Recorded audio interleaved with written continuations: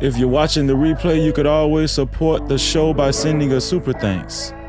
That's right, a super thanks. That's the heart shape with the $sign in it, right below the video. Shout out to the early No Cap crew. Shout out to the VIP crew, the mods. We appreciate you. Share and like.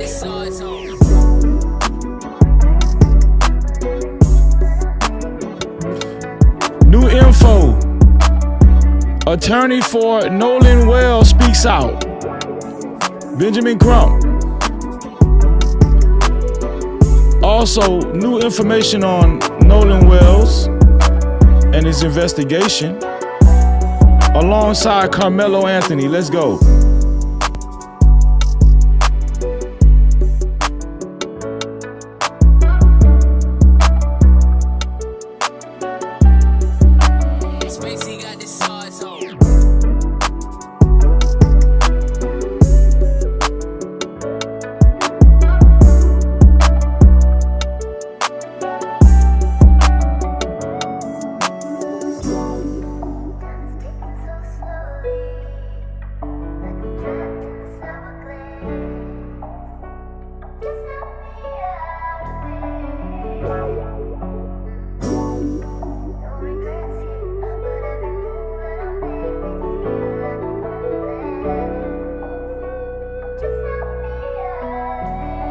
Spacey got the sauce on.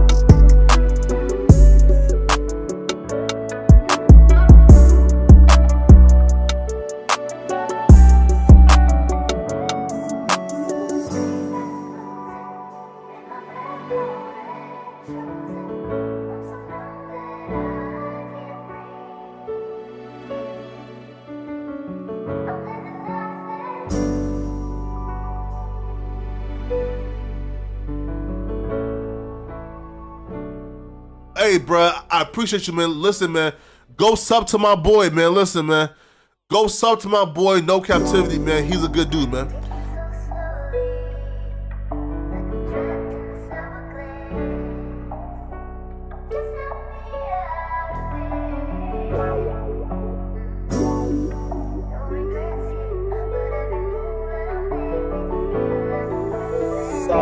Shit, what you want me to prove? Spacey got the sauce on.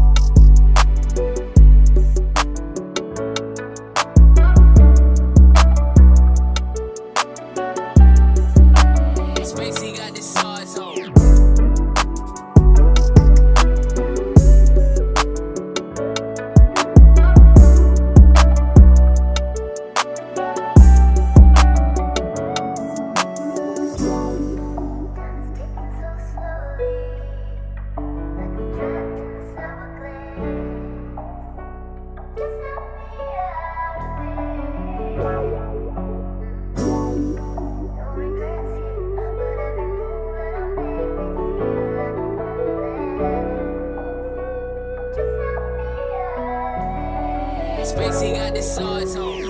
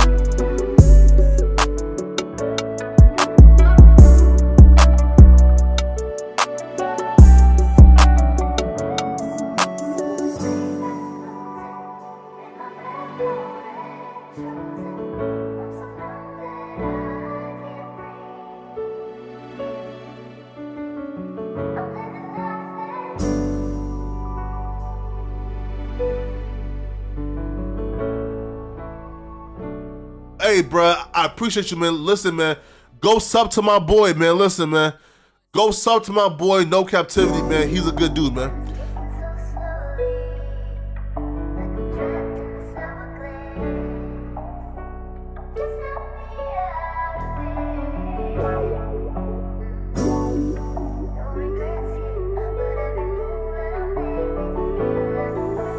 Sauce boy shit, what you want me to prove?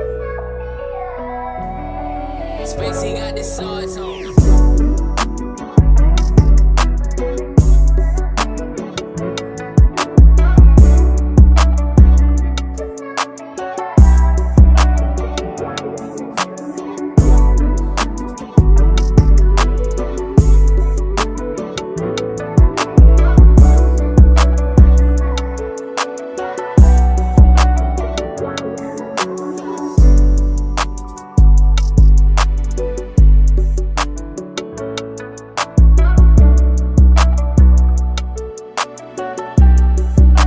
Spacey got the sauce on.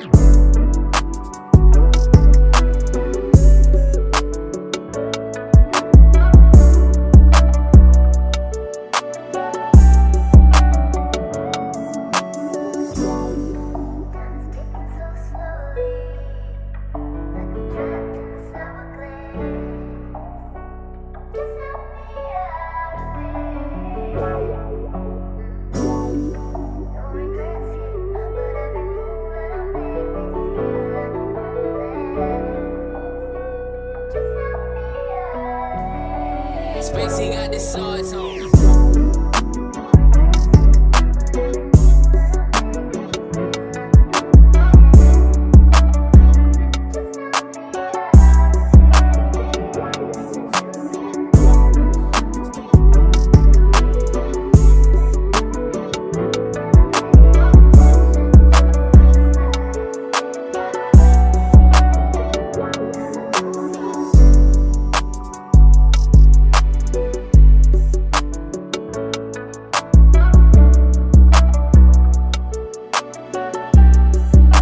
Spacey got the sauce on.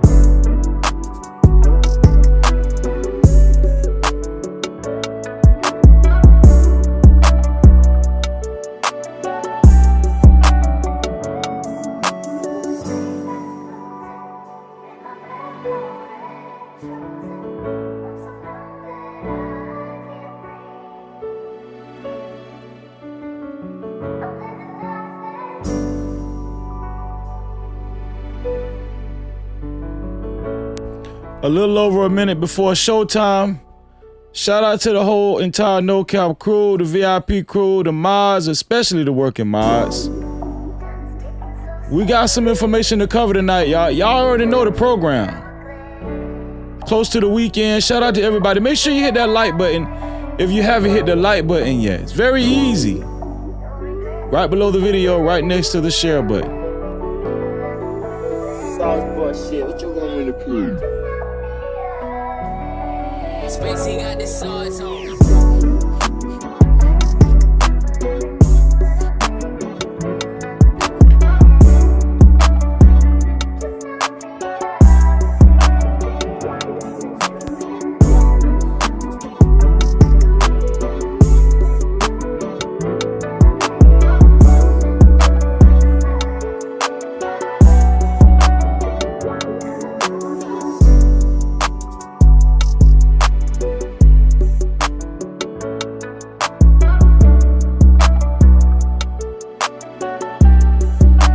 Spacey got the sauce on.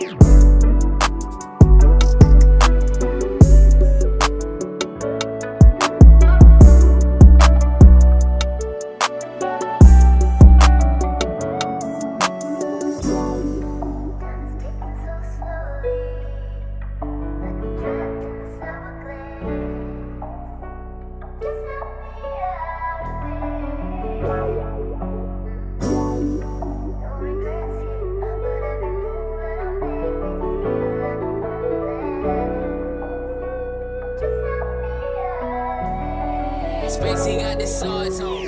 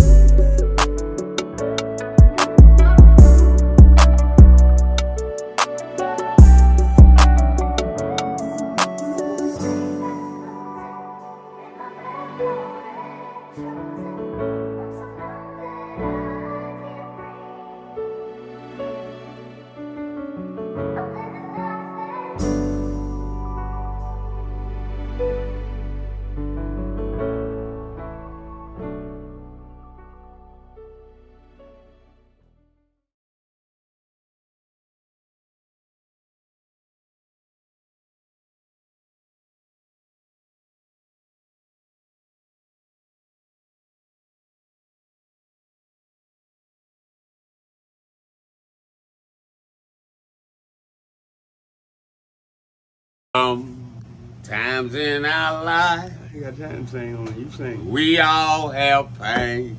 So man, you gonna sing. We all have sorrow.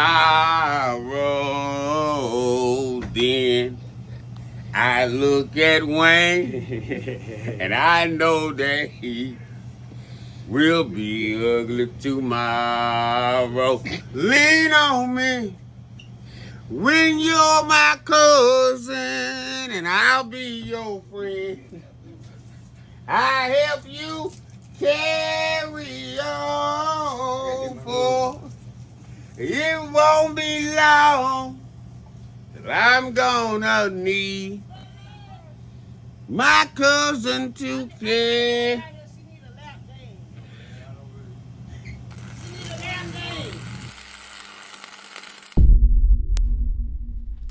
No Cap-tivity. Freezy.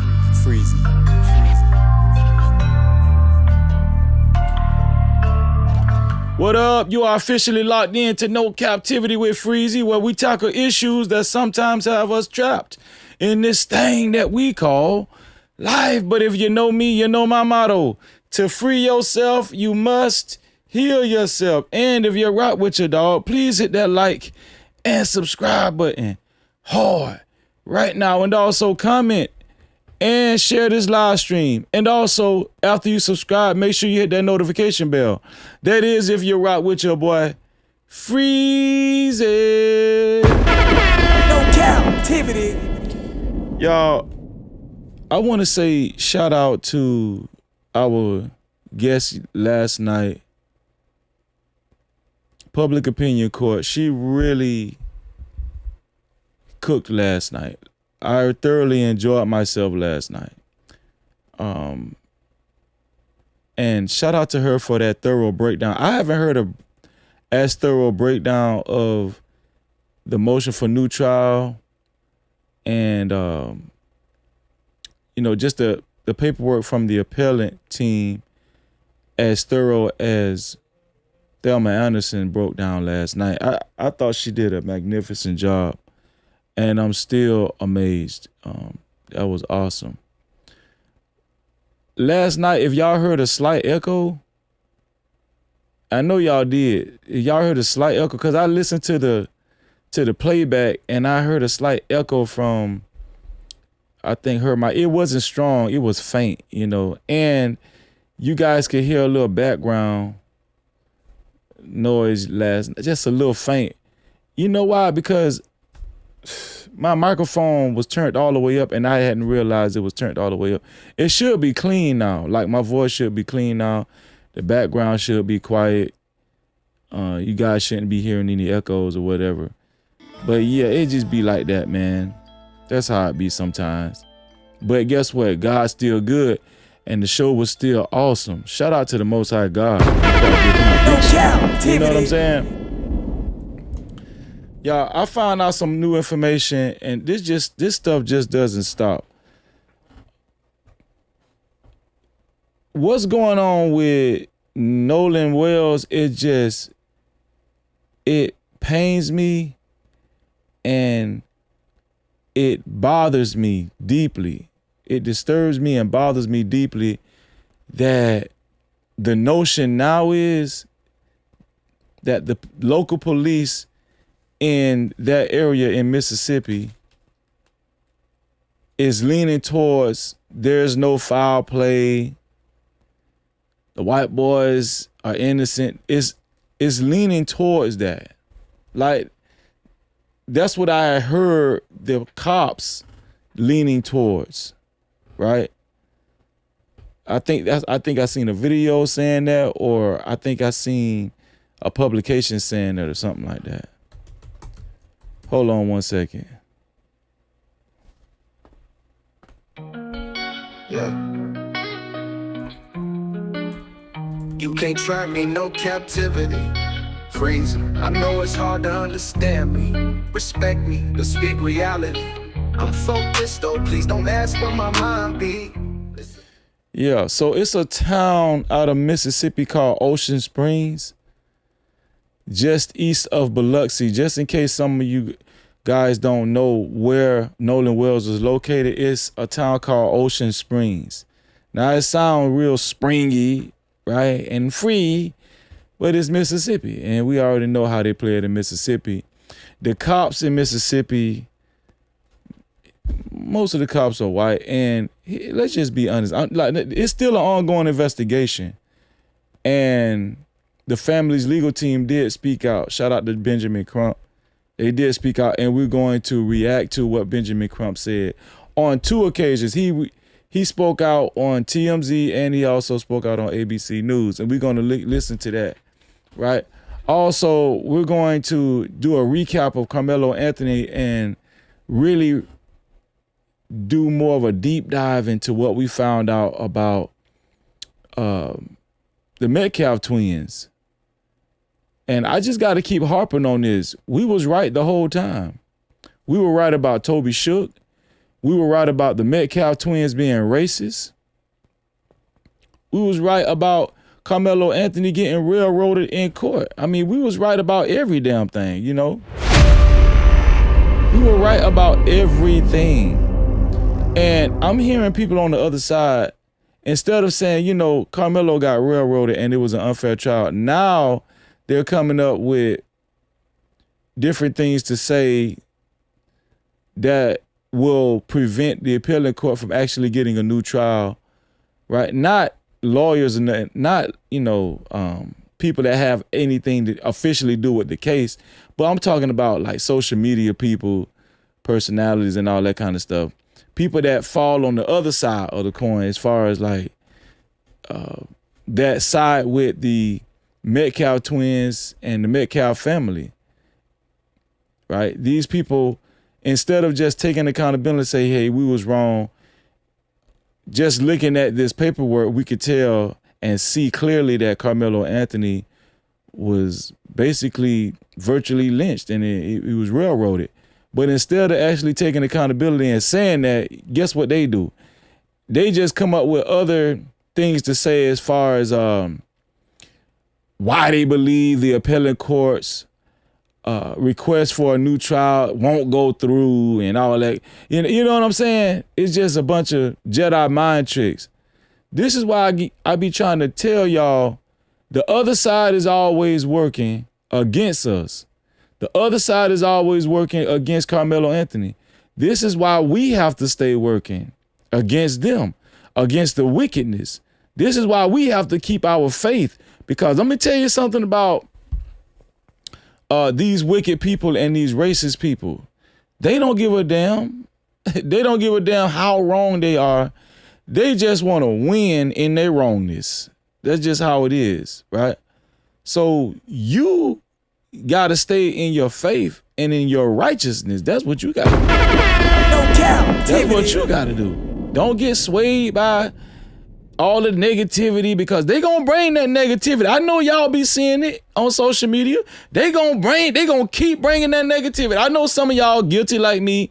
You know, you want to see what the other side is saying, you know, not just people that agree with us. We want to hear what these other people, you know, how they, you know, did you come to your senses? You know what I'm saying? That's how we be. Maybe they done came to their senses. I'm gonna tell y'all something. A lot of them people, they still ain't. Either they came to their senses and they just refuse to admit it, or they just refuse to come to their senses. That's just the bottom line. But that's neither here nor there. It don't matter about what they think. That's what I'm trying to tell y'all. It doesn't matter about what they think. You got to hold on to your faith, and you got to hold on to your belief, right? And the confirmation and your common sense in what you read and what you see. Your mind and your eyes are not deceiving you. So your brother Freezy is here to reiterate that to you, right? And reassure you that you on the right path, and we're going to stay on the right path. And all roads are pointing and all arrows are pointing to this whole thing being corrupt. And that's just it. So don't let people gaslight you, please, okay? Because this gaslighting season, I'm just here for the thug. Y'all feel it? Can you feel it? This is gaslighting season. That's what it is. So we ain't gonna let these people gaslight us. Shout out to everybody in the chat. I appreciate y'all. all the No Cap crew, all of the VIP crew, everybody in green in the chat. We really appreciate y'all. And shout out to the mods, especially the working mods in the building. We appreciate y'all, man. Let's get it. No Cap-tivity. Listen, put a 1 in the chat if you're okay with sharing the live stream. Y'all know how they go. Let's do the drill. Put a 1 in the chat if you're okay with sharing the live stream. And if you are willing to share the live stream but don't know how to share the live stream, the share button is right below the video, right next to the like and the dislike button. And as soon as you hit that share button, it gives you an option to share it out to any one of your favorite social media platforms, or you can copy the link and share it out to any one of your close friends and family. Either way, everybody that actually puts a 1 in the chat and actually shares the live stream, y'all already know what it is, because y'all gonna keep receiving these blessings. I wish all of y'all $11 million in your life. I think it's about time to up the ante too. I think the next show we're gonna up it up to $12 million next show. $12 million next show. As a matter of fact, we're gonna start today. I wish all of y'all $12 million, man. Okay, we just changed it. Okay, from now on until further notice, it's $12 million now. All right, and I appreciate y'all believing and receive it. Let's get it. Shout out to the 239 people that hit that like button and the 1 person that hit that dislike button. Don't think we don't appreciate you. We really do appreciate you. Shout out to the 240 people that hit the like button and the 1 person that hit the dislike button. If you haven't hit the like button or the dislike button yet, please feel free to hit that like button or the dislike button, because it does help us get this, the support out of Karmelo Anthony, even though Nolan Wells, and our movement out into more of the algorithm. So you are doing a great service just by simply hitting the like button. And guess what? It's free. And for everybody that actually hits the like button or the dislike button, y'all already know we wish you $4 million in your life.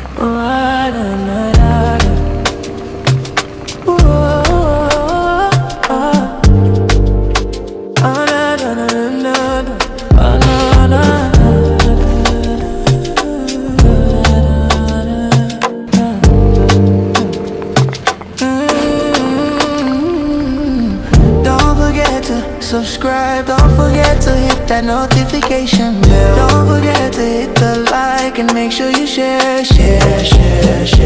Thank you for coming to the channel. No Cap welcomes you all in. Don't forget to subscribe and make sure you hit that notification bell. Don't forget to like, you don't share. Don't forget to like and make sure you hit that notification bell. Don't forget to like and make sure you share. Hit the like button, it's for free. It's for free. Hit the like button, it's for free. Hit the like button. It's free to hit the like button, just like the song said. So don't hesitate to hit that like button. Shout out to the 294 people that hit the like button and the 1 person that still hit that dislike button. If you haven't hit the like button or the dislike button, please do so at this time. If you're watching, I know some of y'all it's hard. You just be sitting there like, I ain't hitting that like. I'm gonna watch though, but I ain't gonna hit that like. That's a spirit, man. We gotta work that out of us. It's free and easy to hit the like button. Free, easy, freezy. Shout out to Red Scholar. I appreciate you, sis. She know I had to take that one from. No Cap-tivity. Shout out to Red Scholar, man. Listen, also, to support this live stream, especially if you would like to get your comments read and highlighted, okay, because I know you guys are, one thing about the No Cap crew, you guys are heavily opinionated, and I love to read y'all comments. The first way to get your comments read and highlighted, or if you would simply just like to support the show, is by Super Cap, aka Super Chat. That's the rectangle box with the $sign in it, right down there where you type your chats. All right, right down there where you type your chats. I think we got a few of them already. Shout out to Mitra for the $2 super cow. She said, "We lit. Let's go, Big Freezy." Hey, everybody. What's going on, Mitra? Shout out to Mitra. She came back again with $1 support. Thank you, sis. No Cap-tivity. Shout out to Hello Barbara. This Shirley for her $2 super cow. She said, "Justice for Nolan." Oh, no most definitely, man. We're going to talk about it, Barbara. Hello, Barbara. This Shirley, $2 said, "Free Karmelo." No Cap-tivity. Shout out to my sister, Scarlett Morgani. $2 support. No Cap-tivity.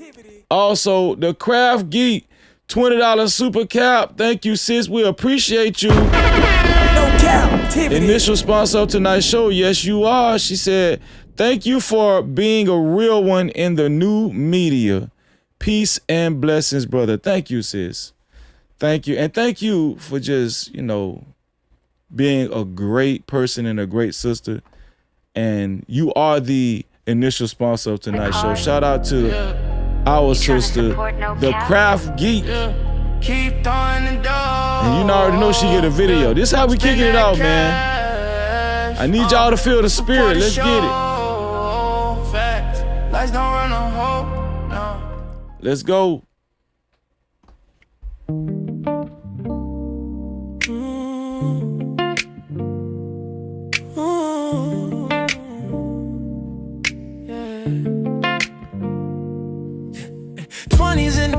No cap, appreciate. Cash app, super chat, super stickers, memberships, PayPal's in the building, let it rain like that. Don't forget the 50s, don't forget them hundreds. Blessings coming fast, we ain't waiting on nothing. Appreciate everything that you spend. When you feel generous, run it back again. Cash app.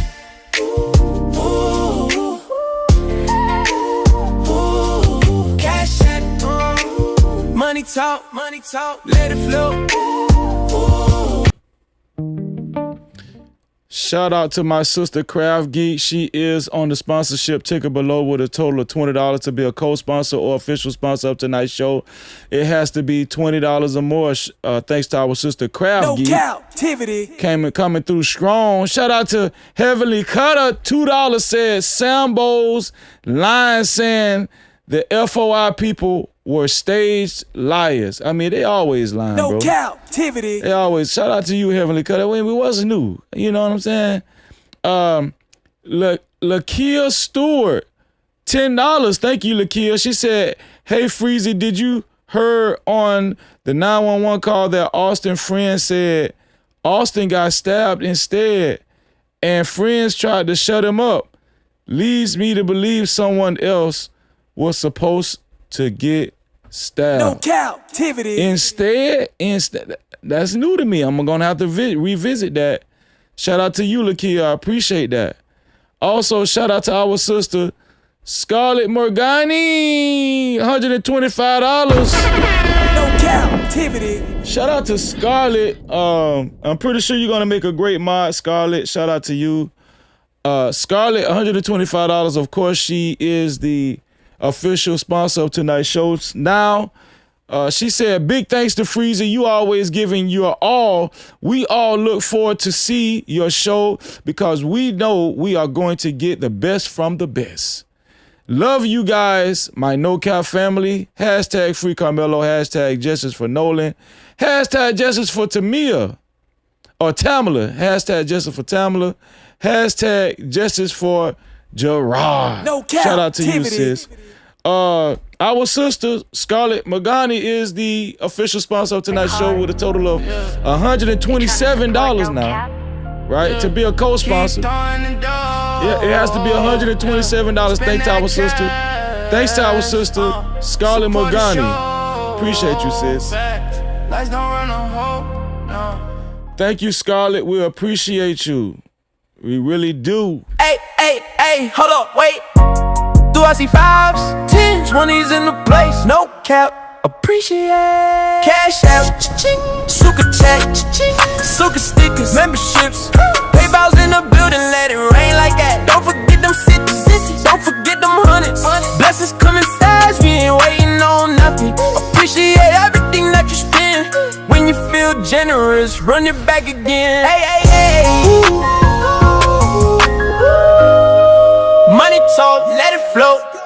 Shout out to Scarlett. Scarlett is our official sponsor of tonight's show with a total of $127. You already know what it is. To be a co-sponsor or official sponsor, it has to be $127 or more.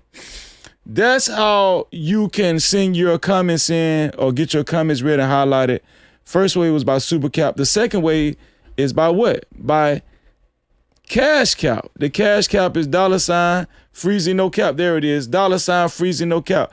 That's the Cash Cap. And I think I did get some notifications on the Cash Cap side. Let's see. Where we at? Cash Cap. I should have had it opened up. Here we go.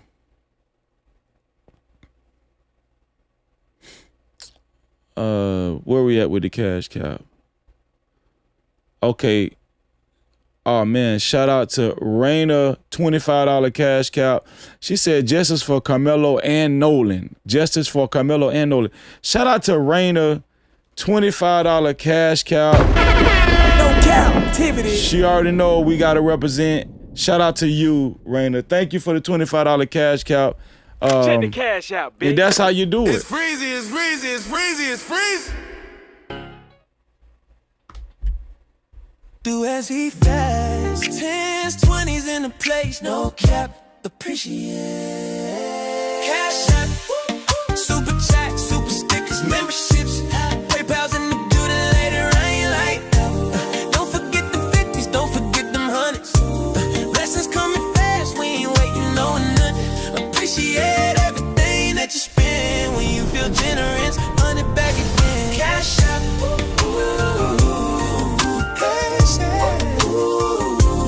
Money talk, let it flow.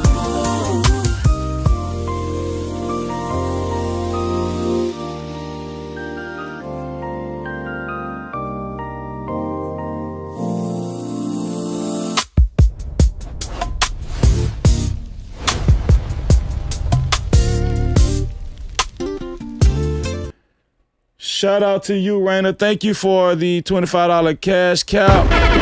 No Cap-tivity. And third, how to get your comments read and highlighted, or if you would simply just like to support the show, is by PayPal.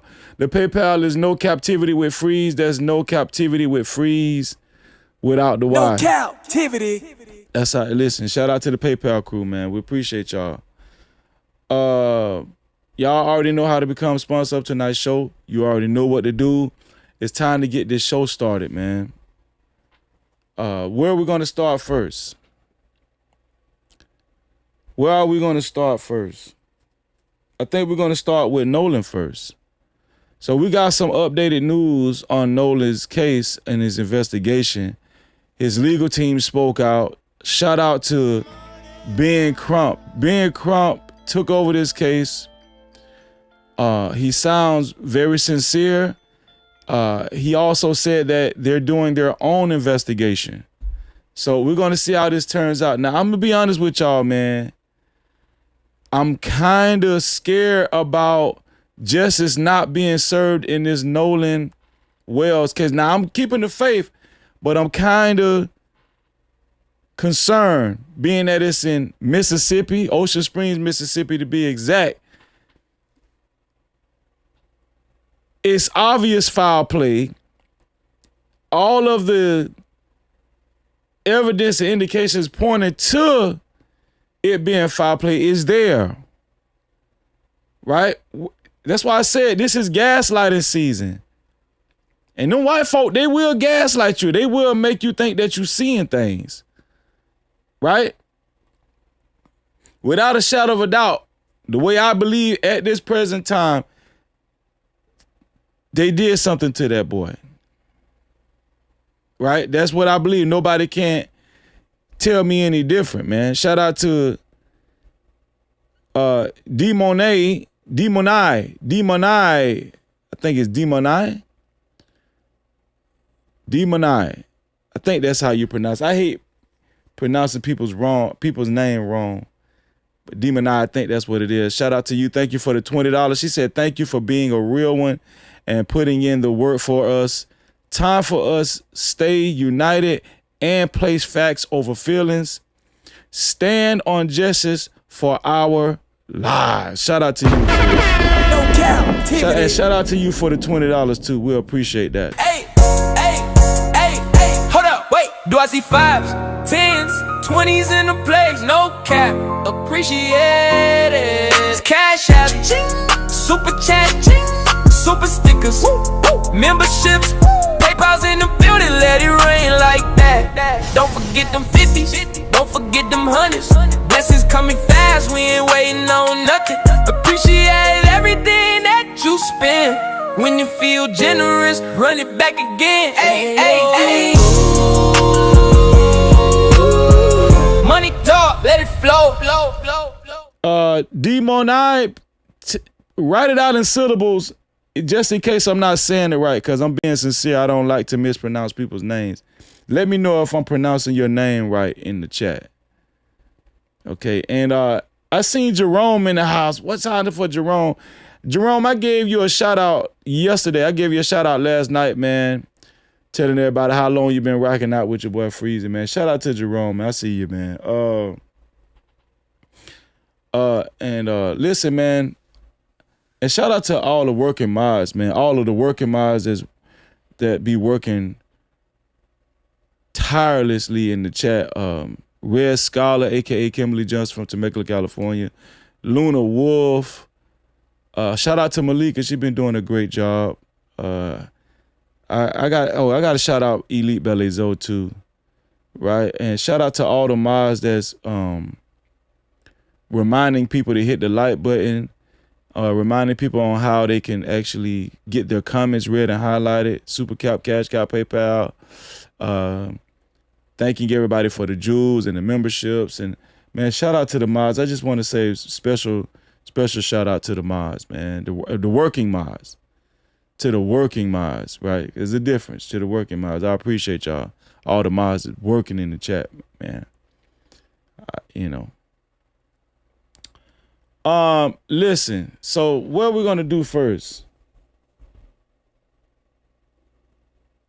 What are we gonna do first?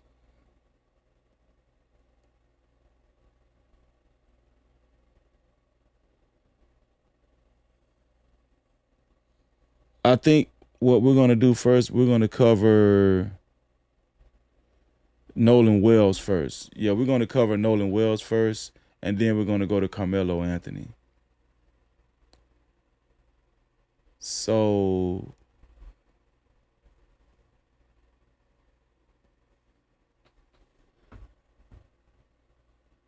Pretty girl, you ready?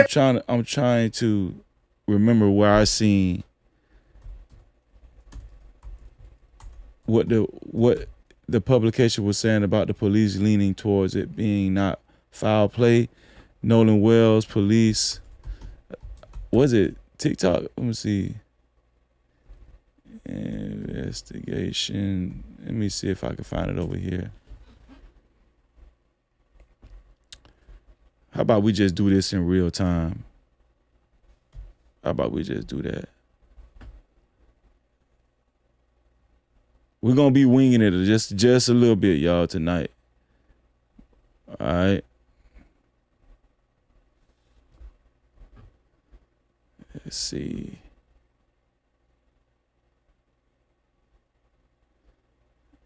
Let's see what these people had to say.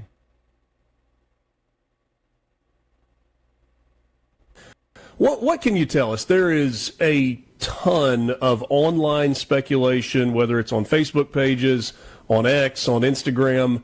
There are a lot of people that kind of act like they have information that they don't necessarily have any information, or at least not any that's credible, that's been vetted. What can you tell? I just clicked on this. I haven't even seen this one before. I'm just curious about what these people are going to say. Tell us at this point. Well, Richard, let me first send my condolences to the family. I don't know them personally, but I have a lot of friends that have relationships with them and know them, and you know, I can't imagine what they're going through. I've got a senior that just graduated from Gulfport High, is 18. He and his friends remind me a lot of Nolan. And they're gonna hit us with the condolences in the beginning, And ain't no telling what he gonna say next. His friends, and they go out, they hang out, they do a lot of things together. So my heart is bleeding for the family and the friends of Nolan, who have suffered a tragic loss, and by all accounts was just an outstanding young man with a bright future, and well respected and loved by really everybody that I've talked to that he touched. So very tragic situation. I can tell you, I've grown up on these waters. I've lived here my whole. The Jackson County, Mississippi. Oh, what is he talking about? He ain't talking about nothing, man. Let's see. Yeah, I was told that there was a boat he thought he was going to get on that was leaving and that he might have been trying to swim to it. The only problem I have with that story is that if the people in the boat knew he was trying to swim to it and they saw him getting carried off with the current, they would have known about it. They would have been able to react to it. Not only that, even if that wasn't the case, if he went into the water at all and became distressed, it was so crowded that day that it seems hard to believe that nobody would have noticed a distressed That's a great swimmer. point. It was so crowded. We could see on the video how crowded it was. Like, it was so crowded that day. He's making a good point. If Nolan Wells was in distress in the water, somebody would have seen it. Somebody would have seen it, so you can't get away with that excuse. That was a good point. In the water. So again, it's a story I was told. There's a lot of reasons why I question it. What I do know is that he went out there with a number of boys that has been his regular friend group since he was young. They were ready to leave at about 3:00. They told him it's time to go. I was told he had started talking to a young lady and he wanted to hang back and keep talking to her. And that you say you was told. You was told? Well, you live in Mississippi? That he would believe that he could get another ride. Now, some people have been criticizing, saying, "No, you never leave your friend." Well, technically, they didn't leave him. He requested to stay behind. And oh man, now they just made. Come on, see what I'm saying? Do y'all see the narratives that they painting now? How do you know Nolan Wells requested to stay behind? How do you know this? Oh, I was told. Well, why they still had his cell phone in? And why were the messages? Oh, you know what? We ain't gonna go into that right quick. I'm just saying, do y'all see the narratives that's already being painted? If you know anything about how, these barrier islands are and how they're used recreationally, people go out there on one boat, they might come back on another boat. Like it's almost like a community ferry system, because not everybody has a boat, and you might jump on with another group of friends, whatnot. What we have to find out is, after his friends left, if he jumped on with another group of friends, well, who were the other group of friends that he jumped on the boat with?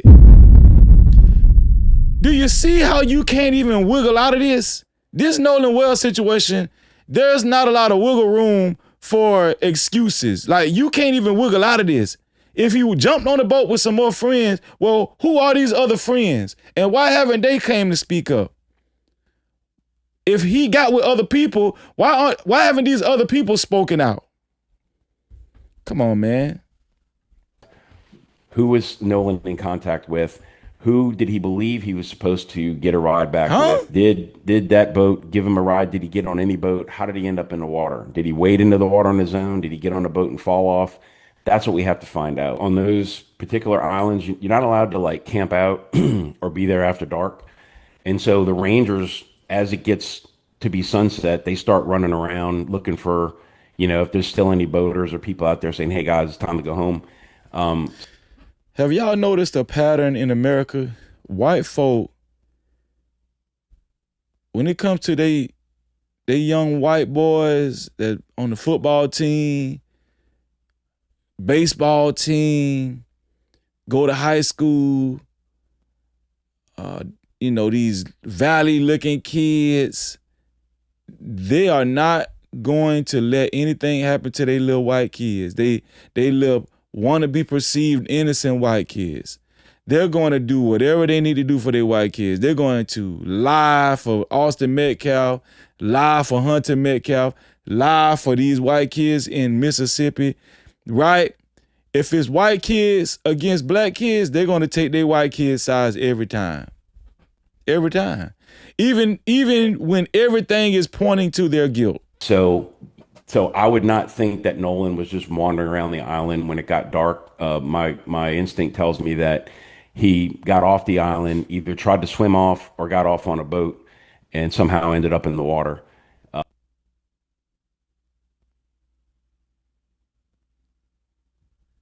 Did y'all hear this bullshit? Let's listen to it. As it gets to be sunset, they start running around looking for, if there's still any boaters or people out there saying, hey guys, it's time to go home.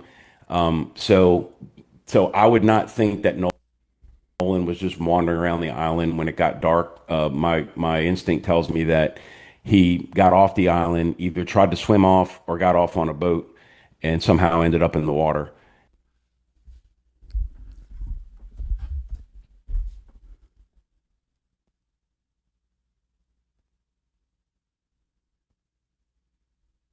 Either tried to swim off the island.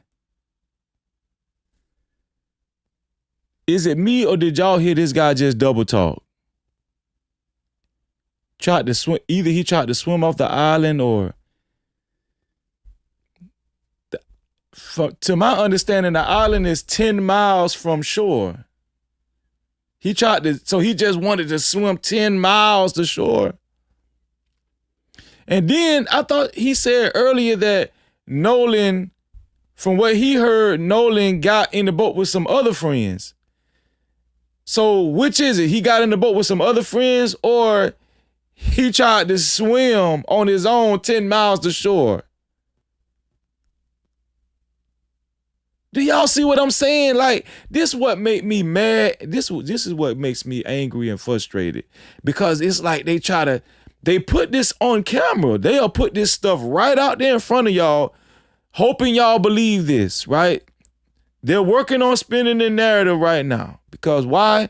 Because they're going to protect their kids.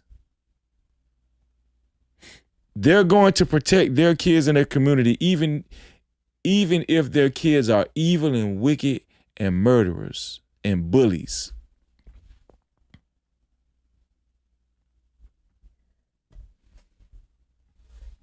But because of the Rangers' presence, I don't think it's likely. Man, shut up. Shut up, man. Let's hear what Flacco got to say. They murdered that little boy, man. What Nolan Wall's parents found in... See what I'm saying? See how Flacco came out the gate? Flacco said they murdered that boy, man. No Cap-tivity. And Flacco ain't waste no time. See how easy that was? Poetic Flacco didn't waste no damn time. Watch this. They murdered that little boy, man. What Nolan Wall's parents found in his phone confirms beyond a reasonable doubt, beyond a shadow of a doubt, they murdered that little boy, man. They murder him, and the police, the law enforcement agencies, the judges, coroners, everybody in that city responsible for this investigation is working in cahoots to make sure they get away with it. That little boy was murdered by some powerful people in that city, and they making sure them powerful people don't get held accountable. Nolan Wall's family has retained the services of Benjamin Crump to ensure Nolan gets justice, however that may be.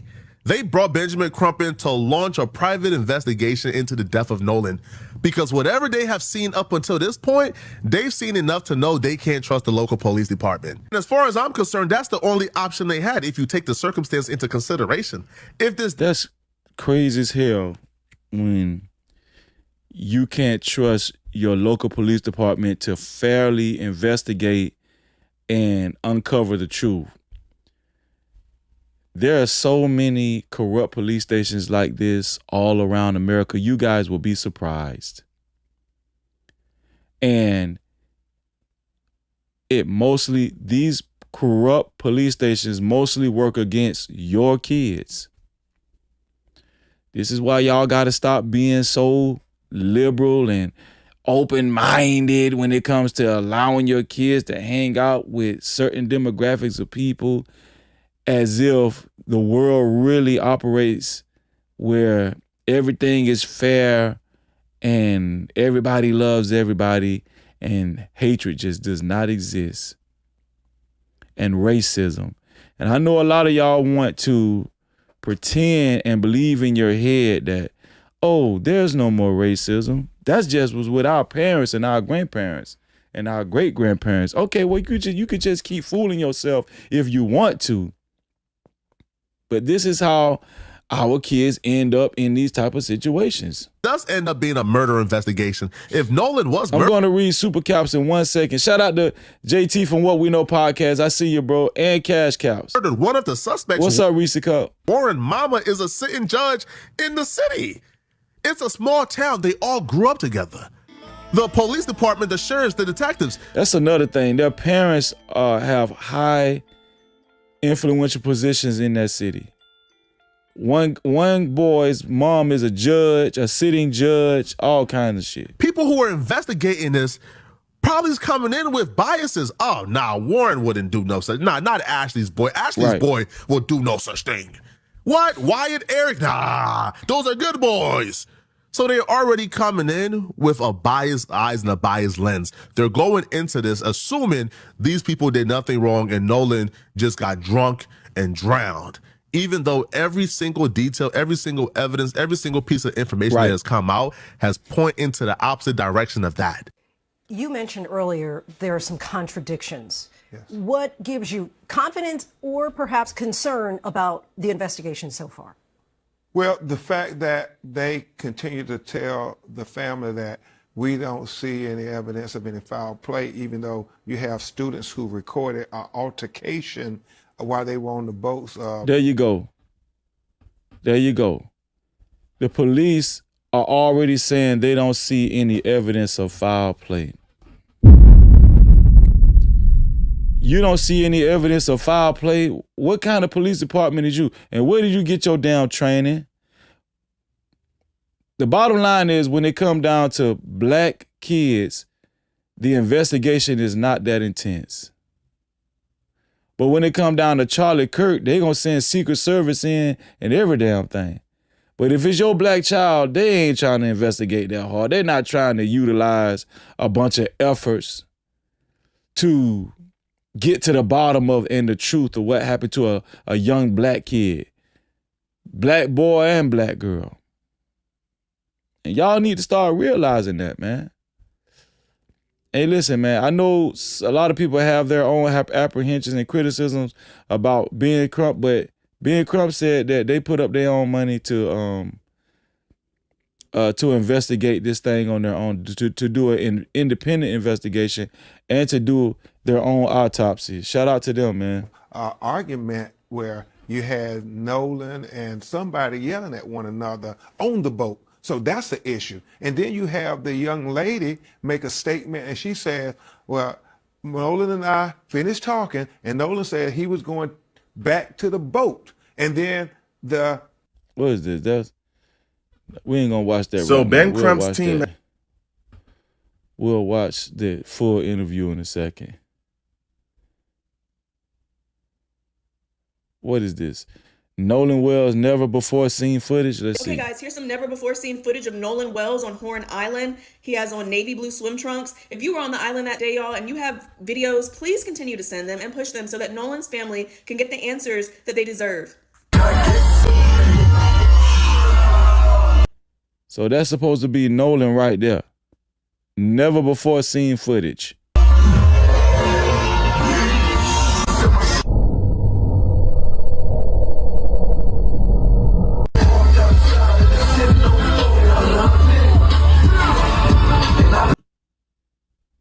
What was Nolan? Hold on. Answers that they deserve. Is this Nolan?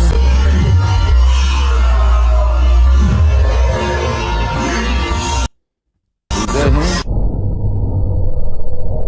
So where's this arrow pointing at? I don't know. That's kind of confusing.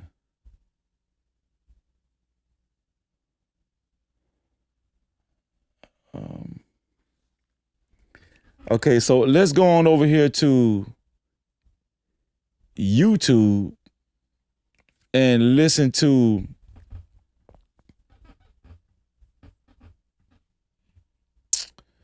as a matter of fact, let me do this. Yeah. You can't trap me, no captivity. Freezing. I know it's hard to understand me. Respect me, to speak reality. Oh, okay. I'm focused though, please don't. We already there. Okay, good. So I got some new updates on this Nolan Well case. Ben Crump spoke out twice. I don't know how I got there. But Ben Crump spoke out twice. He did an ABC interview, which we just seen a clip of that from Flacco, Poetic Flacco. But we're going to watch the entire ABC interview with Ben Crump on the death of Nolan Wells. You know what? Before we do that, how about we read some more super caps? It's only right. Shout out to What We Know Podcast. Shout out to my brother from What We Know Podcast, man. JT, what's going on with you, JT? JT, man, JT, know I always love him, man. Shout out to my brother, JT. $5, he said, my brother Freezy. No cap, Shout out to Tivity. JT from What We Know Podcast. And also, Heavenly Cutter, $2 said, if he tried to swim, that mean they drugged him. That's a great point. No captivity. If he tried to swim, that mean they drugged him. Why would you try to swim from an island that's 10 miles away from shore? That don't even make no sense. And whoever that white dude was that said that, he need to be slapped. His senses slapped back into him. That's what I meant to say. Shout out to you, Heavenly Cutter. Also, shout out to Miss Linda. Check the cash out. Thank you for the cash cow, Linda. I appreciate you. She said, thanks, Freezy and Thelma, for fighting for Karmelo. No, thank you for your support, sis. $40 cash cow. You already know. Let's get it. Shout out to you, sis. We appreciate you. Hey, hold up, wait. Do I see 5s, 10s, 20s in the place? No cap, appreciate it. Cash out, super chat, super stickers, memberships, PayPal's in the building, let it rain like that. Don't forget them 50s, don't forget them 100s. Blessings coming fast, we ain't waiting on nothing. Appreciate everything that you spend. When you feel generous, run it back again. Ay. Money talk, let it flow. Shout out to you, Linda. Thank you for the $40 cash cow. I appreciate you. We appreciate you. If you would like your comments read and highlighted, or if you would like to just simply support the show, you can either do so by Super Cap, Cash Cap, or PayPal. Super Cap, Cash Cap, or PayPal. All right? We appreciate y'all. We really do. All right, so let's look at this new report by Nolan Wells, the Wells family legal team, headed by Ben Crump.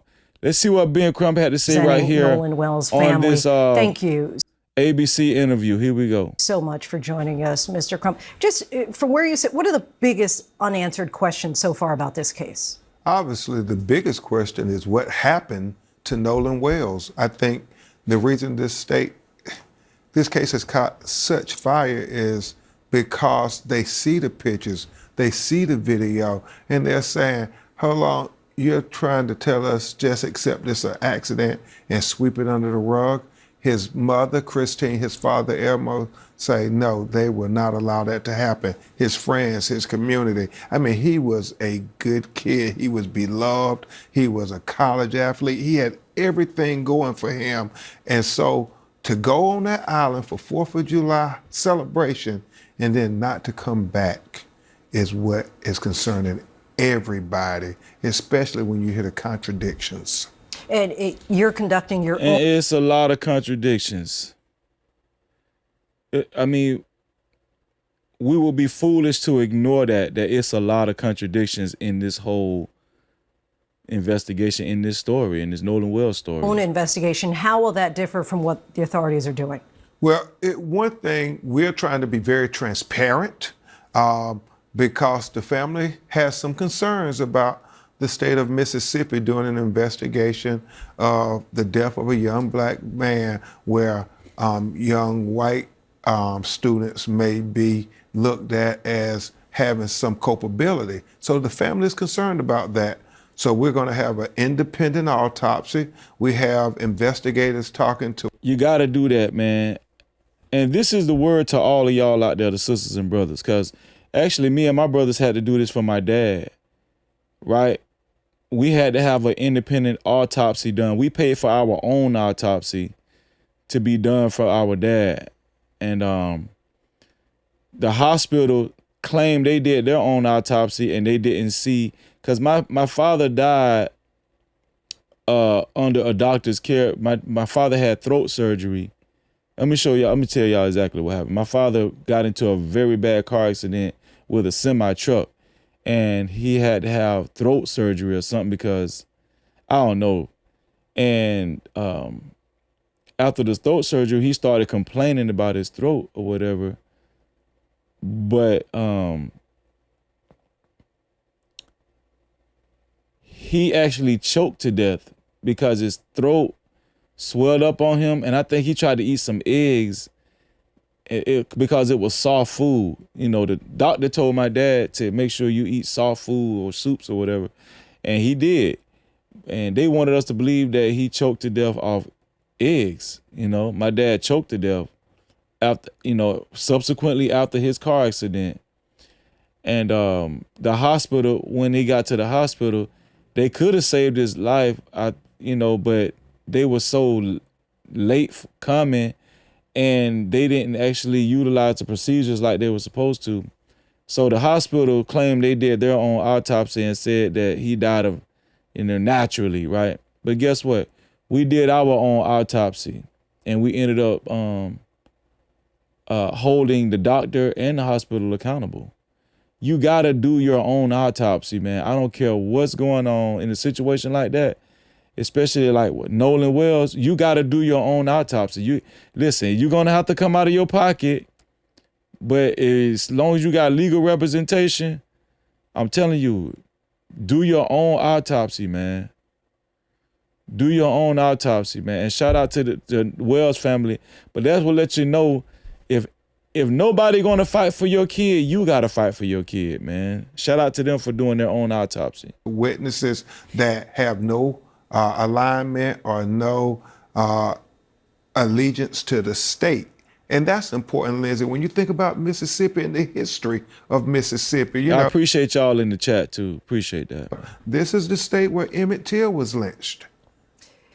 You mentioned earlier there are some contradictions. That shit was deep. Yes. What gives you confidence or perhaps concern about the investigation so far?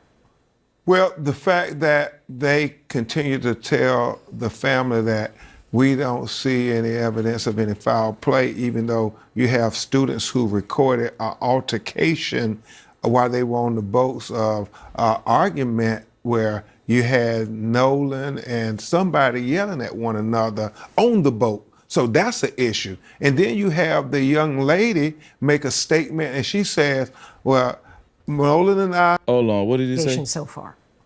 Well, the fact that they continue to tell the family that we don't see any evidence of any foul play, even though you have students who recorded an altercation while they were on the boats. Exactly. Argument where you had Nolan and somebody yelling at one another. So they confirmed that it was Nolan and somebody else on the boat yelling at one another. So Nolan was included and involved in that tense altercation. On the boat. So that's an issue. And then you have the young lady make a statement and she says, well, Nolan and I finished talking and Nolan said he was going back to the boat. And then the boys on the boat said, no, Nolan. And thank you to everybody in the chat for all the love, man. I appreciate y'all. Told them he was going to stay with her. Well, Nolan and I finished talking and on the boat. So that's an issue. And then you have the young lady make a statement and she says, well, Nolan and I finished talking and Nolan said he was going back to the boat. And then the boys on the boat said, no. So Nolan's girlfriend, Katie, I think that's who Ben Crump is talking about, said that Nolan told her he was going back to the boat, to the original boat, right? But the white guy that we reacted to in the beginning said that he heard that Nolan decided to ride with some other friends. Well, who are these other friends? Well, right here, Ben Crump is saying that Nolan's girlfriend, Katie, is saying that she heard Nolan, the last thing she heard Nolan say was he's going back to the original boat with his original boys that he came with. Nolan and I finished talking, and Nolan said he was going back to the boat. And then the boys on the boat said, no, Nolan told them he was going to stay with her. And so they are conflicting. She's saying he went and got on the boat. They saying he didn't get on the boat. So which is it? And all we know is Nolan is dead. The Wells family, Nolan's parents, how are they coping in this moment? Lindsay, they are in disbelief. They are in disbelief. You know, Nolan was to report back on Monday after the 4th of July to his college. That's when fall practice started. He did phenomenal. He was looking forward to getting an NIL deal with Division I football. He had everything going for himself, and his family just can't believe that he's gone. Nolan had an NIL deal in Division I football. That's crazy. And do y'all see what's been going on lately? They've been trying to take away the best of our kids, right? They're not targeting kids in the street that's causing trouble. These are some of the best of our kids. This is a good kid, you know, headed to Division I football, already signed an NIL deal, look tall and athletic too. Now, we can't let this go, y'all. I'm telling y'all, man, we can't let this go. He did phenomenal. He was looking forward to getting an NIL deal with Division I football. He was looking forward to getting an NIL deal with Division I football. He had everything going for himself, and his family just can't believe that he's gone. His mother, Christina, is in constant depression, but my baby is gone. His father's trying to be strong, but obviously he's trying to explain to Nolan's younger brothers and sisters, what happened, Daddy? What happened? Can you clarify for us what was going on with his cell phone? Yeah, and that's something that's really troubling to his what going on with his cell phone, Ben? Family as well. You know, the guys on the boat, they said Nolan stayed, but they took his cell phone. That's not adding up to them. Right. The fact that then when the family gets the cell phone back, Lindsay, they're saying they are trying to understand why they're deleted messages. And so how in the hell they ended up with his cell phone and there are deleted messages on his cell phone? That is wild to me. But the local police are saying that there's no evidence of foul play, but they ended up with his cell phone and there's deleted messages on the phone. It's very then when the phone, they said Nolan stayed, but they took his cell phone. That's not adding up to them. The fact that then when the family gets the cell phone back, Lindsay, they're saying they are trying to understand why they're deleted messages. Right. And so it's very concerning to them. And we know that Nolan was a great athlete on the football field. Do we have any sense of how comfortable he was around water and boats? You know, his father said he was an elite athlete, that he prided himself on his physical prowess. He said that his son could swim, and so they're just not accepting that Nolan drowned accidentally. Beyond the headlines, have the Wells family said how they would like Nolan to be remembered? Yeah, everybody, not only his parents, but the whole community, his teachers, his coaches, the people at his college, they're saying he was just a great guy. Always trying to be supportive, be encouraging, wanted to make the world a better place. His mother talked about his smile, and she's like, she doesn't know when she's ever gonna smile again. Mr. So there's another interview Ben Crump did.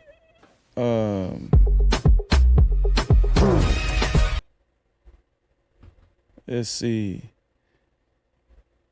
On TMZ. He just recently did an interview on TMZ. Let's see what he had to say on TMZ. We're going to investigate every aspect of why Nolan Wells is not with us today. We know that he was with his friends. They went out on Horn Island, as Charles said. He was the only black teenager that was there. And, you know, all of them came back safely on the boat with his cell phone, Harvey. But Nolan's body was found washed up on the shore on Monday morning. His family is not accepting that it was an accidental drowning. They haven't been told anything, but that's been the suggestion. And they're not accepting that because Nolan was a college football player. He was a superior athlete. He was in great fitness and condition. And so for them to try. That's a great point too. We have to take that into account. Obviously, Nolan Wells was in shape, very much so. Very fit young man, very athletic, right? I'm pretty sure he could swim. If you're that fit and you have that much capability and ability about yourself, you can swim, you're athletic. How in the hell you ended up floating in the water, dead? To say, well, we got his phone, but we don't know where he's at, and then he turns up dead. They are not accepting it, and there are so many questions, so many contradictions. Then they had his phone and deleted messages on the phone, and that leaves the mom puzzled. Right? It left the mom puzzled, like, well, how in the hell you got my son's phone? Why you got my son's phone, but you ain't got my son with y'all? Any mother out there, any father out there that's watching this show will feel the same way. Like, hold on, wait, my son went with you, but the only thing that came back with y'all was my son's phone and not my son. And there's deleted messages on my son's phone. And y'all want me to believe the Ocean Springs Police Department in Mississippi wants us to believe that there's no signs of foul play, racism. I know there is one friend, a young woman who has come forward and has spoken to the police, and I'm wondering if she's spoken to you and how her version of events differ from what the other friends have said. She hasn't spoken to us, but we know her statement that she released publicly. She said that she was talking to Nolan, and then Nolan said, well, I'm going back to the boat with the guys I came with. That's her version. She said that he did not. I won't be satisfied until those white boys are in handcuffs. Handcuffs and walked inside of a jail. You know, I don't even down if they have to bond out, make sure that bond is high and a trial is set. Yeah. These boys need to be in handcuffs. She was talking to Nolan, and then Nolan said, well, I'm going back to the boat with the guys I came with. That's her version. She said that he did not leave with her, that he went back and got in the boat with the other boys. Well, the boys say that when they was talking to Nolan, he said he wasn't going to get in the boat with them, that he was going to stay with her, stay behind with her. I mean, who lying? Do y'all see what Mr. Ben Crump is pointing out? Somebody lying. The girl, the friend girl is saying she heard Nolan say he was going back with his homeboys, the white homeboys, so-called homeboys, right? Then the boy said that Nolan said he was going to ride with somebody else. Who's somebody lying, but you don't see signs of foul play, Mr. Police Department? Somebody lying. Do y'all understand? Bro, man, these people make me so mad. I'm telling y'all, I get so frustrated dealing with these people, man. Y'all stop letting y'all children hang around all these white kids, man. I'm not trying to be. Listen, man, let's just be honest, man. Racism exists. If y'all don't want y'all kids to possibly be done like this, man, you're gonna have to take precaution. Somebody lying. Either the girl lying or them boys lying. Let me back it up a little bit so y'all can see what here. Y'all might have missed it. Differ from what the other friends have said. She hasn't spoken to us, but we know her statement that she released publicly. She said that she was talking to Nolan, and then Nolan said, well, I'm going back to the boat with the guys I came with. That's her version. She said that he did not leave with her, that he went back and got in the boat with the other boys. Right. Well, the boys say that when they was talking to Nolan, he said he wasn't going to get in the boat with them, that he was going to stay with her, stay behind with her. That's the biggest inconsistency. That right there. That is where the truth lies, in that lie. Somebody lied, but in that little pocket between the girl and the white boys, right there. That big ass inconsistency, to me, that's one of the biggest things in this whole situation. Right? That's one of the biggest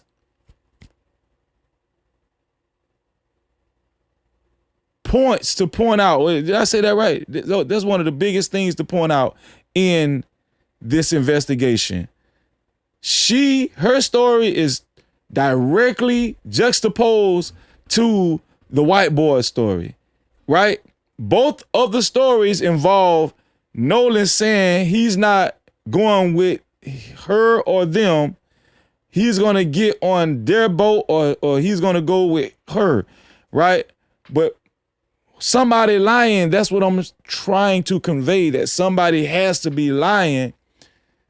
And how can't you see the inconsistency in that? Police officers, Ocean Springs police officers, how can't you see any decent investigator, any decent homicide investigator at a police department, they're not going to let this go. They're going to say, no. This is too inconsistent and it's too conflicting. Nah, we got to really dig deeper into this, right? If Nolan, I hate to do the flipperoo, if Nolan was white and the boys, the rest of the boys on that boat was black, guess what? That white police department will utilize all of their damn city funds to get to the bottom of this in their investigation. You can best believe that. And even if you white and you listening to this show, you know I'm telling the truth.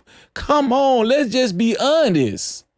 And listen, there's some decent white folk out there that tell the truth. I done seen some of them on social media, which I'm going to show y'all this dude that he has an inside scoop on this Nolan Wells situation. I'm going to play that video for y'all if I can find it. Something in the smoke, something in the water ain't clean. It's a lot of stuff in this water that's not clean. But I'm telling y'all, if the police department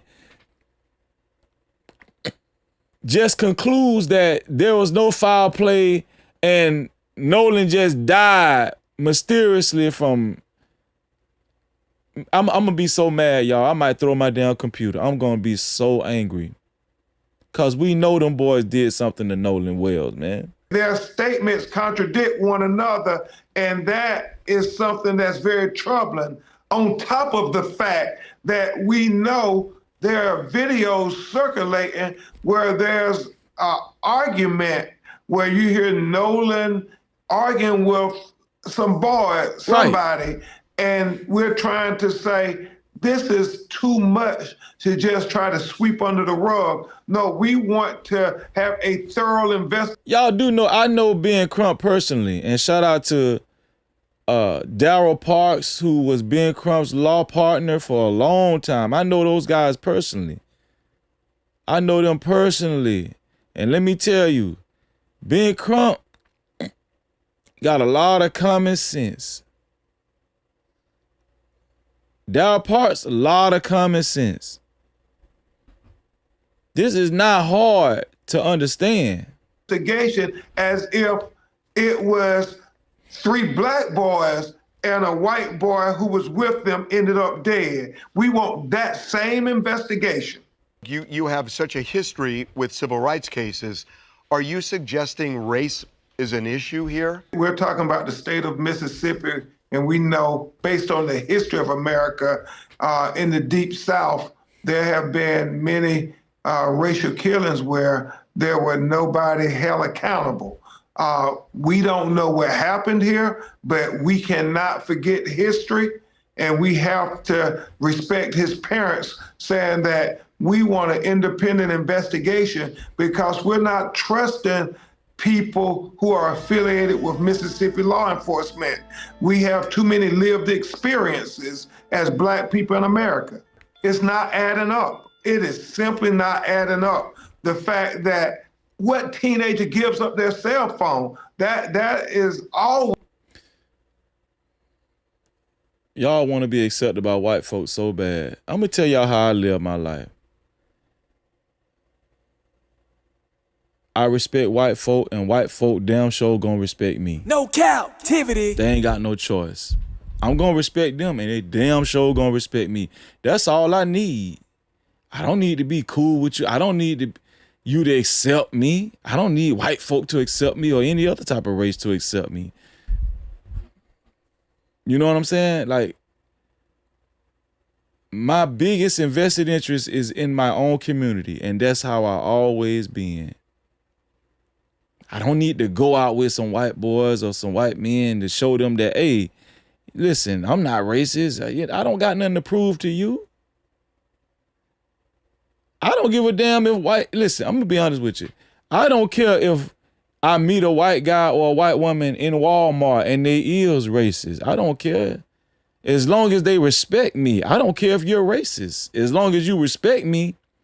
If we gonna respect each other, that's all I care about. I don't care if you racist. Call me ninja, when you walk off. Do it at your dinner table. Just don't do it to my face. Cause there's gonna be some smoke in the city. And I'm gonna put this ninja foot in your ass. I don't give a damn if a white person is racist. I don't care if a white person disapproves of me or doesn't accept. I don't care about, listen, a lot of black folk are so lost because they feel, especially the black coons and the house ninjas. The black coons and the house ninjas, man, most of them, especially in 2026, it ain't no saving them. It ain't no hope for them.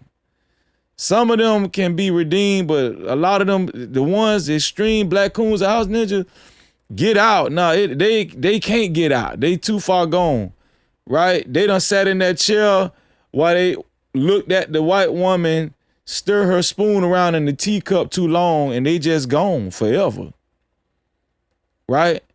They really want to be accepted by white folk, and I'm gonna tell you something right now. they will crucify your ass if you get wrong with white folk in front of them. They gonna take up for the white folk. If you black, when you black and you like that, something wrong with you. Something wrong with you. And then when they see white folk really ain't trying to support their ass, right? I'm gonna tell you, they gonna do the switcheroo. That's what I don't like about a lot of black coons and house ninjas. They always, at some point in time, they gonna do a switcheroo when they see white folk ain't really trying to support them over their own people. And because white folk ain't gonna support you like that unless you just, unless you a devoted token ass ninja. You know what I'm saying? But it's only so many slots white folk gonna actually offer up. Candace Owens got one slot. Officer Tatum got a slot. And the Hodge twins. It ain't too many more, you know, what you call it finna die. Jesse Lee Peterson, he about ready to die. He one of the classic black coons. You know what I'm saying? So it ain't too many slots. One thing about being a black coon or a house ninja, white folk don't give too many slots for that. It's very rare. And once a black coon get the slot, that shit almost like serving on the Supreme Court until they get ready to give it up. Shit, it's over with. So all of these other house ninjas and black coons in the world, especially in America, you just a black coon for nothing. White folk don't give a damn about you, right? They're gonna cheer you on, but they're gonna give minimal support. I'm telling you right now. Right? And then when they realize, oh, this shit ain't working out, this when they gonna try to come back over here to us. No, we ain't finna let you in the door because we don't trust you. Right? You a damn fool if you trust a house ninja or a black coon. Ways something that has us bewildered. The fact that his parents, his mother and father, when they looking at the phone, they're seeing some deleted messages. So they're trying to figure out what's that about. So we want to dot every I, cross every T, and look under every rock, literally, because they are not accepting that the police saying where there's no foul play, let's just go ahead and move on, where they can't move on because Nolan is dead. Are they seriously investigating this? Are they talking to the family? What's the state there? We don't know what they're doing. As I understand it, they have not communicated with the family. Has Nolan's body been returned to the family? And do you have plans for, we've covered cases like this with you before, that there's going to be an independent autopsy? We are flying Nolan's body from Mississippi to Washington, D.C. to have a doctor perform an independent autopsy because his parents wanted autopsy done by a doctor. Shout out to the independent autopsy. That had no affiliation with law enforcement in the state of Mississippi, because that's how concerned they are about getting to the truth and not having any hints of impropriety.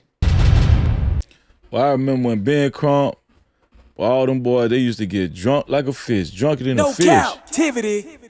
Ben Crump, I remember them days. Well, shout out to Ben Crump. Ben Crump done came a mighty long way, y'all. Let me see. Where did that video with a white dude talking? So it's a white guy that claimed he had some inside information, and we finna check it out. We finna see. Did I save it right here on Instagram? Yeah, I'm so ghetto, man. Damn. Y'all heard about Andrew Gillum? Man, Andrew Gillum got to leave that meth alone, man. Andrew, man, you need to go get some help, dog. Go get some help, Andrew, man. Damn. Where did I put that?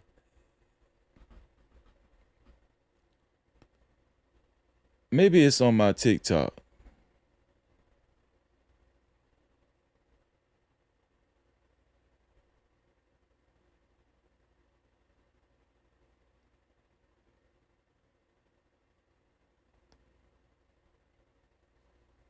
Let me see what this guy got to say. I want to talk about Nolan Wells, but first I want to say this. I've had so many white people and just a couple of black people tell me, you know, you should stop using the F word, and maybe they're right. Okay, and so I've listened. And from now on, I say what the fuck I want. I say fuck that shit. Anyhow, listen. Especially when we need to talk about Nolan Wells, right? An 18-year-old black kid dead after going out with his white friends out on Horn Island in Mississippi. Mysteriously dead. And guess what? The white deflection machine is already working overtime. What's today's white script? You already know it by heart. I'm so sick and tired of seeing black people on social media crying foul over Nolan Wells. It's exhausting. Every single time a tragedy happens, black folks immediately jump online, pointing fingers, claiming it's a cover-up and dragging these white teenagers through the mud. Like, why can't you just let law enforcement do...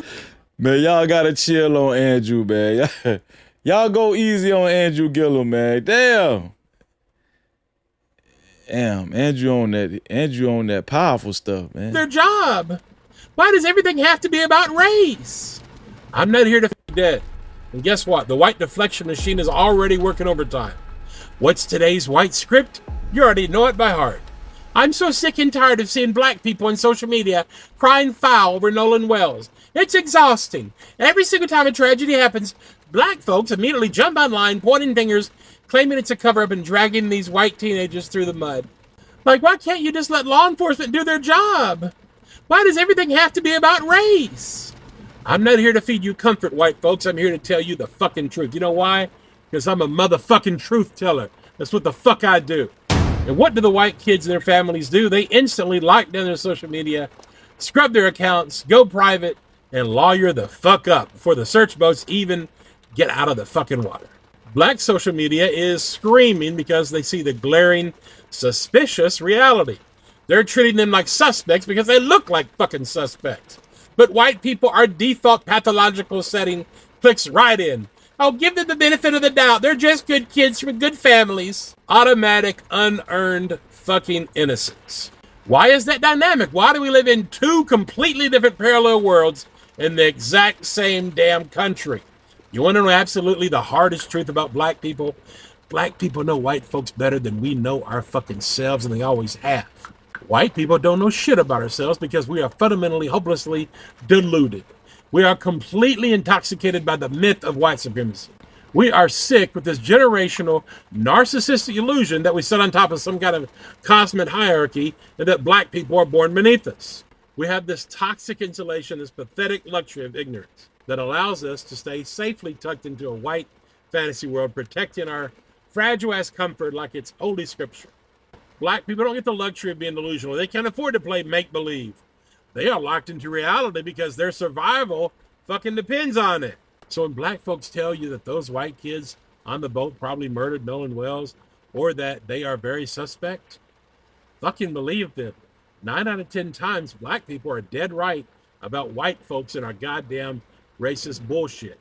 You want to know why?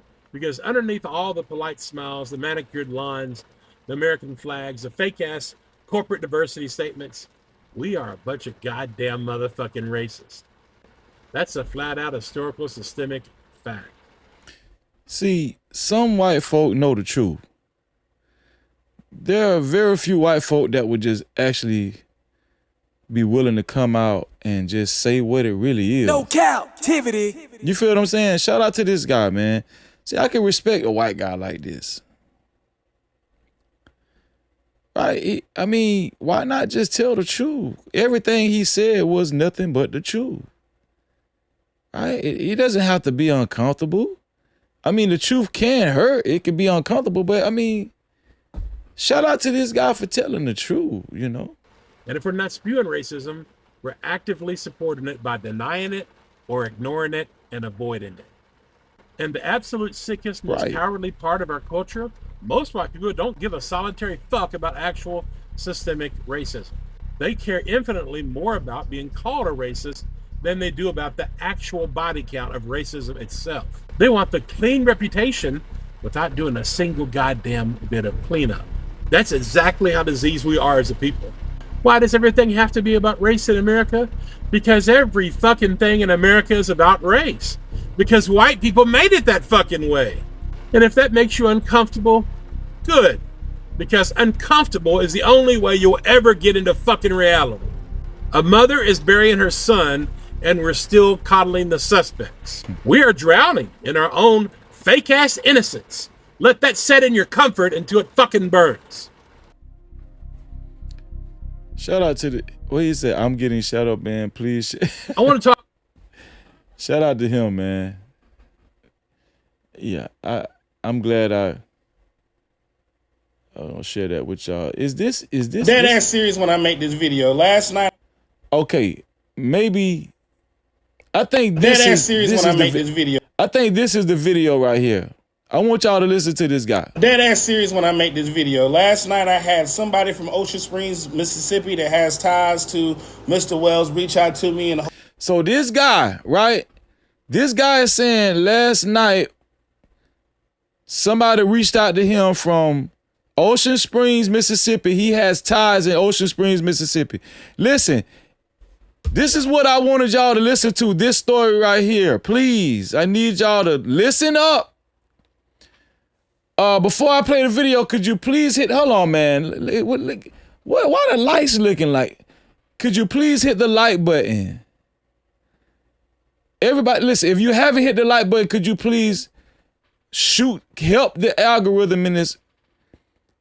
Listen, it's not like we're reporting on Spin That from Young Miami. We're reporting on young black kids trying to get justice. You watching this live stream, please hit the like button. If you support justice, especially for your community, please hit the like button. All right? Come on, let's take a little break, man. Hit the like button.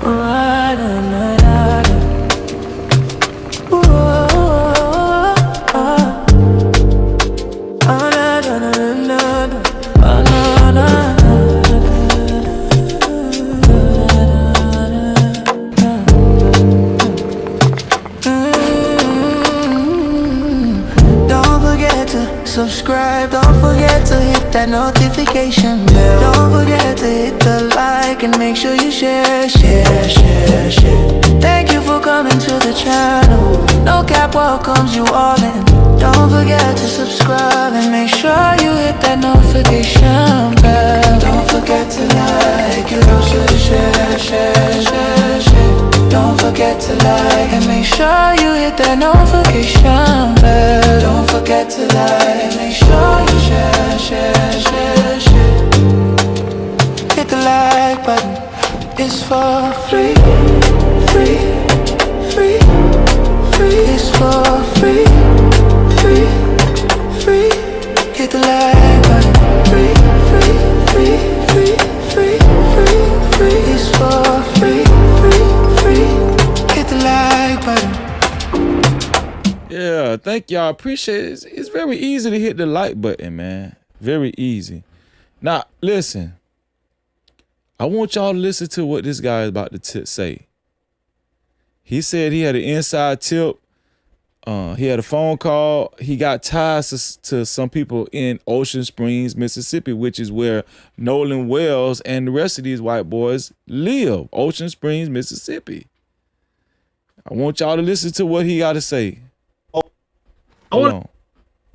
Let me start it over. Dead ass serious when I make this video. Last night I had somebody from Ocean Springs, Mississippi that has ties to Mr. Wells reach out to me and hold about an hour to 2 hour conversation over the phone in which they provided a lot of details as to what happened in Horn Island. Now, so this guy had an hour to 2 hour conversation on the phone, allegedly. All of this information that I am about to provide is allegedly, and I do want y'all to understand that this information is allegedly. Oh, and he said allegedly damn near 50 times in this video. I just want to prepare y'all. Allegedly, absolutely, allegedly. Now, Mr. Wells and Wyatt been friends for a long time. They've been friends since grade school. The judge knows Mr. Wells' mom. He said Mr. Wells and Wyatt, one of the white boys that was on the boat. All right. They went to high. So the judge of Wyatt, the stepmom of Wyatt, who is a judge, knows Nolan Wells' mom They went to high school together. School together, so they've been in this area for a long time. Allegedly, there were other people, other black friends that were supposed to be on the boat with Mr. Wells. Now, allegedly, they were told at the last minute that they couldn't come and the boat was full. Now, while they were out there on the island, there was a fight that took place on the island, allegedly. There was a boat with majority black folks on it, got in a fight with a boat with some white boys on it. They got in a fight on the land, not in the water, allegedly. Now, the girl, Katie, allegedly, the boat she was on and the boat that Nolan came on, they were both parked side by side. Now, allegedly, all of this is sounding right. For the thug. I'm telling y'all right now, all of this is sounding believable. And it's too detailed. Right? And he's saying the fight happened on land. Now, I remember, if I can remember for myself when I played that video the other day here on the platform, we heard the cussing, we heard the fighting words, but I do remember saying, it seemed like that was Nolan and white boys on the land, not in the water, not on the boat. Right? Because the noise sounded far away. It sounded from a distance. The person that was filming was on the boat. Whoever was filming was on the boat. But I'm going to play that video again. This guy said that the fight was on land. So we're going to play that video again after this. allegedly, Katie's family came and picked her up and took her home. Now, the story is being told that the boat took on water and they told Nolan that they about to bounce because the boat taking on the water and they need to get the boat towed out the area. Allegedly, Nolan told them that he was going to stay there with the girl, so the boat got towed away. But allegedly, no one ever seen the boat get towed away. People seen them leave. Now, allegedly, the boat is owned. But how? So they told Noah they're going to have to get the boat towed. But they lied and the boat never got towed. Do y'all see how many lies is in this story? I'll tell y'all the name of this TikToker after the video is over with. Y'all see how many lies is in this story? Okay, but they said he went back with the girl. Nolan went back with the girl, but the girl said Nolan went back with the white boys. Too many lies, man. By somebody else, but the boat ended up at Wyatt's house. While the boat is at Wyatt's house, they got his phone, Nolan Wells' phone. They did not want to give the family back Nolan's phone. They weren't able to report Nolan missing until the next day because they refused to give his phone. They thought he was there at his house the whole time, at Wyatt's house the whole time, allegedly, because the location was on and it was common for him to be over there. But the family, allegedly, Mr. Wells' family had to come and get the phone from them because they didn't want to give him the phone. Now, allegedly, somebody rode past the residence and noticed that 4 people was out there cleaning the boat down.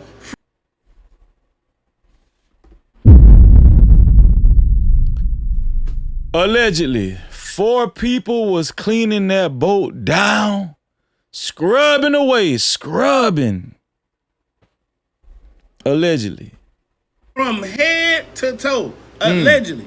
And also, they were partying the same night while the boy was missing. Allegedly, they were at parties, multiple parties. The next day, they were seen out eating. And they told another unknown source that, well, we didn't report it because you guys are already going to say we did it. Allegedly. Now, the unknown source, a.k.a. the mole, also revealed to me that when they went out there to go look for the body, they found the body in the first place that they were looking for. Allegedly. Allegedly. Allegedly. Allegedly. Also, I was told that they've been asked to do a polygraph, and all of them have declined and said no.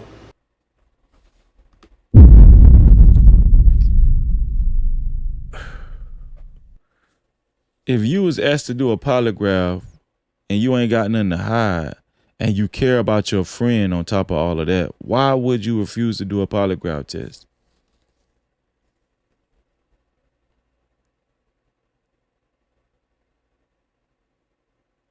I mean, does that sound right to anybody else? That don't sound right to me. Why would you refuse to do a polygraph test if you have nothing to, if you had nothing to do with the death of your friend Nolan Wells?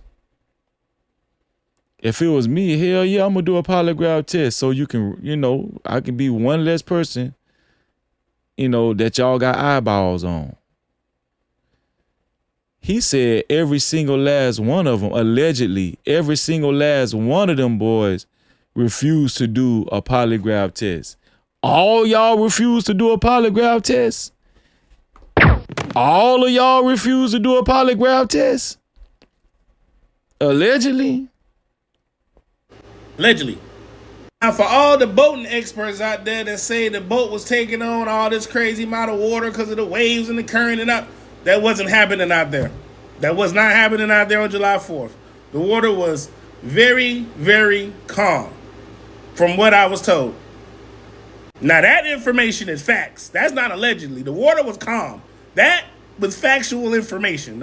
See, this guy knows what he's talking about. And I believe that he actually got a phone call and he got ties in to people in Ocean Springs, Mississippi.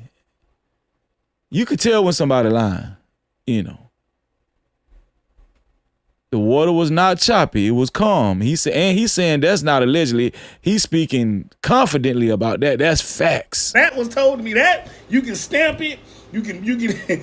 I'll certify that the water was calm. So I don't know why all this swells and waves and all this current and all this stuff, y'all. None of that was going on. Dead ass serious when I make this video. Last night I had somebody from Ocean Springs, Mississippi, that has ties to Mr. So if the water was calm, how could he drown from choppy waters and undercurrents and cross currents, right? Because they tried to build this story that the water was real choppy and aggressive and undercurrents and he could have possibly drowned because the water was so rough. No, the water was calm. And if he did drown in calm water, why was he so incoherent that he couldn't swim in calm water, peaceful water? But the police say, oh, it don't seem like it's foul play. Man, get the hell up out of here. So the name of this TikToker is Cheddar the Goat. Cheddar the Goat 71. Cheddar the Goat 71. That's the name. If y'all want to look at that yourself. Cheddar the Goat 71.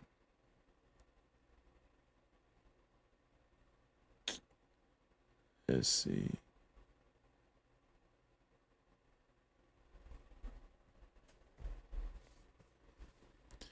So I got one more video that I want y'all to see on this Nolan Wells situation. One of the friends speak out. One of the friends that was on the boat, I don't think so, but one of the friends that knew Nolan Wells spoke out. And I want y'all to hear this audio recording of one of Nolan Wells' friends that decided to speak out. Somebody gonna have a guilty conscience, man. The same thing is gonna happen with Karmelo Anthony. I'm telling you. Once this appellate team gets closer and closer to the truth, y'all gonna see dominoes just falling.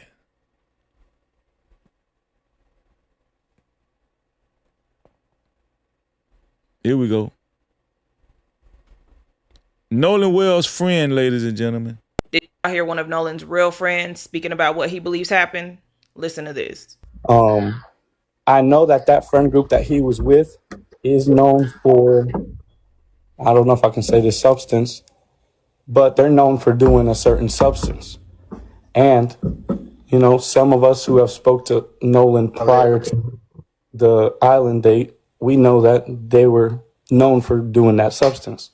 Another thing that we believe is what kind of substance, bro? You might as well just tell it all, man. Just say everything, bro. Why you just half stepping? Why you just speaking in code? What substance? What kind of substance, man? Was they on Molly powder or cocaine laced with fent? What kind of substance, bro? Why I'm saying, why you just tiptoeing with with this information? I don't understand that. Just say what substance it was. I mean, I'm just saying, cuz. Just say what substance it was, cuz. Is known for, I don't know if I can say this substance, but they're known for doing a certain substance. And, some of us who have spoke to know. Right there. When drugs is involved, boy, you already know some shit went south. Anytime drugs is involved, something wrong. Something went wrong. Something went wrong, especially with teenagers. Teenagers doing coke or high off Molly or something, when they under the influence, something bound to go wrong. Y'all seen them damn movies before where the white boys accidentally kill somebody and they trying to cover it up? And the whole movie is about them trying to cover it up. And they giving each other phone calls and secret phone calls and say, hey, Billy, listen, Billy, don't break, Billy, okay? We all agreed we're not going to talk. Okay, we're going to get through this, Billy. You just got to stick with us. Billy, I don't know, Tim. Nolan is dead. Billy, get right, Billy. Straighten up, Billy. Come on, pull yourself together. That's what they like to say. Pull yourself together, Billy. We're going to get through this. Mom is a judge. Okay? We can't afford to let this out. Okay, we have a future. Okay, we got to go to college. Come on, Billy. Y'all know how that shit go. Motherfuckers was high. Ain't no telling what they did to Nolan, man.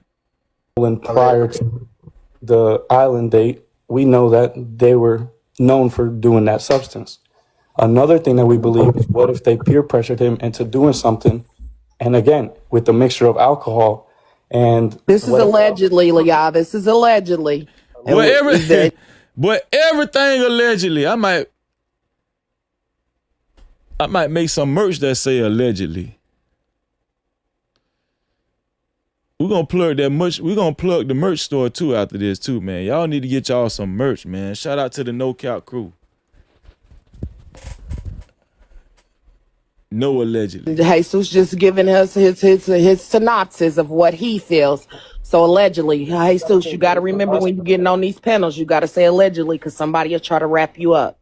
Allegedly, coming from his friend group that knows him very well. I'm talking about teammates that played with him, went to school with him, and folks that see him every weekend.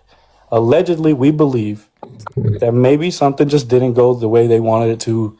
Maybe they were trying to have a little bit too much fun, and it was just a mistake that they covered up. But I know for a fact that that friend group that they were with is known for a certain substance. So it does not surprise me. He's saying that ain't even no allegedly. He say he know for a fact that group that Nolan Wells was with, they get high.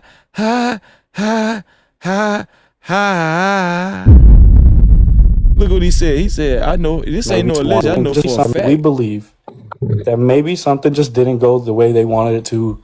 Maybe they were trying to have a little bit too much fun, and it was just a mistake that they covered up. But I know for a fact that that friend group that they were with is known for a certain substance. So it does not surprise me whatsoever. It was just a mistake that they covered up. But I know for a fact that that friend group that they were with is known for a certain substance. He said he know for a fact. And you know this kid ain't lying. And his voice started trembling a little bit. Did y'all hear that? That's what let you know he was telling the truth. That would let you know this kid telling the truth. It was like, he was tired of saying allegedly at that point. He said, no, this ain't no alleged. I know for a fact they be on that hard stuff. They be doing drugs and dope. They on dope for real, for real. He said that's not allegedly either. So it does not surprise me whatsoever. For a fact. And I'm almost certainly confident, allegedly, that there was that substance on that boat. I know we won't know till the body gets tested and all that, but, you know, That's why the independent autopsy is very important. That independent autopsy is very, very important. It's what makes sense to me. I don't believe he tried to swim back to the island or anything like that. There's just a lot of things that doesn't make sense. Why did they leave him in the first place? Why didn't they make sure he had a ride home? If that was me and my friend group that I typically hang out with, I mean, Nolan, yes, was in that, but if it was me and my 4 close friends, I'm not leaving that island until I leave with my friend. Right. Exactly. Because why the fuck y'all didn't bring him back with y'all? If he went out there with y'all, he should have fucking came back with y'all. And from the sounds of it, it sounds like Nolan has 2 separate friend groups, his black friend group and his white friend group. And it sounds like the 2 friend groups didn't really fuck with each other, but Nolan fucked with both of those friend groups. He said they known to be on that shit, and they probably tried to get Nolan to try that shit. And either 1, he wasn't going for it, and that's why they got to fighting, or 2, he actually tried it and it went bad, and they trying to cover some shit up. But either way, the family is going to get to the bottom of this shit. They're going to do an autopsy, and they're going to find out if there's any substances in his system. They're going to find out if there was any blunt force trauma and exactly what the cause of death was. So regardless of if these motherfuckers is telling the truth or not, the truth is going to come out. Did y'all hear one of Nolan's real friends? That's a fact. The truth is going to come out. They can hide all they want to, but the truth is going to come out. You better believe it. Let's see. Read a couple more super caps.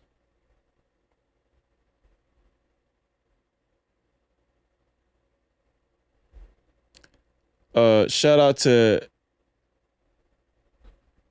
to Heavenly Cutter. I don't know if I read this one yet, but I might have read it already, but just in case. Heavenly Cutter $2. He said, if he tried to swim, that mean they drugged him. Come on, man. No Cap-tivity. Shantae, $5 support. Sending out salutes. No Cap-tivity. What's going on, Shantae? Cynthia Hoggart for the $5. She said, I believe they unalive him and put him in the water to make it look like a drowning setup. Shaking my head. That's what I believe too, sis. They tried to set it up like a drowning. Protected 91, $2 said, target young black men, star athletes. No Cap-tivity.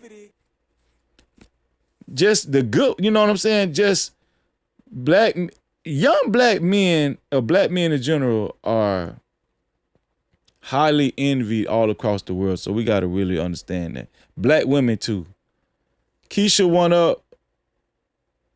Is it Keisha One Man? Is that one man or one up? Because I know the one up is like symbolism for one man on the video game. But shout out to Keisha for the $1 support. Thank you, sis. No Cap-tivity.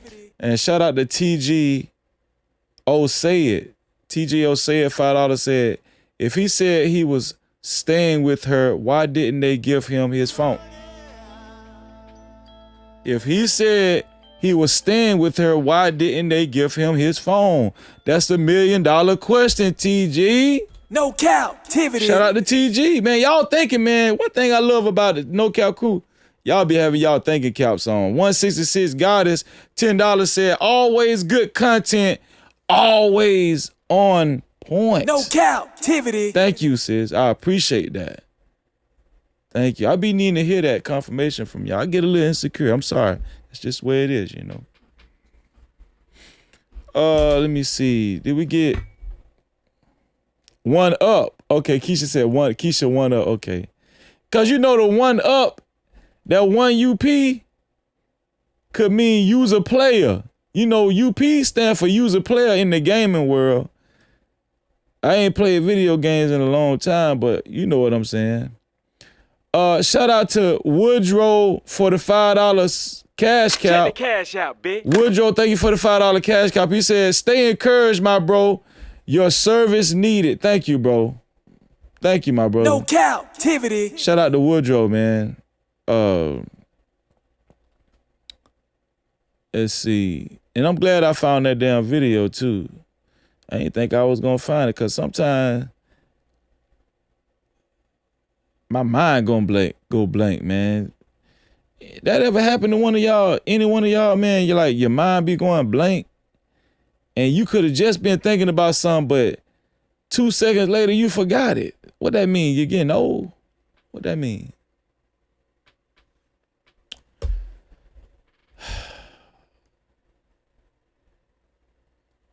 We're gonna continue to pray for Nolan Wells. Shout out to Ben Crump and his law firm and the investigators for putting pressure on the Ocean Springs Police Force. Shame on the Ocean Springs Police Force for, and listen, have y'all noticed a pattern with Karmelo Anthony and this Nolan Wells case? These sea rikers, these racist white folk, they want to get stuff over with as soon as possible. They want to speed through this, you know, these serious processes. These serious.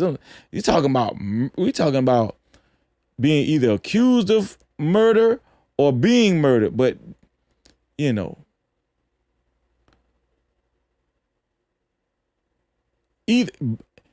what both situations have in common when it comes to Karmelo Anthony and Nolan Wells, both situations are only unfair for the black boys.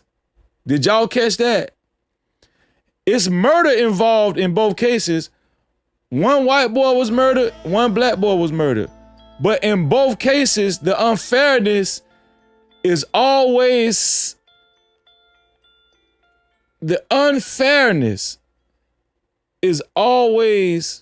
placed upon the black people, the black boys. Have y'all noticed that?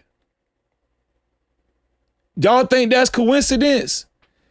They made sure they was unfair to Karmelo Anthony. They're making sure they're unfair to Nolan Wells. Is it coincidence that the unfairness is only placed on the black side and not the white side?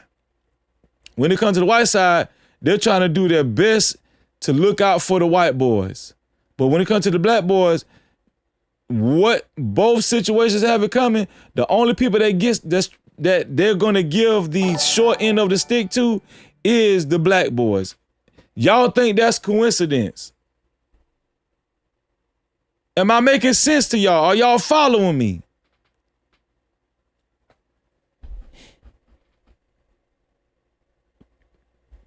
Shout out to Cynthia Hoggett for the $5. She said, how did they delete his messages? I'm still trying to understand if he had his code, etc. on. Was his phone open?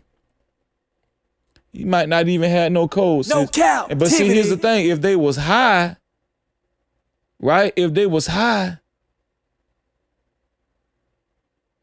maybe his phone had facial recognition, and while Nolan was dead, they probably put his phone up to his face. Maybe his phone needed a handprint, a fingerprint or something, and they probably put the damn thumb up to the damn phone.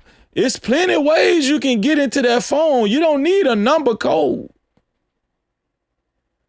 You don't necessarily need a number code. You can do facial recognition, you know, the hand print, all that. You know? Shout out to our sister, the public opinion court that stopped by last night. Thelma Anderson did a great job, a wonderful job. All right. And I'm going to tell y'all something, man. My volume was high on my microphone, and that's why it was picking up a bunch of background noise. But I'm gonna show y'all what I did. See, I taped, I don't know if y'all can see it, but I taped my knob so it won't move. I taped my damn knob so it won't move no more. Cause for some reason, when I go to moving this damn audio interface around, I turn my knob up by mistake, and then, you know, this microphone gets hypersensitive, and it can pick up every sound in the room, even coming from my computer. And that's why you can hear a faint echo from Thelma last night. It wasn't strong, and I had to actually reach out to Thelma and, you know, somewhat apologize. Like, you know, that's what I had to explain to her, you know, why you could possibly hear echo. But it still was a great show. It was a great show last night. It was that show. Thelma showed her ass last night. I'm talking about she was cooking. If y'all ain't seen last night's show, right? Make sure y'all watch the replay on last night's show. Last night's show was off the heezy. She did a great job. I was on the edge of my seat. We all know it's foul play with Karmelo Anthony. We already know that. We already know it's foul play with Karmelo Anthony. Now, it was a lot of information that was communicated last night that our sister Thelma told us and showed us, right? But some of y'all, it might have been so much information, some of y'all might need a summary. Well, guess what? I do have a summary of the most important aspects of the motion for new trial from the appellate team. And I want y'all to listen to a couple of videos, all right, concerning this motion for new trial. And also asking the judge to recuse himself. I want y'all to listen, okay? Shout out to Prophet on Watch, $2 said, "You're second to none. Do you use StreamYard?" No, I don't use StreamYard. I don't use StreamYard. Everybody use StreamYard, so I opted out of using StreamYard, sis. No Cap-tivity. I don't use StreamYard. I have used StreamYard. I got the free version, and I know last year we was doing this weekend streams, these weekend streams called StreamYard Weekend. Shout out to my brother Next Level. He actually made it possible for us to use StreamYard from his StreamYard. And shout out, man, that's just a good brother. That's my brother, man. Next Level, man. Love that guy. But yeah, so I know how to use StreamYard, but nah, I don't use StreamYard primarily for my shows when I'm up here like this.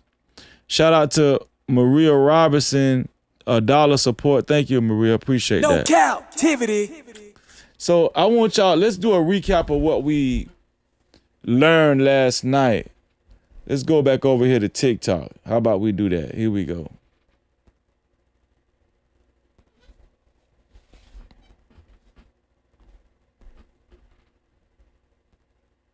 I think we'll start with this one here.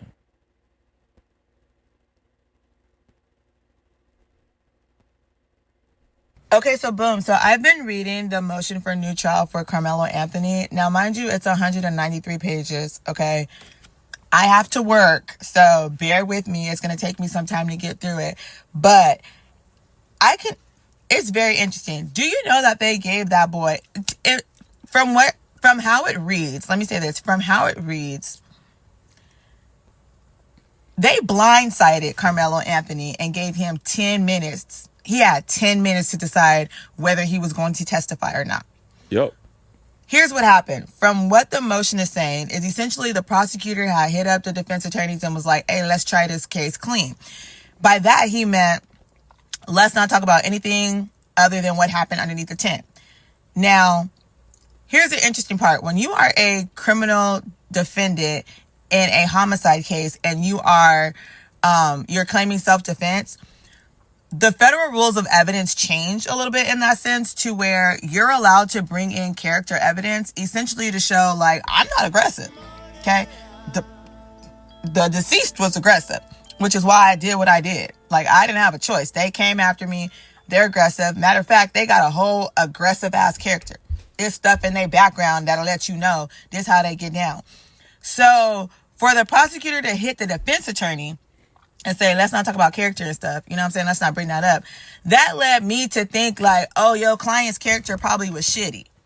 And from the way that daddy acted after everything went down, apple probably don't fall too far from the tree.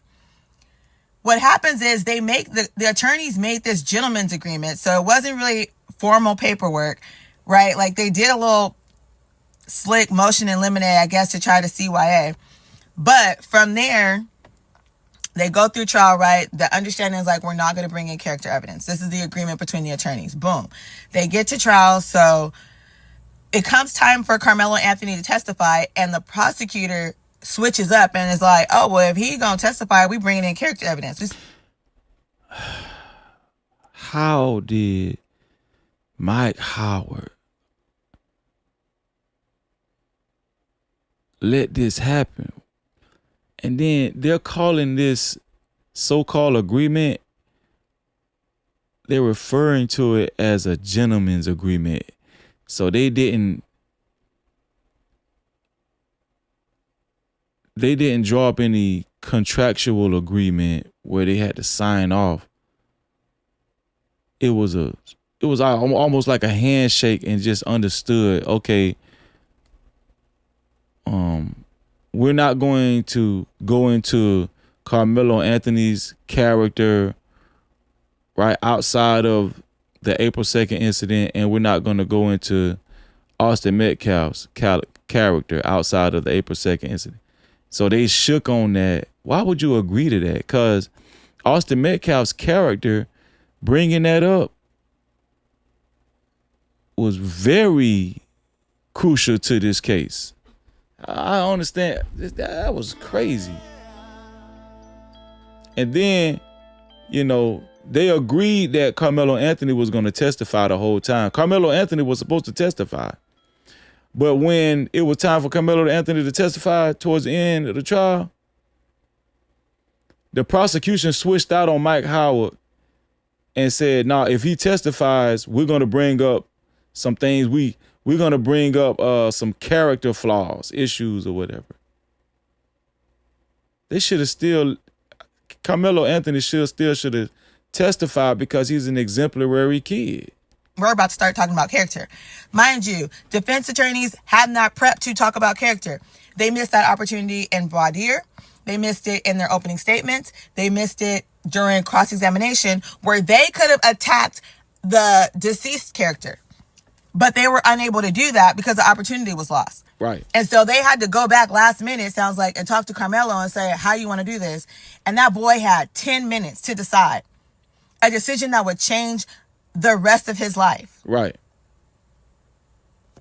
Don't piss me off. Okay. So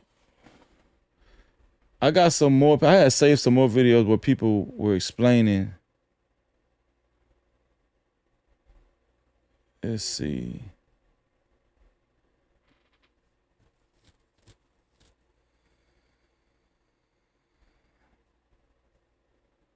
Here we go. We're going to go through these videos. Karmelo Anthony's new defense team filed a motion for a new trial, and I'm not a lawyer, but I read all 193 pages. So let me tell you the 4 reasons they say Karmelo deserves a new trial and the evidence they say that backs up each of those reasons.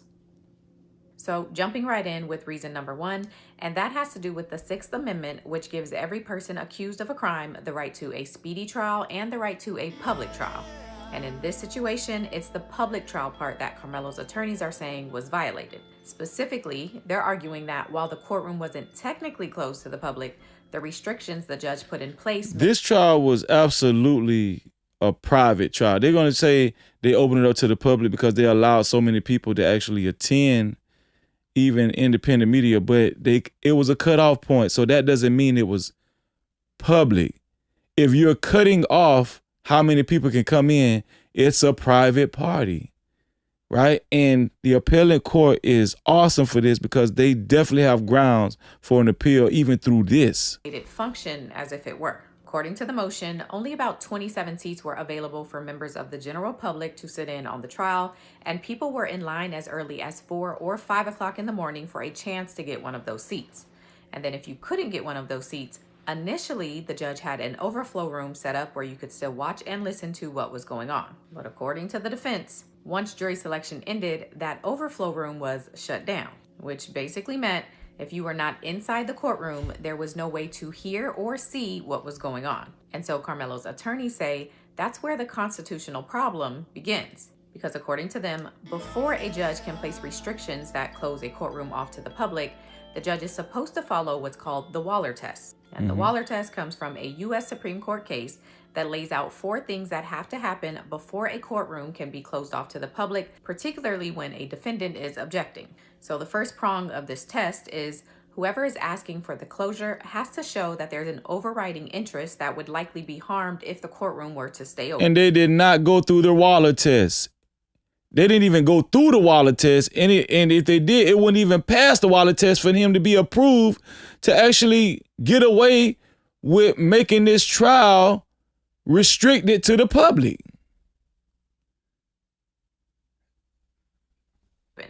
So, for example, if there was a need to protect a confidential informant or maybe a minor who's a victim, that would be an overriding interest that could make sense for the courtroom to be closed. And then the second prong is that any closure that is done has to be as limited as possible. So in other words, the judge isn't supposed to restrict more of the trial than is actually necessary. So if the concern is for one witness that is a confidential informant, only that person's testimony should be restricted, not the entire proceeding. And then the next prong says that the judge has to consider reasonable alternatives before limiting public access. So the judge is to consider things like moving to a larger courtroom, maintaining an overflow room, or using some other method that allows the public to observe the trial. And then the fourth prong of this. So the only person you're supposed to restrict is anybody that is in direct hindrance of this trial. So you would prohibit those people specifically, not the whole United States of America from watching this trial. The nerve of Judge John R. Roach, man. And we know he wasn't going to recuse himself with his arrogant ass. Waller test is that the judge has to explain the decision on the record as to why he is closing the case. So that means the judge is supposed to explain what important interest is being protected and why this closure is necessary. They're also supposed to explain why any other options won't work for this and why the restriction they're choosing is not broader than necessary. Now, it's worth noting that when the judge for Karmelo's case entered the order limiting courtroom access, he actually cited the Waller test himself. In the order, he wrote that unrestricted public access could, quote, compromise courtroom security, juror privacy, and the defendant's right to a fair trial. But in the same order, he also promised reasonable public access consistent with constitutional requirements. And so that considered, the defense is arguing that despite the judge's promise that reasonable public access would be given, they say that's not what actually happened. The attorneys are saying the restrictions that were put in place for Karmelo's trial went way too far, and the public was effectively shut out once the testimony began. Right. Because of this, they say Karmelo's Sixth Amendment right to a public trial was violated, and he should be granted a new trial. Now, before you get to commenting and saying that doesn't seem like it's enough for him to get a new trial, let me tell you the case law that they are using to support their position. Come on, sister! Man, this sister is third row. It's freezing, it's freezing, it's freezing, it's freezing. Third row, this sister is. The first case they cite in their motion is Stricker versus Texas, where a woman named Jennifer Stricker was convicted of stealing somewhere between $150,000 to $300,000 from a man named Daniel Perez. Now, after Jennifer's trial, she appealed on the grounds that her right to a public trial was violated because the judge in her case denied letting one of her friends in during jury selection. In her case, the judge repeatedly said that he wasn't closing the courtroom, but because of the lack of space, he was denying the friend entry inside. So Jennifer appeals, and the Texas Court of Appeals said that this lady brought up case law.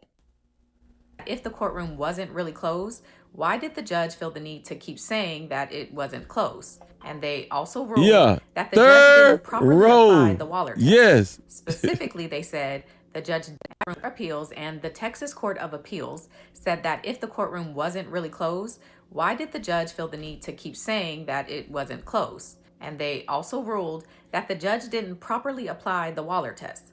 Specifically, they said the judge didn't consider any reasonable alternatives for Stricker's friend or anyone else who may have wanted to observe the trial to be able to do so. And so in Jennifer's case, the appellate court ruled that her Sixth Amendment right was violated, and they granted her a new trial. And this connects to Karmelo's argument because his attorneys are saying, even though the judge in his case may have not... And listen, she's still on option number one for an appeal. She hasn't even gone to the other 3 options yet for an appeal. Intended to close the courtroom by restricting how many people could actually get in and then shutting down that overflow room once witnesses began testifying. He essentially did close the courtroom. And they also argue that it's clear he didn't consider any reasonable alternatives because in an interview the judge gave after Karmelo's trial, he admitted that he could have considered using audio. Do you think it reinforced your decision to not have cameras or streaming inside this? Sort of. I will tell you this. Sometimes I think maybe I should have at least the audio streamed or something so people could hear it. But at the end of the day, I don't think, no matter what, people are going to just... Right there. That's why this interview is going to hurt Judge John R. Cockroach. What's up, Tyranny? Shalom. Shout out to Tyranny in the building. Even he just then, you guys heard him reconsider him should have allowed the public to actually access that trial. Look at this. Watch this. Because in an interview the judge gave after Karmelo's trial, he admitted that he could have considered using audio. Do you think it reinforced your decision to not have cameras or streaming inside this? Sort of. I will tell you this. Sometimes I think maybe I should have at least the audio streamed or something so people could hear it. But at the end of the day... You giving guilt right there. He gave, that's why he shouldn't have did that interview, because this worked against him. This interview did not work in his favor. Right? He just reconsidered that he should have made it public. So what did he just disclose to us? He just indicated that it actually was private. It was a private trial. That's what he just communicated to us. One more time for the people in the back. Here we go. After Karmelo's trial, he admitted that he could have considered using audio. Do you think it reinforced your decision to not have cameras or streaming inside this? Sort of. I will tell you this. Sometimes I think maybe I should have at least the audio streamed or something so people could hear it. But at the end of the day, I don't think, no matter what, people are going to distort whatever happens or whatever they hear into their own agenda. And so what's the point? And again, that noise affects people, affects the fairness of the trial, the safety of the witnesses, the safety of the jury. And those are my primary concerns, not what social media says. It's not my duty. I don't think it's my job to feed social media or the media stuff. I certainly understand the role that media plays in a case like this, but I'm not here to feed it. And I took that very, very seriously. It's your job to have a transparent court process. Mr. Cockroach, it's your job to make sure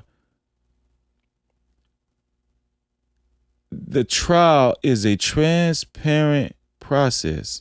Case Karmelo's attorneys cite in this motion is Hernandez versus Texas, where the Texas Court of Appeals granted a man named Mauricio Hernandez a new trial after a judge didn't allow 5 of Mauricio's friends and family in the courtroom during jury selection because of a lack of space for caller tests, and specifically, the judge didn't consider reasonable alternatives for the friends and family to watch the jury selection. Okay, so I'm not a lawyer, which I've already told you, but there are some clear differences between Karmelo's case and these cases, but there also are some clear similarities. So I'm curious, for the lawyers and non-lawyers, based on what I've presented, what do you think about the argument Karmelo's team is making that everyone has the right to a public trial, and that based on these other cases, Karmelo's right was violated? And before you comment something that is going to make me block you, I'm not asking you what your personal beliefs are on Karmelo or if you think he should or should not get more time. Okay, that's not the question. I'm asking you if, based on the case law they are presenting, if you believe Karmelo's case falls in line with that and his right to a public trial may have been violated. That's what I'm asking you. She getting straight to the straight to the point. She said she ain't gonna tell you more than once. I'm gonna give you one more time. Yeah. And you're through. You out of there. That's what she just said. Okay, moving on to reason number 2 as to why Karmelo's attorneys say he deserves a new trial. And it has to do with why Karmelo didn't testify during his trial. Basically, Karmelo's new attorneys say that before the trial started, the prosecutors and Karmelo's old attorneys made an off-the-record agreement that they would, quote, try the case clean. The two sides agreed that they would only focus on what happened under the tent that day, and neither side would bring up any character. Wait, hold on. The prosecutors and Karmelo's old attorneys as far as Mike Howard. Okay. Before the trial started, Okay. the prosecutors and Karmelo's old attorneys made an off-the-record agreement that they would, quote, try the case clean. The two sides agreed that they would only focus on what happened under the tent that day, and neither side would bring up any character evidence. This is this bullshit gentleman's agreement that Karmelo Anthony's lawyers should have never made. That's what I'm asking you. Okay, moving on to reason number 2 as to why Karmelo's attorneys say he deserves a new trial, and it has to do with why Karmelo didn't testify during his trial.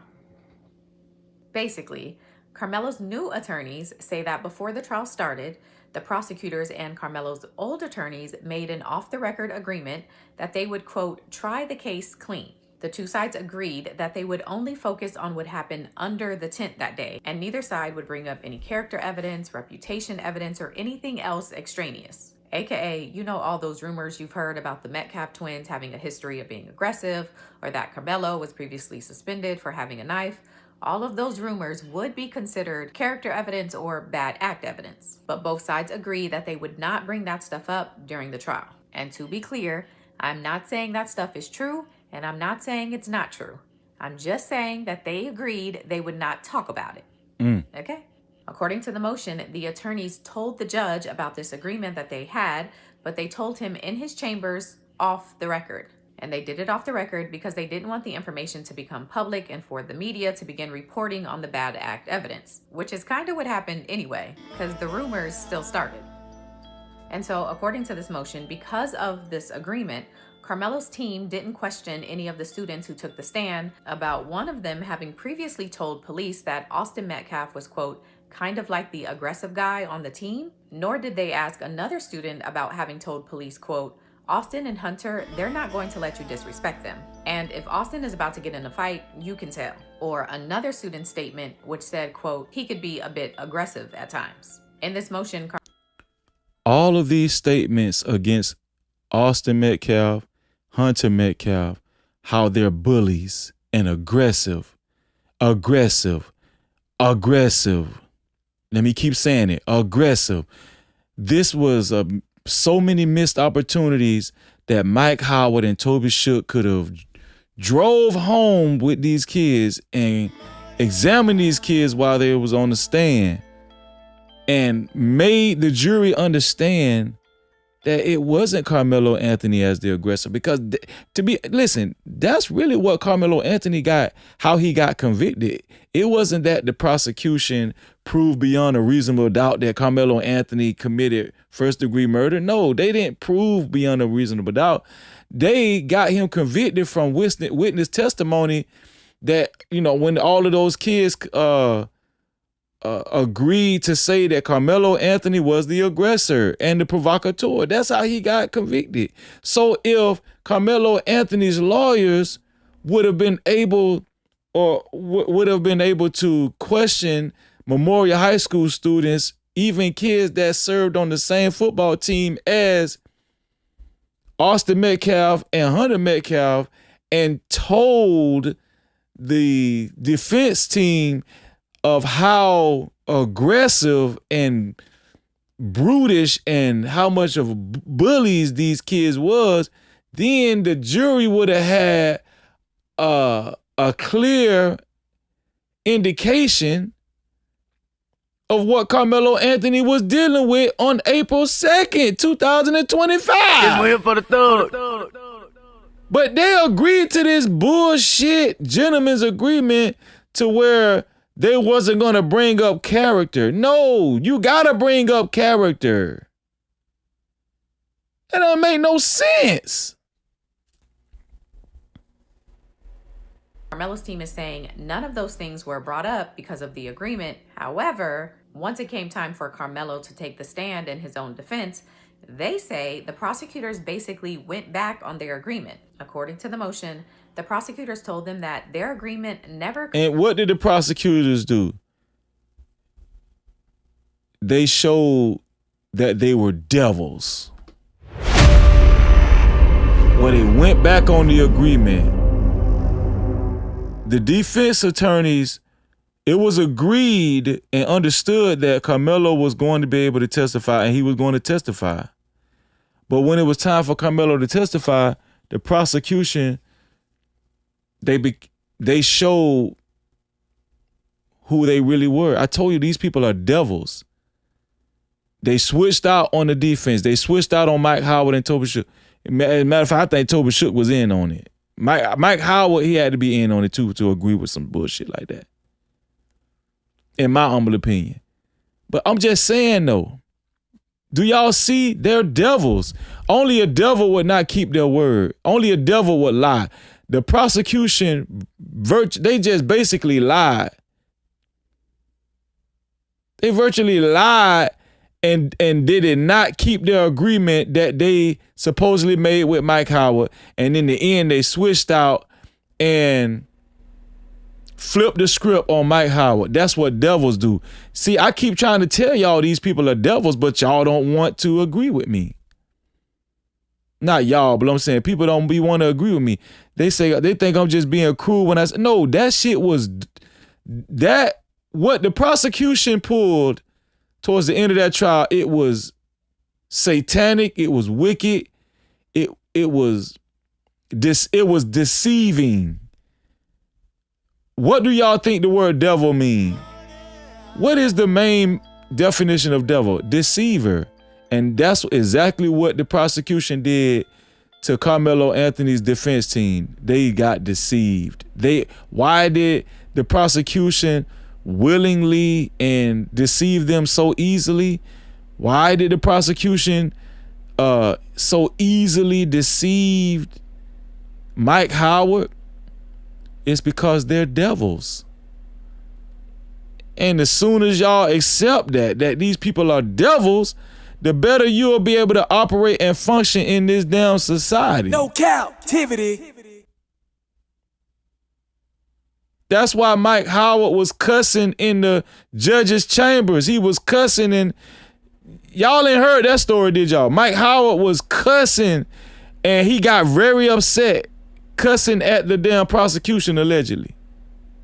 Because the prosecution switched out on him and they deceived him like true devils they are. Covered the defendant himself taking the stand. And since the defense mentioned in opening statements that Karmelo played chess, the prosecutors argued that they opened the door to be able to talk about Karmelo's character evidence. So they essentially said if Karmelo testifies, all bets are off and they will be bringing up any of his bad character evidence. So all of this happens during the trial. And so both sides go to the judge, and according to the motion, while the judge didn't agree that Karmelo playing chess opened the door, he did rule that he had no way to enforce this agreement because it happened off the record. And so he says if Karmelo does take the stand, that would essentially be opening the door and prosecutors would be allowed to question him about bad character evidence. And so with that, Karmelo then had to decide if he wanted to take the stand, knowing that this door had been opened, or if he would choose not to testify. The motion says Karmelo and his team were given 10 minutes to decide, and even though they asked the judge for more time, he denied them, and after 10 minutes, Karmelo decided not to testify. The defense had only 10 minutes to decide if they was going to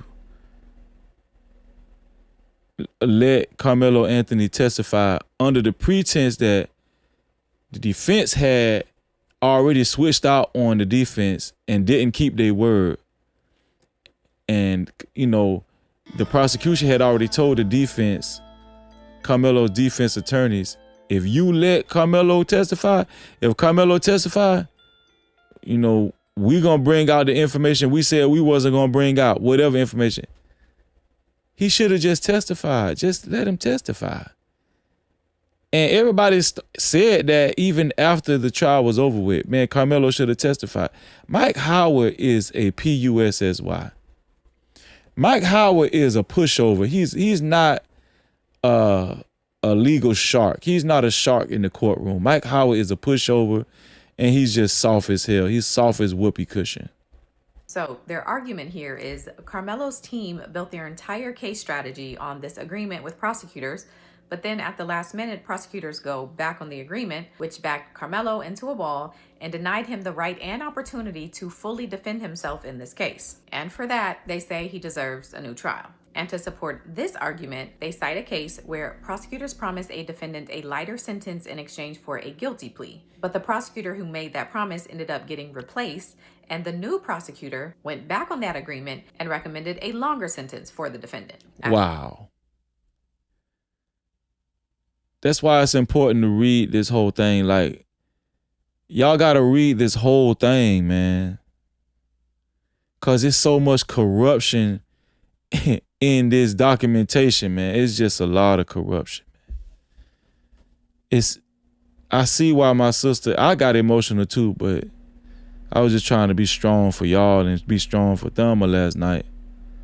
But it's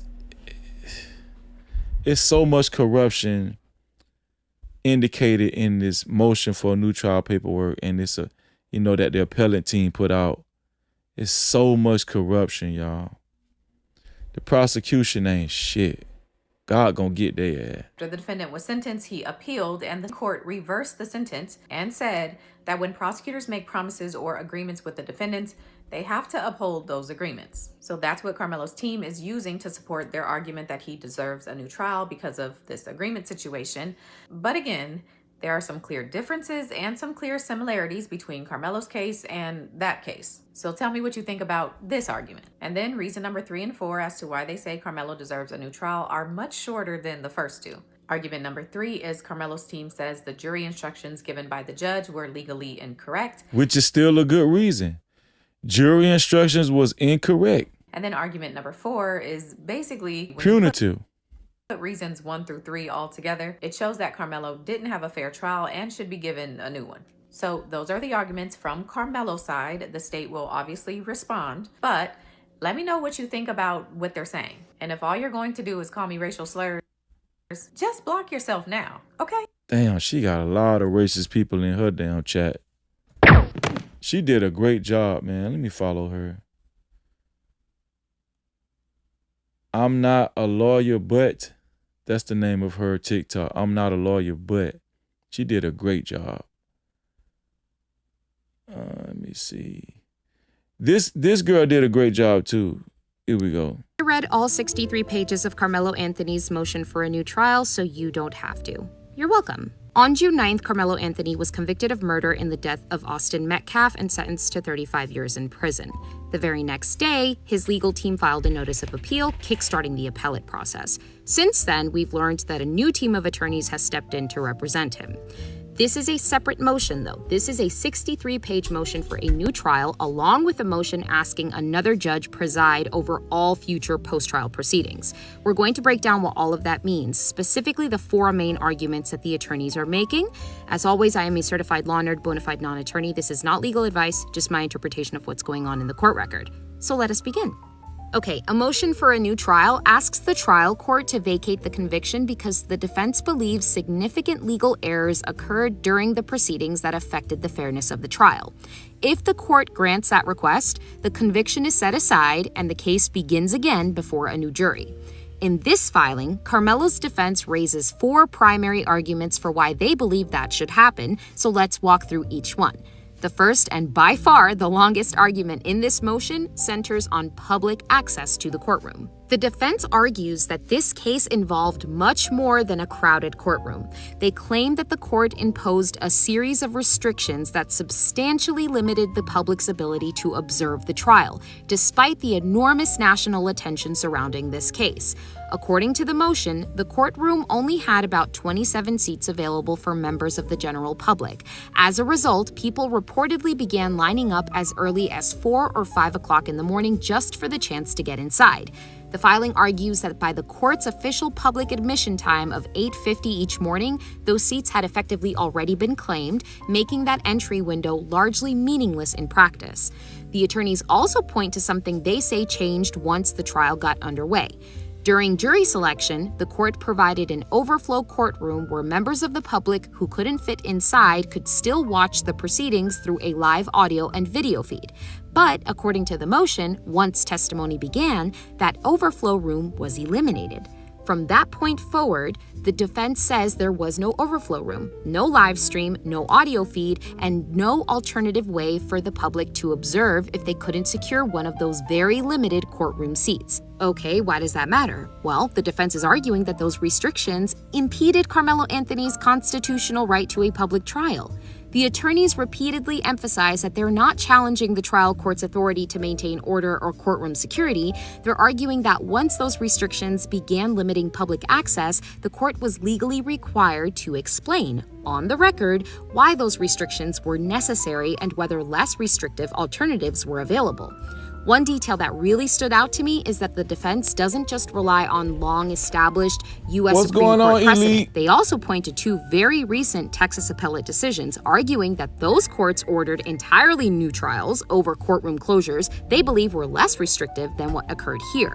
In other words, they're telling this court that recent Texas case law supports granting a new trial under similar circumstances. The defense's second argument centers on what they describe as an off-the-record evidentiary agreement with prosecutors. According to the motion, discussions between both sides began weeks before trial. The defense says prosecutors proposed trying what they called a, quote, clean case, meaning the evidence presented to the jury would focus on what happened under the tent during the altercation without introducing unrelated character evidence or prior bad acts. According to the filing, that understanding was discussed over multiple meetings, presented to the judge in chambers, and became the framework the defense used to prepare for trial. Now, here's what caught my attention. The defense says that agreement influenced nearly every major strategic decision they made.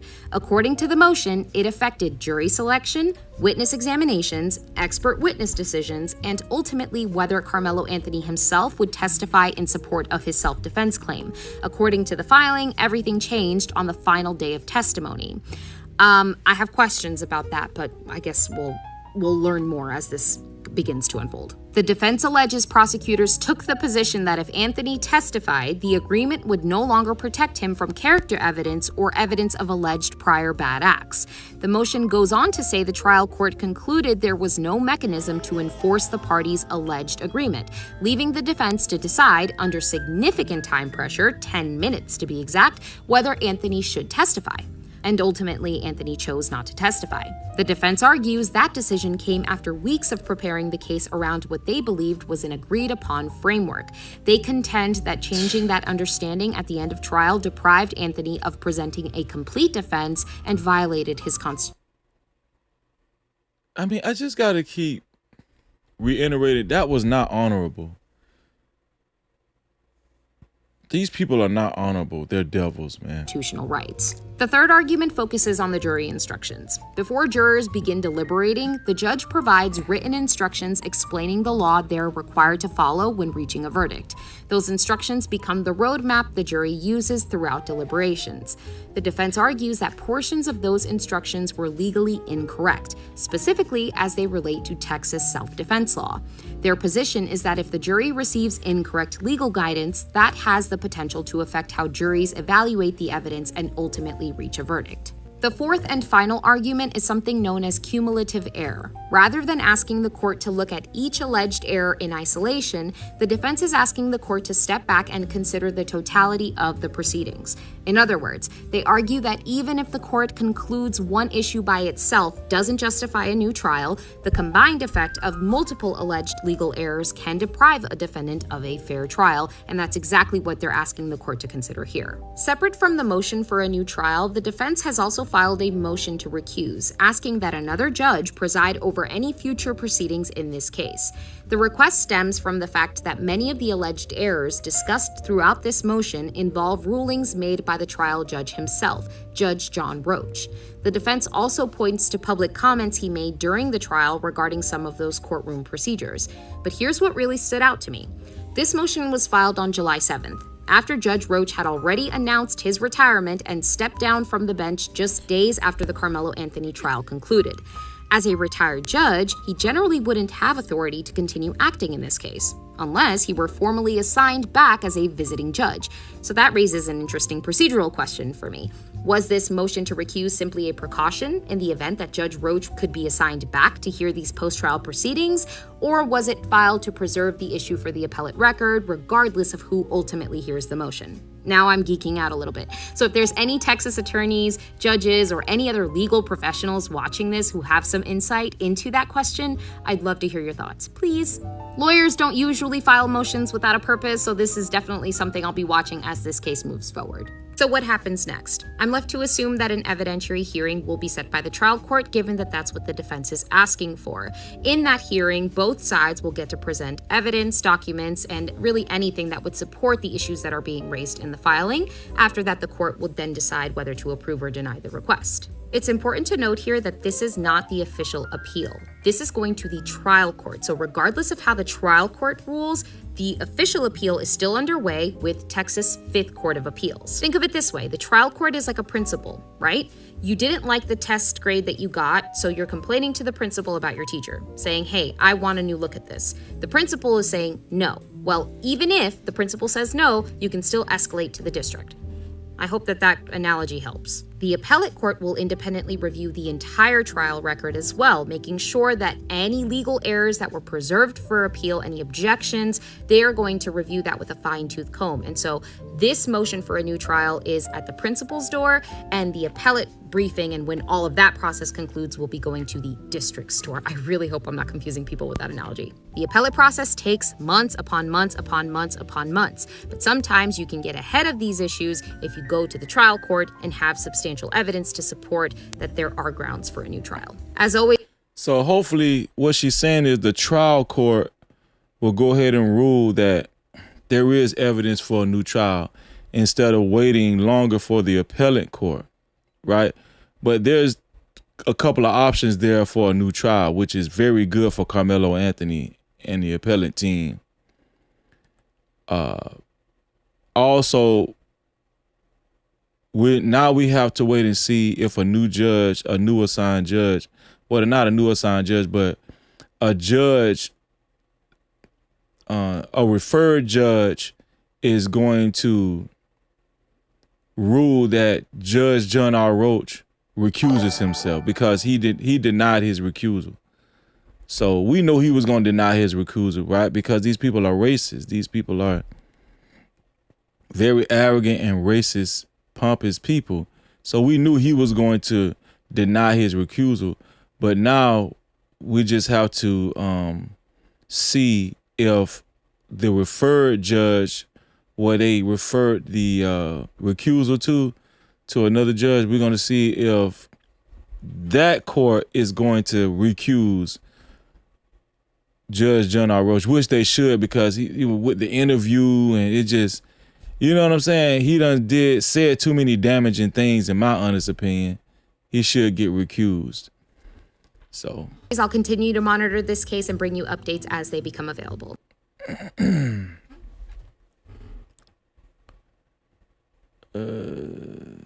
I think that was it for that. Y'all. Let's read a couple more super caps. Let's see. Where we at right now? Okay. Shout out to that 199. Shout out to that 199 for her $5 super cap. Thank you, sis. That 199 said, I am glad the parents are getting an independent autopsy because more is going to come out. That independent autopsy is so important. I'm telling you, it's very important. And because you can't rely, I'm telling y'all right now, I know y'all think that these people are professional and just because they wear suits or scrubs or doctor scrubs or whatever, I don't know. Y'all think that these people are, what is it called? Coats. You know, they wear coats or suits or whatever professionally. Y'all just have it in your mind because they look a certain way, they're going to treat you accordingly. But no, these people are devils in suits. They're devils in suits. And the sooner you guys understand that, you got to really look out for yourself and take matters into your own hands and stop relying on these people to actually be honorable. They're not honorable. Do you know how many crooked police officers I ran into in my life? Right? Do y'all know how many court cases I've attended where Karmelo Anthony is not the first black person that the courts have railroaded? This is a normal thing. That's why we have to do our own due diligence, right? Shout out to that one. And I forgot I read the super cap. Shout out to that one. Your super cap just got me talking, you know. Shout out. Also, shout out to Maria Robinson. Again, $2 said, shout out to No Cap Crew, free Karmelo. No Cap-tivity. Keena Bina, $2 said, look up what was found at OS Public Safety Department. Ocean Spring Public Safety. Look it up. Let me see. What was found at Ocean Spring, Mississippi Public Safety Department?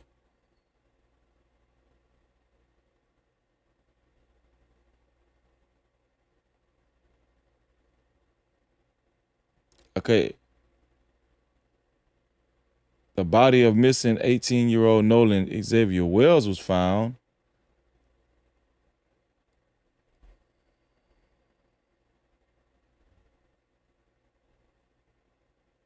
That's all I see, sis. That's all I see right now. If there's anything else, I'll look it up later on. Shout out to Heavenly Cutter, $2 said, they said Karmelo witnessed something bad at home. They said Karmelo witnessed something bad at home. I mean, No what was it Cap-tivity. though? And here's another thing. It ain't had nothing to do with Karmelo. As long as Karmelo wasn't involved, he should have took the stand. That's what I'm saying. As long as they have nothing directly to do with Karmelo. Do you understand what I'm saying? What Mike Howard, the information that Mike Howard and the defense team had was something that had something to do with directly with Austin Metcalf and Hunter Metcalf. See, that's different. That's why they shouldn't have let the prosecution trick them. But shout out to you, Heavenly Cutter. Shout out to Angela Stanley. $2 said, most of them on the island were underage, drinking and doing all. I'm telling you, man, they doing hard drugs. Now, it is nothing like when we was young. You had your little speckle that might have did a little, hard drugs or whatever. But nah, these kids, all of them doing hard drugs. Shout out to you, Angela. Keena Bina, $2 said it was Mississippi Public Safety Department. My bad. Mississippi Public Safety. What was found from Mississippi or MS Public Safety Department?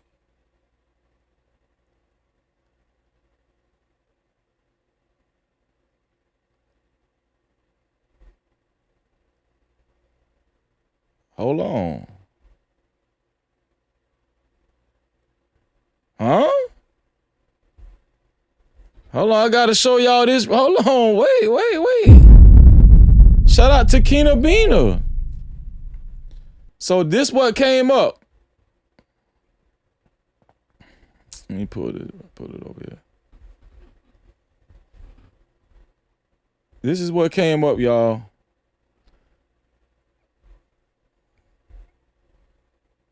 The Mississippi Department of Public Safety discovered a suitcase full of 1960s era Ku Klux Klan artifacts while cleaning out a closet to move to a new headquarters.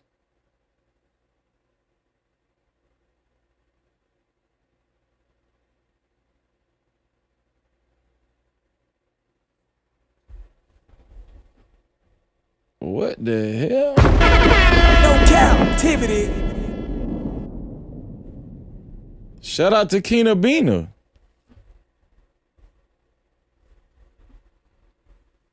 Okay. Thank you, Keena Bina. I'm going to log that into my mental Rolodex. I suggest y'all do too. Shout out to Heavily Cutter, $5 said, why the hell Hunter need his character hidden? That alone shows that it's some bad stuff against the state. Yes. Karmelo going walk because of the Metcalfs alone, man. No Cap-tivity. Bro, come on, man. The writing is on the wall, Heavenly Cutter. Heavenly Cutter came back again, $2 said, defense job is to present all evidence before style. Come on, man. No Cap-tivity.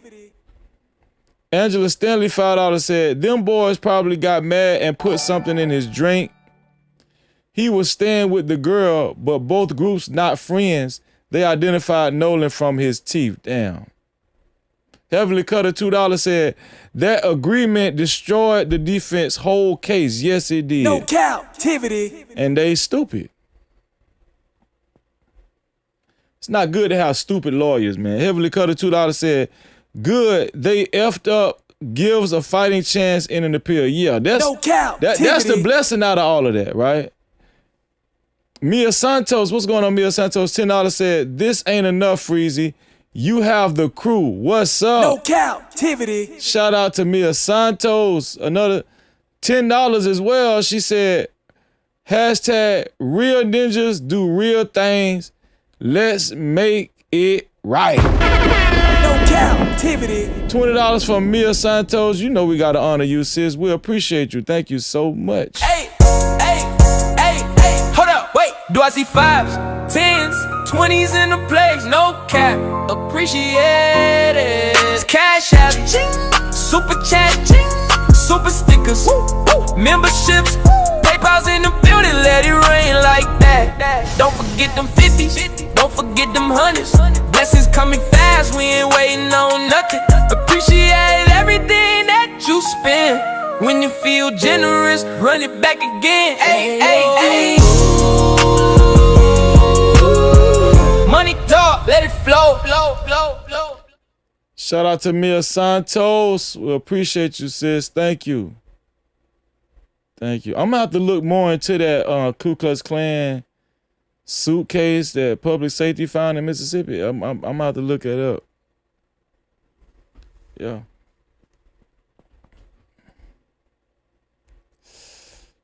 Let me see.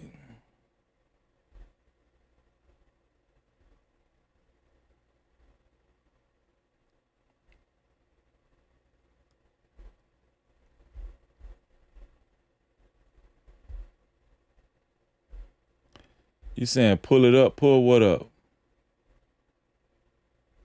Pull what up? I just pulled up what Keena Bina told me to pull up. I just pulled that up. Let me see. Let's go ahead and make sure we read. Did we get? Hold on, let me go right here first. No more cash caps. Let's see. PayPal. We good on the PayPal? Okay, we good on the PayPal. Memberships.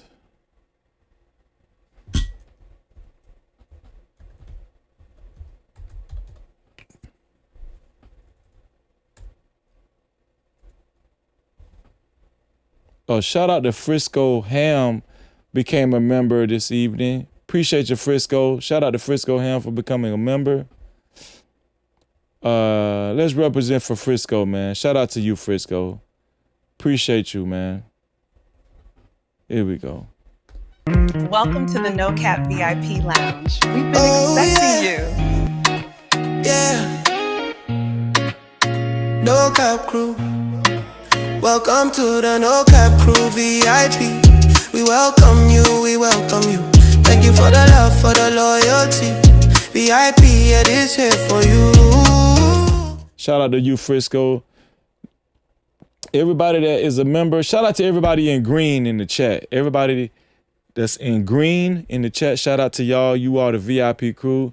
Make sure y'all maintain y'all memberships. Last night was supposed to be VIP Wednesday, but it was a special occasion. I had to bring my sister on. The paperwork, we went over the paperwork thoroughly. It was an emergency, man. So we will resume next Wednesday. VIP Wednesday, man.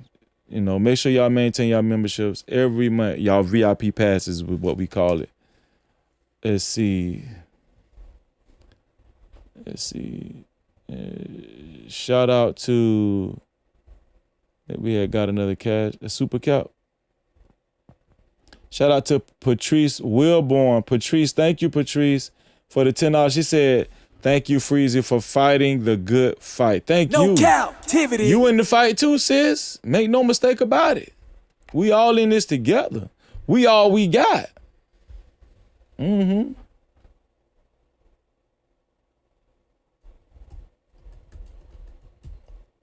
Let's get the benediction, y'all.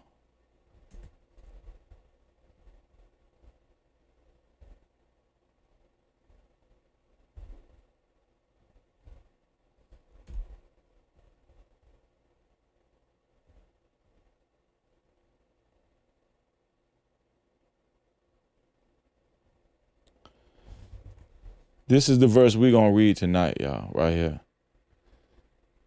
Here we go. 1 Thessalonians 5th chapter, 18th verse. 1 Thessalonians 5th chapter, 18th verse says, give thanks in all circumstances, for this is the will of God in Christ Jesus for you. We got to thank God in all circumstances. We got to learn how to do that.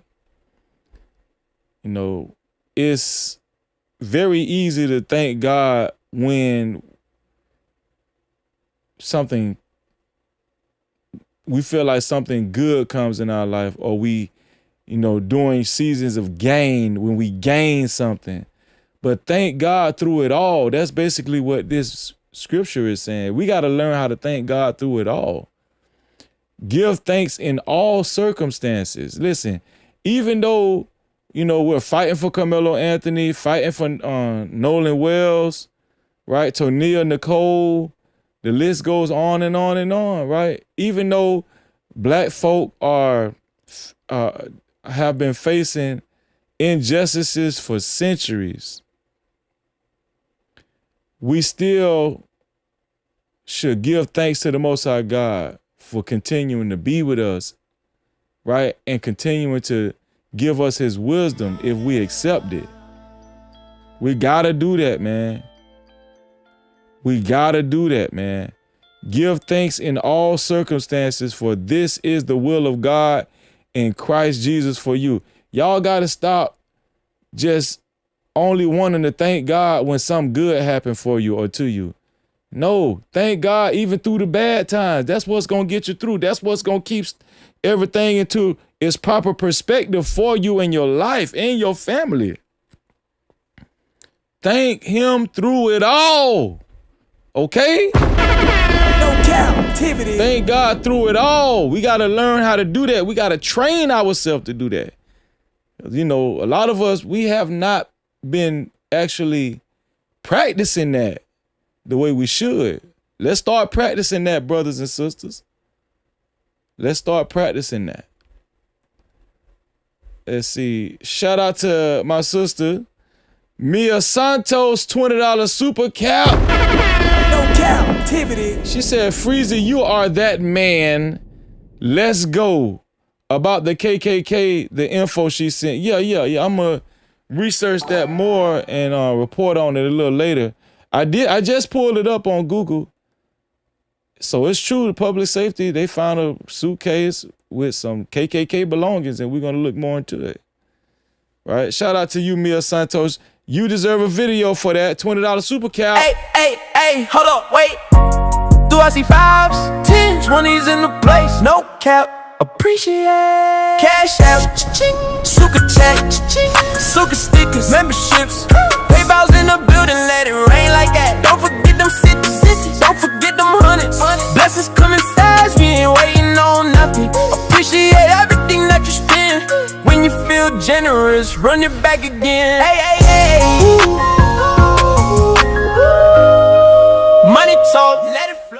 Mia, appreciate you, Mia. Thank you. No Cap-tivity. Shout out to Mia, man. Y'all, the live streams are always lit. Why? Because of y'all, not because of Freezy. Y'all lit, but y'all be lit. L-I-T and lit. L-I-T. Warner Rice, $10 super cap said, there are pics to show the KKK paraphernalia in the suitcases. Go to Introvert Rockstar, look for Mississippi Public Safety. Commissioner urges the public to Mississippi Public Safety Commissioner urges the public to stop speculation on Nolan Xavier Well case. Well, let's pull up Introvert Rockstar. Let's pull that up right quick. Hold on. Let's see that. Let's see what Introvert Rockstar talking about.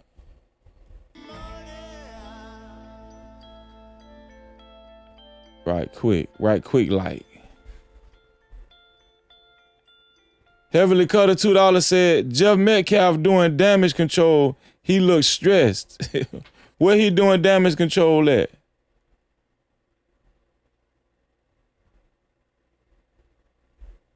Let me see. Where is that at?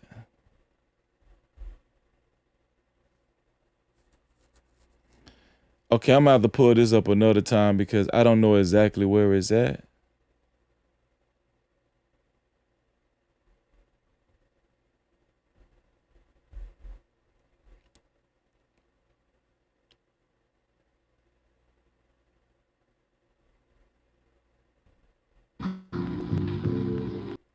Let's see. Hold on.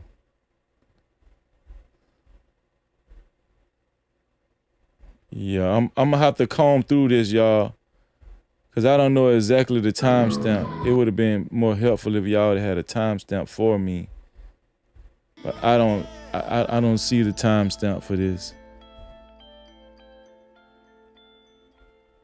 Check the star rating. Okay, I'm gonna check it. Shout out to Luna. Shout out to Luna Wolf. She said, Freezy, can you check your star rating? Yeah, we're gonna check it in a second. No Cap-tivity. Shout out to Luna, man. Y'all, we done started something with that star rating, didn't we? Okay. Let's see what he had to say right here.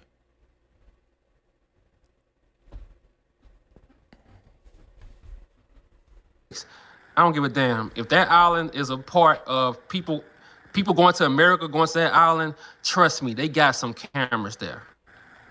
Where the footage at? That's why I said yesterday, where's the footage? The news ain't showing no footage. They not gonna show you that, bruh.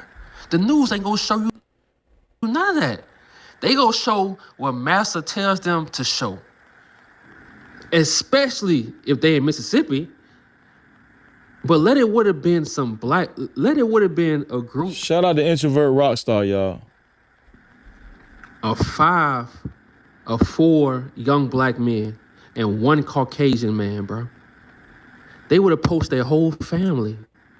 They would have had a KKK outside their houses. Oh, I thought he said something about that. But I agree with what he just said, but I thought it was going to say something about the KKK in regards to what we talking about. That's what I thought, you know.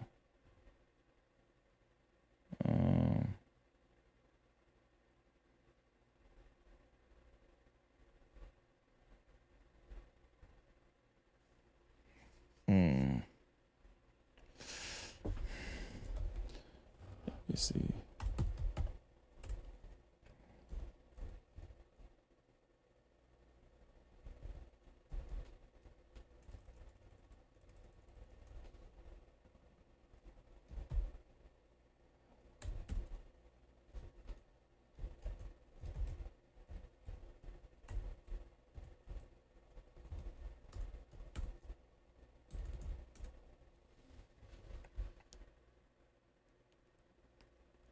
Okay, y'all. Y'all, this was 3 months ago. This was 3 months ago, y'all. A small blue suitcase, which contained all these materials from the Ku Klux Klan in Mississippi. The Department of Public Safety are moving to new headquarters. While they were kind of cleaning out a closet for that move, they found a Klan robe, several Klan charters, a Klan handbook, which was called, in their terminology, a Kloran. They not only found these kind of internal documentation of like how you set up a meeting and the oath that you take to become a Klansman. Of course, they put like a sword on the Bible and you swear you're going to obey the Klan Constitution and things like that. But also, interestingly, very internal stuff. Like they actually had some ledgers and meeting minutes. So they were very careful in their meeting minutes not to put anyone's name in there. So they always put people's numbers. Like number 15 made a motion to do such and such. The problem is they also had a ledger book for the people to pay their dues. It has the numbers and it has their names of them paying the dues. So kind of gave it all away right there. What they immediately did is they contacted the Mississippi Department of Archives and History. Archives has these documents and the robe. They're going to be releasing this to the public within the next few months. It's easy to look at these guys in terms of, you know, their outfits that kind of look clownish. These organizations were basically terrorist organizations. The White Knights of the Ku Klux Klan, most violent Klan organization in the United States, responsible for at least 10 killings here in Mississippi. Myrlie Evers, the widow of Medgar Evers, has said before, the reason we keep repeating our history is we don't know our history. And I think it's so important to preserve this history because it's forgotten within a generation or two. A small blue... Wow. Yeah, about 3 months ago. You said you put it in the chat. You put a link in the chat. Heavenly Cutter. Oh, Warren Rice said he put a link in the chat. Where's the link? Where is the link, Warren Rice?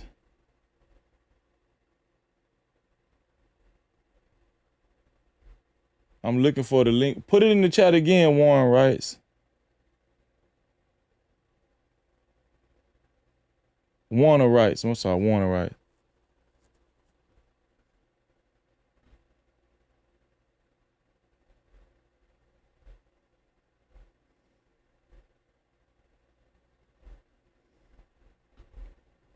Warner Rice. Put it in the chat again, Warner Rice.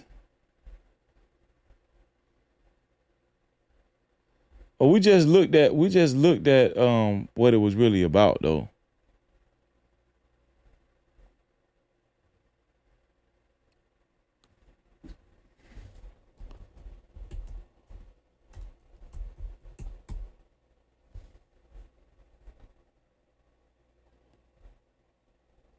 Yeah. I don't see no link in the chat.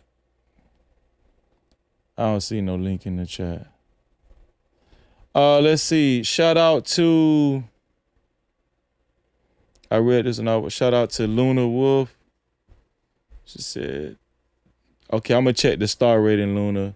Heavenly Cutter said, he was on Nancy Grace and Megyn Kelly simping. Who you talking about, Heavenly Cutter? Oh, Jeff Metcalf. Nancy, oh yeah, I seen that.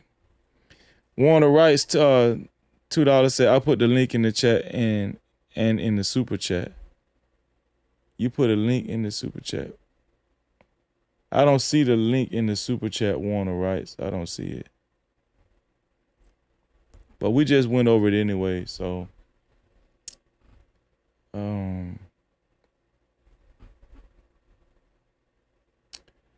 Let's see. What else? Oh, yeah. Somebody said check my email. Yeah, I be having to remember stuff. Mimi, is it Mimi? Was that Mimi said check my email?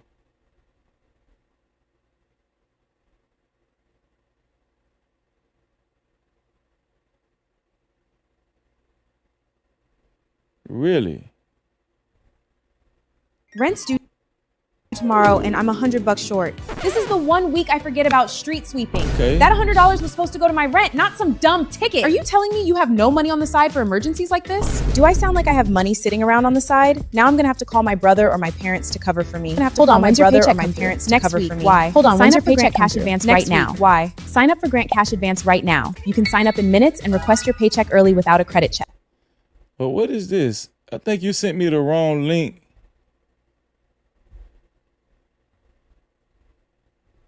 It's got to be the wrong link. Oh, no. I clicked the wrong link. My Rent's bad. due tomorrow and I'm $100. No.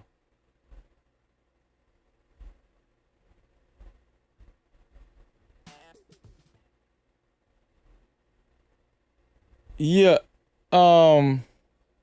Mimi. This is the wrong link, Mimi. Rent's due tomorrow and I'm $100 short. Mimi, this is the link you sent me, Mimi. That $100 was supposed to go to my rent, not some dumb ticket. Are you telling me? That's the link you sent me, Mimi. That's the wrong link, Mimi. You might want to send it again to my email, Mimi. Because I clicked it like 4 times. That's got to be the wrong link.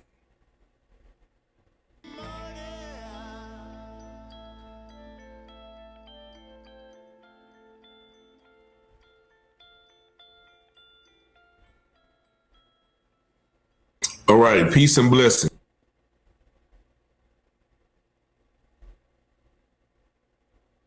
What is this? Send somebody to go get the phone. Hold on, what is this? So Nolan didn't even have his phone. The phone was at. Hold on. Somebody, Maria sent me this to my email and we're gonna watch it. Mimi said, I'll resend it. You gonna resend it. Shout out to House of Hypocrite. He said, just getting in. Did you cover how the prosecution changed up on the defense? Yeah, I covered that, House. Like devils, bro. They devils. Devils. Like the devils they are. All right, peace and blessings. Peace and blessings. All praises due to the Most High. All praises. And you know that we have all praises been covering extensively the case of Nolan Wells, who was found a couple of days after July the 4th in Mississippi.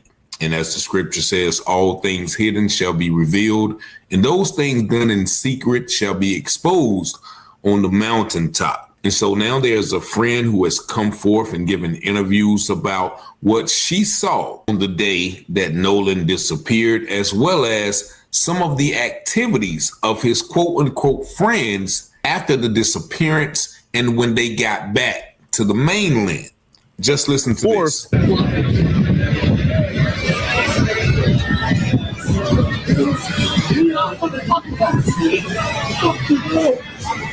So what exactly happened from you guys' side? From our side, there was an altercation with a different boat, which had other kids on it, black kids. And there was an altercation. There was a fight. Something happened. And they went back to their respective boats or whatever. And when his best friend was on the other boat, so when he went to go like check up on Nolan and everything after the fight, Nolan's boat was gone, but they had stayed for a couple more hours. And so when they got back to land, they had his phone. Hold on, what she said? Like check up on Nolan and black kids. And there was an altercation. There was a fight. Something happened. And they went back to their, which had other. From our side, there was an altercation with a different boat, which had other kids on it, black kids. And there was an altercation. There was a fight. Something happened. And they went back to their respective boats or whatever. And when his best friend was on the other boat, so when he went to go like check up on Nolan and everything after the fight. Nolan's boat was gone, but they had stayed for a couple more hours. And so when they got back to land, they had his phone. So Nolan didn't even have his phone. The phone was at one of the boys' house, and they didn't want to give it to his parents, and they had to send somebody to go get the phone from his house. That's why, like, when we checked his location, everybody was like thinking that it wasn't serious because we saw his location and said he was in Ocean Springs, Mississippi, like at his house. But they wouldn't give his phone back to his parents. But the story that they keep trying to push out to everybody is that the boat was sinking and taking on water, and they were telling Nolan that he needed to get on the boat. But Oh, this what you sent to Mimi? Man, shout out to the No Cap crew working, man. No Cap-tivity. So this is what you sent to Mimi. Okay. Nolan wanted to keep this because we saw his location and said he was in Ocean Springs, Mississippi, like at his house.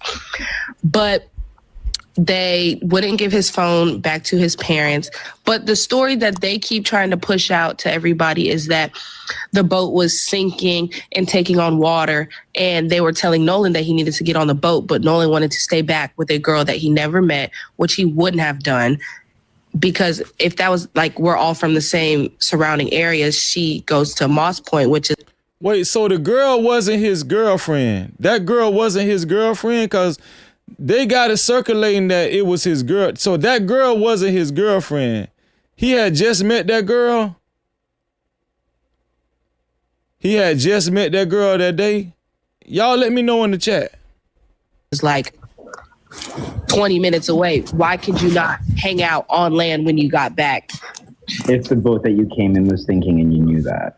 And so that was like the crazy thing is that they're talking about, oh, the boat was sinking.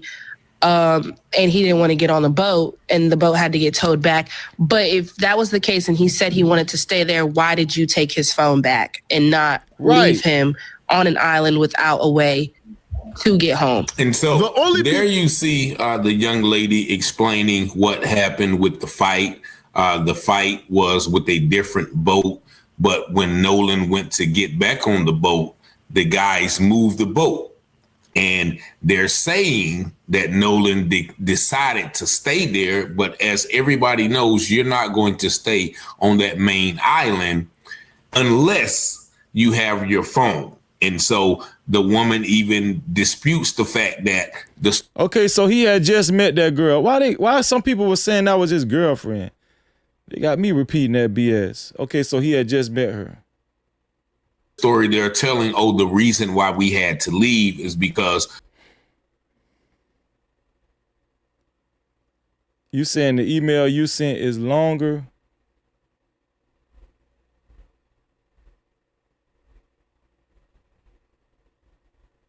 Let's see.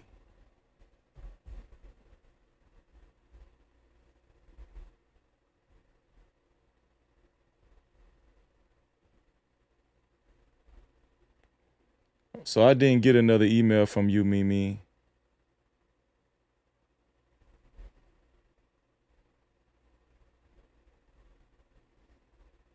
I still didn't get another email from you, Mimi. Let me check my spam. No, it's not in spam. So let's continue watching this then. the boat was taken in water and we had to hurry up and get back. That's why they left, quote unquote, with his phone. But even when they got back with the phone, they're saying that Nolan's parents was having a hard time trying to get the phone back from them. And we all know, if you watch the previous show, the parents was having a hard time trying to get the phone back. With Ben Crump. Ben Crump said that there was some deleted messages. That's crazy. There were some deleted messages from that phone. Also, she mentioned this mysterious Katie girl, the one that Nolan was talking to and wanted to stay back with. And she made a very valid point. Look, everybody is from the same area. So if he wanted to hang out with her, he would have waited till they got back to the main land. She said he wouldn't have done that. Now, the story gets deeper because of what they did, allegedly, the white boys did, when they got back to the mainland. Just listen to this. But in the videos that you can see, obviously the fight was loud enough and big enough to cause all the other surrounding boats to pay attention and that be the main focus of what everybody was seeing at the time. And Alexis, I do want to ask you something else. How long were they friends? They've been friends for a minute. I mean, these people have gone to school together since elementary school. Mm-hmm. Yes, and I want to ask another question from the chat. I'm sorry. Dark Chocolate said, my thing is, why did the boat really have to get towed back, and was his BODY on it? There is some speculation, like this is just like hearsay, that the boat was owned by this dude Wyatt. But when the boat got brought back, it was parked at Warren's house, which is his mom is the judge or whatever. And somebody said they drove by like later that night and like they were cleaning out the boat. Like it was like. So the guy wasn't lying. That's crazy. So the black guy showed y'all on TikTok, he was not lying. The allegedly guy. So they was scrubbing that damn boat clean. So the judge is Warren's mom, stepmom, not Wyatt. So the boat was Wyatt's boat, but it was at Warren's house. Boy, we getting to the bottom of this, boy. Dark night, not like regular time when you would clean out a boat. It was like later at night. And then there was a girl on the boat that's not in any of the pictures or wasn't the girl that he was talking to. And when she got back on land, she turned off like her Snap location, but her best friend still had her location on Find My iPhone. And she was all of them were at one house for like 4 hours. And so there you hear the young lady say, late at night, they were cleaning out the boat. And there was another girl there. They were all at this particular house for 4 hours. It is also alleged that they went out to other parties later that night. Now, if your friend is missing, his family is looking for him, nobody knows where he is, the last thing on your mind would be to go out and start partying again. Man, them boys was high as hell, man. Them boys was high as hell. Nolan, but they got told last minute that they couldn't go. Recently came back out, and she'll tell us she'll cover up as well. The boat was owned by his friend, quote unquote, Wyatt, but they took it to Warren's house, and Warren is the one where his stepmother is the judge.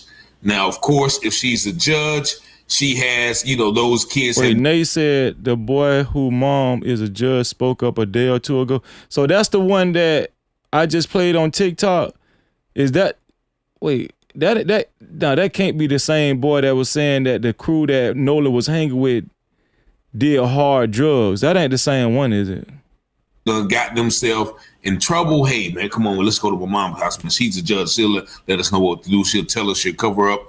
And that is when, evidently, this judge, Ashley Cole, started to delete her Facebook page. Wow. And also she told everybody else to do so. Now, that judge has recently came back out and made a statement. We'll cover that statement in another video. But let's go on to listen to more of what this friend, quote unquote, Alexis, has to say about, once again, the night in question. Come on, Leslie. They wouldn't give his phone back to his parents, and they were seen eating out the next day. Wow. And when somebody asked them, like, hey, why aren't you out looking for your friend? They said, y'all already think we did it. That's crazy. Them boys begin. The reason why they kept partying, them boys was high. Them boys get high.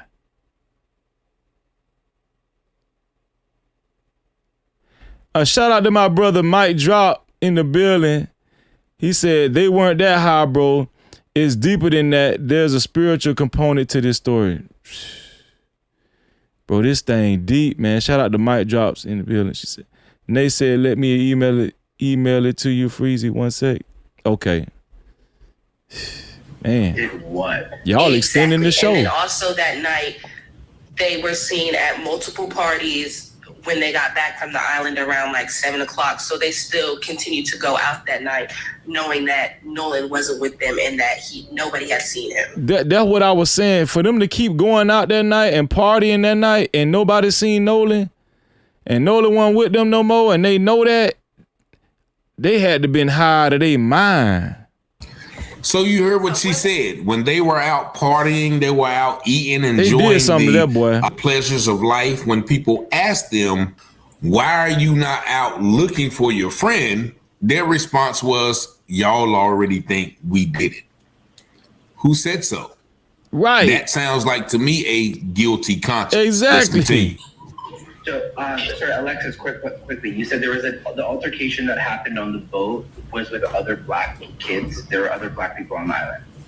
There obviously, yes. Right. But they rode on separate boats. There was supposed to be the black people on the boat with Nolan, but they got told last minute that they couldn't go because there wasn't like enough space. Now, you heard her say that. She said there were other black people who were supposed to be on the boat with Nolan, but they were told they couldn't go because it was not enough space. Now, that coincides with what his best friend said, that he said, well, yeah, I was going to ride with Nolan, but I had to get on another boat because it was too full. So once again, we have... Mike Drop say, I'm from Mobile, bro.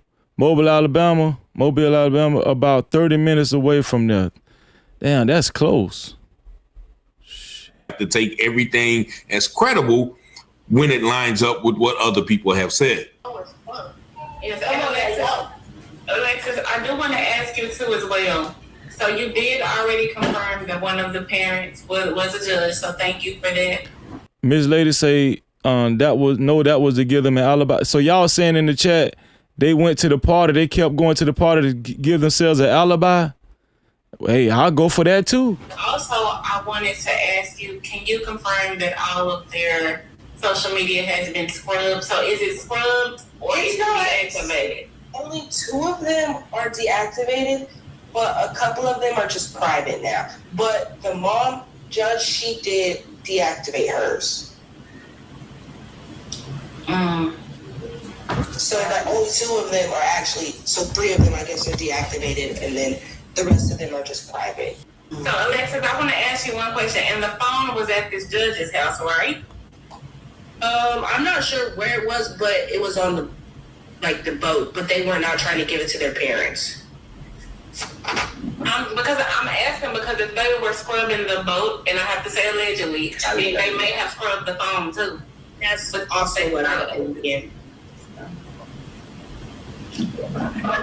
Because Sam told us that the body was moved. Can you confirm that?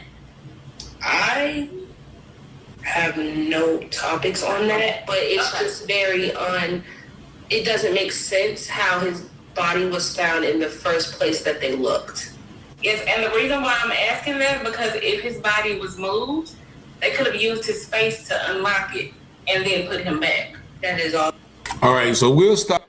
The body was found in the first place that they even looked. And the cops saying there's nothing that says foul play.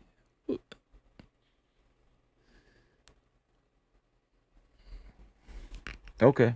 Stop it right there at that last point, because they said his body was found in the place where they first looked.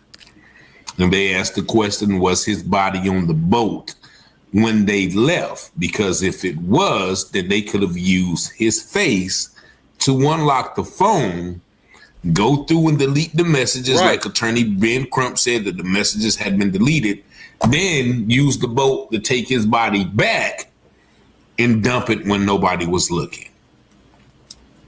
And so that is the sinister nature of this whole thing. But only thing we have to do is speculate and formulate theories, because they are not talking.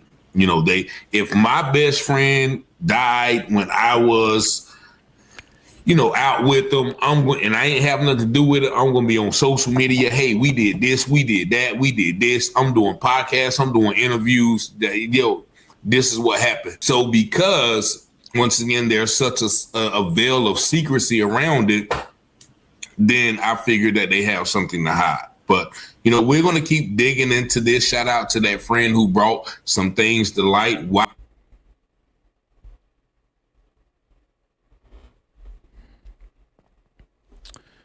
Let me see what you sent me.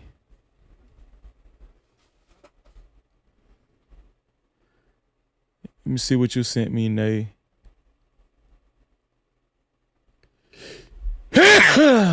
Sorry.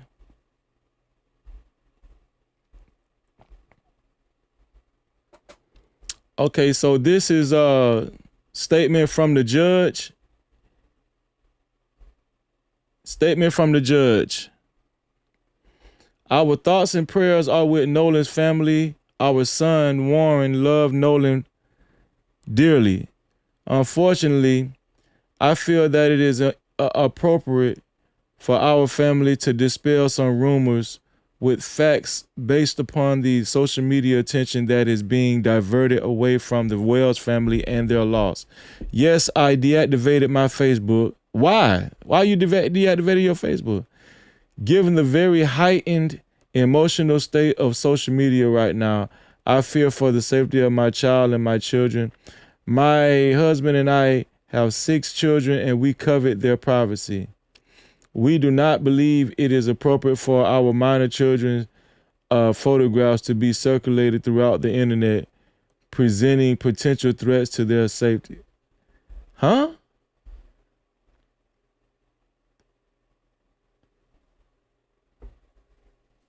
I graduated high school with Christine Wells Wansley. We are from the same community. I have the utmost respect for her and all of the Wells family. We mourn the loss of Nolan with them. Our prayers have been and will continue to be with them. How you got the utmost respect for Christine Wells, but y'all done lawyered up already and y'all done went silent and dormant? How in the hell you got the utmost respect? Why aren't y'all cooperating? Why aren't y'all talking? Why y'all lawyered up, but you got the utmost? Man, I'm telling y'all, some of these white folk, a lot of these white folk, man, they are deceivers and they will lie with a straight face. My husband and I were not at Horn Island at any point on 4th of July. Your son was though, right? No one in our family is trying in any way to impede with the investigation by law enforcement or to otherwise hamper the family and law enforcement's quest for answers. Warren was interviewed by the Jackson County Sheriff's Department and cooperated fully. He saw Nolan last at around 3 p.m. on July 4th.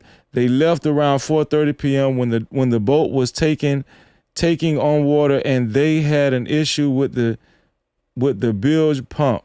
Nolan made a decision to stay on the island and return inland later with another group of friends. See, you can't believe the judge either because that coming from her damn son. That's coming from your son. You just want to repeat. These people are lying, man. I'm telling you, they lying. You know what I'm saying? Because they feel like they got too much to lose, just like some privileged ass sea rikers. Yes, I am a judge. I also value transparency. No, you don't. I apologize if anyone, listen, and we know Judge John Roach showed us that judges can be corrupt. I apologize if anyone was offended that I deleted my social media. There were no nefarious motivations in my deleting my social media. Social media has a lot of positives, but a whole lot of negatives. We live in a world of clickbaiting, sad but true. My family is hopeful that this information will help to redirect their attention to the Wells family, their grief, and their need for our community support. And get the hell up out of here with that BS, man. You covering up for your damn son. Your thuggish ass sons, man. This is sad. This is so sad, man, how they do our young black youth and our kids and black people in general, man. For real.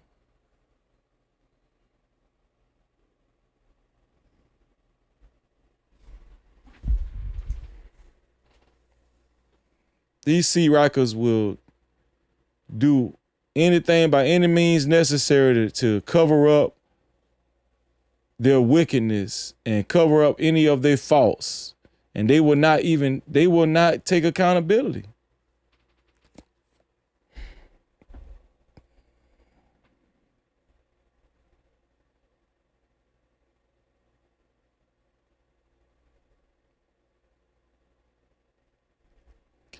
Shout out to Cynthia Hoggett, $5. Thank you, Cynthia. Cynthia said, did you see the white that left the black boy in the river? Shaking my head. And they was making fun of him. He not a good swimmer. Yeah, I seen that, Cynthia. You talking about another video, another incident. Yeah, I seen that. Scarlett McGunny, $5, which bring her total to $132, man. To be a co-sponsor, official sponsor of tonight's show has to be $132 or more. Thanks to Scarlett McGunny, and you've been doing a great job modding too. All mods, working mods, man, y'all Christian. Scarlett McGunny tonight. She said, so you think it was appropriate to have your minor children drive a boat miles away from home to drink and do God know what else? Make it make sense. That's a great comment, sis. No Cap-tivity. Yeah, but you're supposed to be an honorable judge. I'm telling you, man, them sea rockers will let them people do anything, man. For real. They will let their kids do anything. Just run rampant. That's why the Metcalf twins were so reckless. Got our black excellent young king caught up in that mess. I'm not gonna take phone calls. I don't think I'm gonna take phone calls tonight, cause it's kind of late and I gotta do some other stuff. Probably, hopefully next.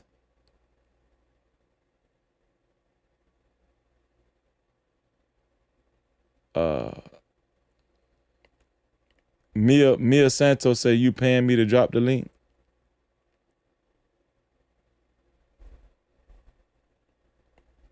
Man, I mean, if you really want to come up that bad, just let me know.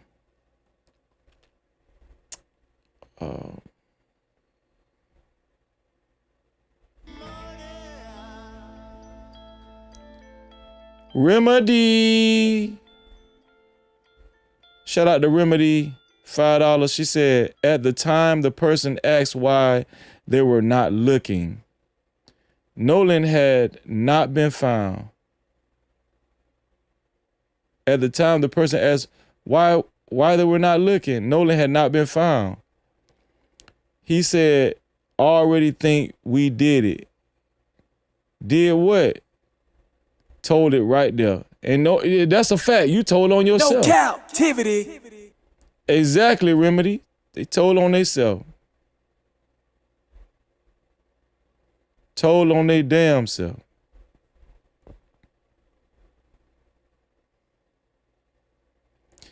What I hope happens is, because we know the local police department, they're going to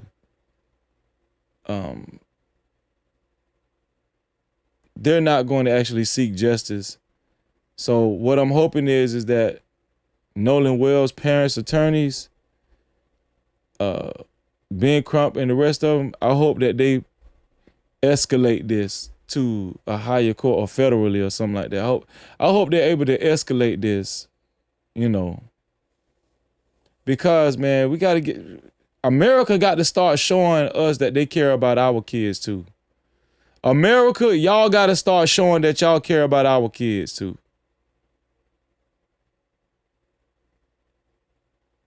It's too often we just get shitted on.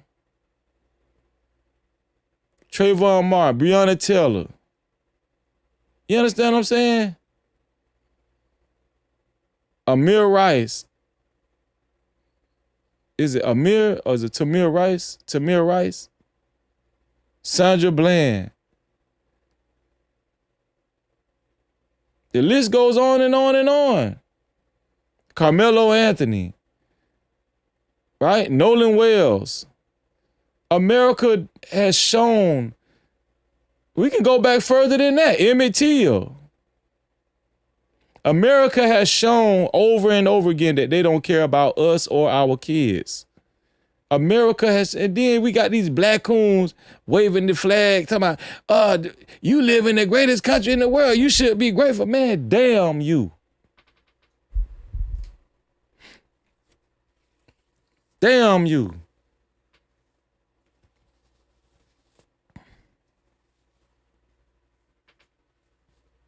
And you know what's so awesome about us? I'm talking about black folks that's on the right side of things. If something happened to black coon kids at the hands of white folk or house ninja kids at the hands of white folk, we gonna be right there, you know what I'm saying, speaking out about that stuff. We gonna be right there, you know what I'm saying? That's because that's how much love we got. Ahmaud Arbery, yes, exactly. Tamir, thank you, Elite. Yeah, Tamir, yeah.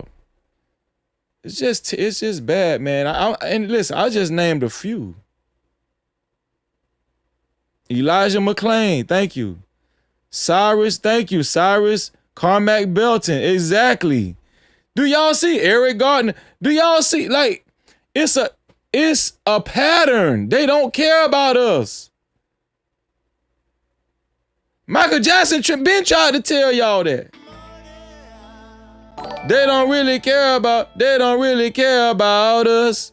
Michael Jackson been tried to tell y'all that.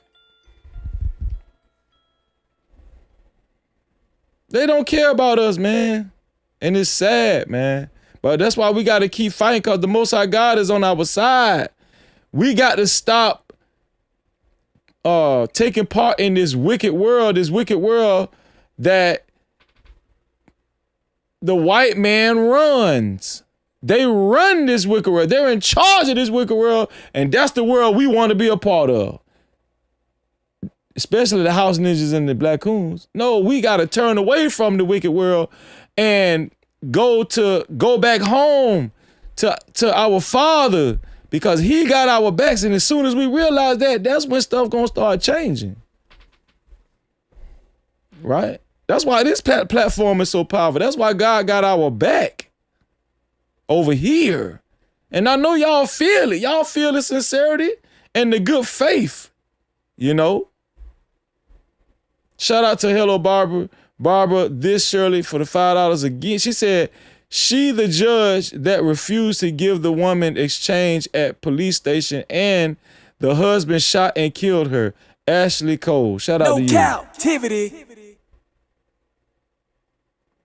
So that's the judge that refused to give the woman exchange at the police. Really? That's the same judge, Barbara?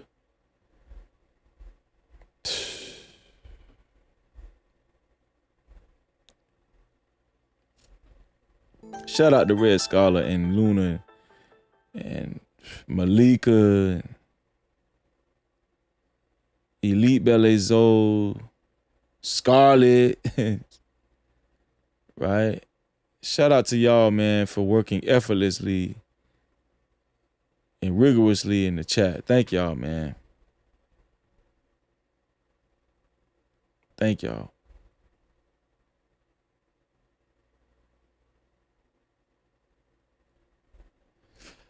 Oh, man.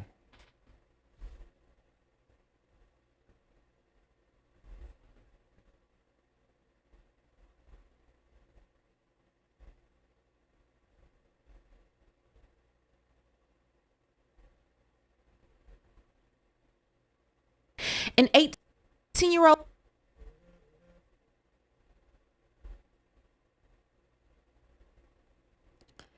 Okay, I'm gonna play what Mimi gave me just now. Friend. That Nolan was my Group. Warren's house with Warren and his, and always is keeping up with everyone else. Now, y'all recall Katie's sister said Katie assumed the quote, friends telling him to get on the boat wouldn't have left him. Everyone's wanting to point the finger at Katie. Katie's family suspected something and they went out there to go get her. Now the big question is, if the boat belonged to Wyatt and his family, how did the phone end up at Warren's house with Warren and his family? Now we'll hear more about the phone, the friend group, and everything else from a girl named Alexis that said she went to school with most of these boys and Nolan was her friend. That Nolan was my friend, and that all these like stories going around, like even from like our point of view, because we're getting it different than what the public is seeing because we're at the behind the scenes. They're all trying to change the story. Everybody that was near that boat is trying to defend all their other friends, and every time you talk to a different person, the story is changing.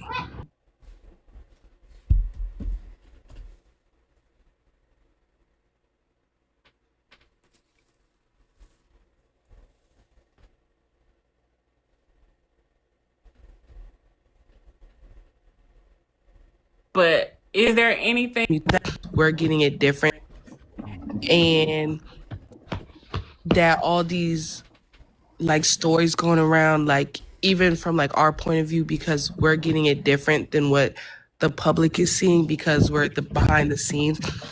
They're all trying to change the story. Everybody that was near that boat is trying to defend all their other friends, and every time you talk to a different person, the story is changing. But is there anything that you can tell us in detail, like that you feel safe saying? I don't want you to say anything that you can't say or don't feel safe saying. Like, what do you want to know? So what exactly happened from you guys' side? From our side, there was an altercation with a different boat, which had other kids on it, black kids. And there was an altercation. There was a fight. Something happened. And they went back to their respective boats or whatever. And when his best friend was on the other boat, so when he went to go like check up on Nolan and everything after the fight, Nolan's boat was gone. But they had stayed for a couple more hours. And so when they got back to land, they had his phone. So Nolan didn't even have his phone. The phone was at one of the boys' houses, and they didn't want to give it to his parents, and they had to send somebody to go get the phone from his house. That's why, like, when we checked his location, Okay, we listened to that already. I think that's what you were saying, sis. Yeah, we listened to that already.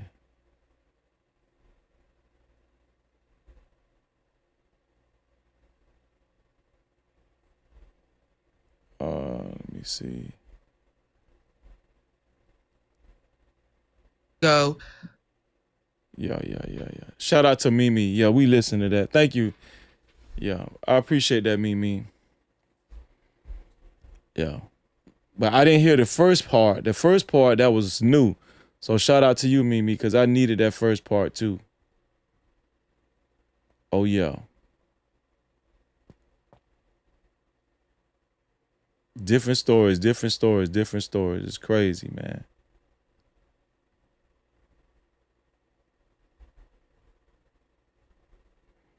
Smiling faces. Yep. Listen. We're about to get up out of here, y'all. We're gonna continue to report on all these cases. We're gonna continue to keep our foot on their neck. We're gonna continue to keep our faith strong and stay prayed up as a collective.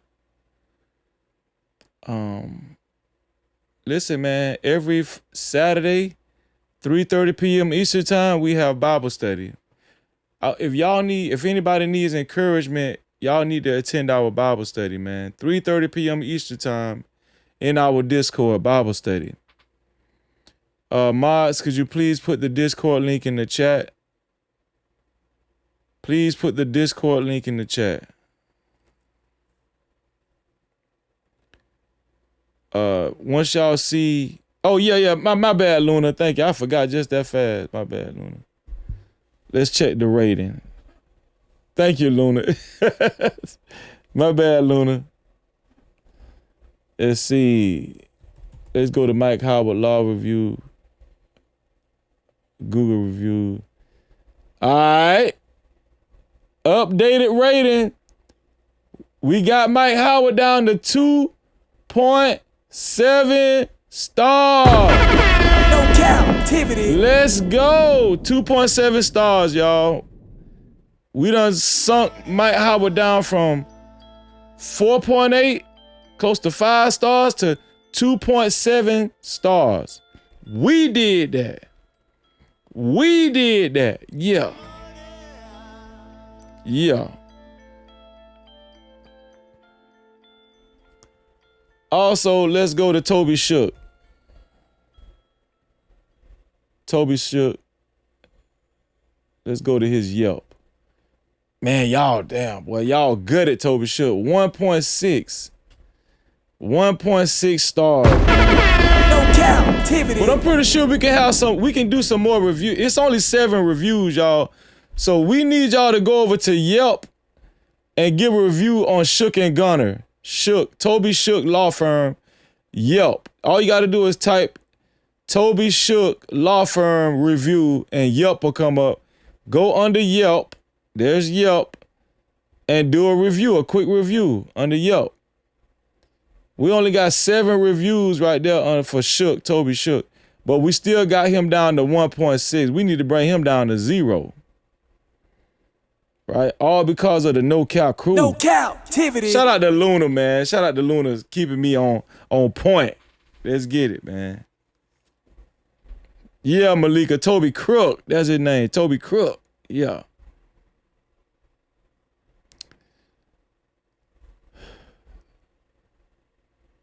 Did y'all put the Discord link in the chat?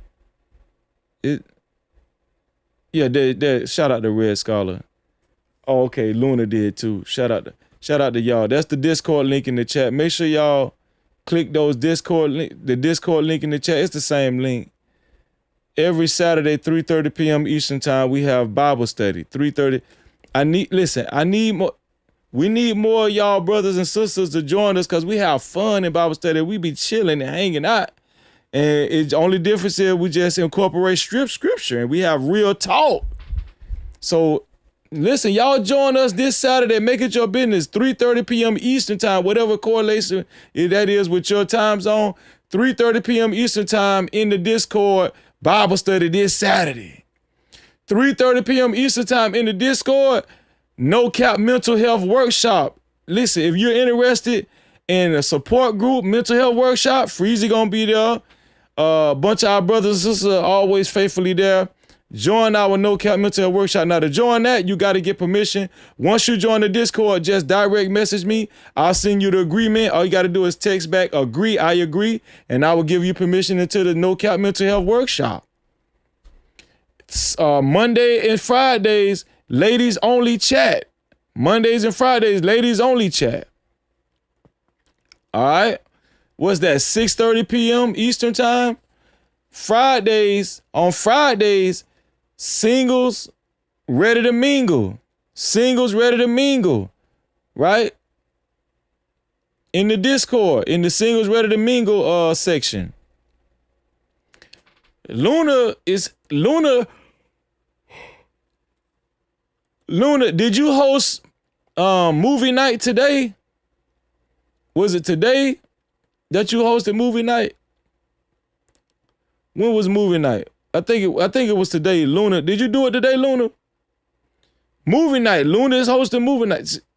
We got a lot going on in the Discord, man. The Discord is like a hub, a No Cap Crew hub of activities. Okay?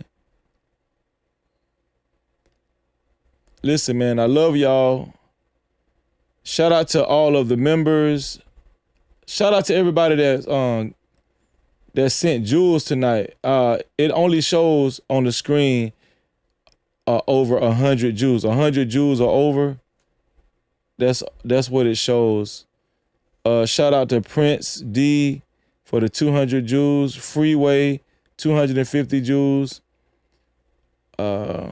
Charles Simmons 200 jewels. Precious 1,000 jewels. Shout out to Precious for the 1,000 jewels. No Cap-tivity. Soldier 200 jewels. Shout out to Soldier for the 200 jewels, man. Let me see. Shout out to Gino Zach. Gino Zach for the $5 said, I believe the judge and husband took the body back, then went back and cleaned the boat. That sounds like some Lifetime movies type stuff. Captivity. Or Amazon Prime. Luna for the $2 said star rating Freezer. Yeah, we did it, sis. Shout out to Star. Listen, that star rating is pivotal. Listen, we making history over here.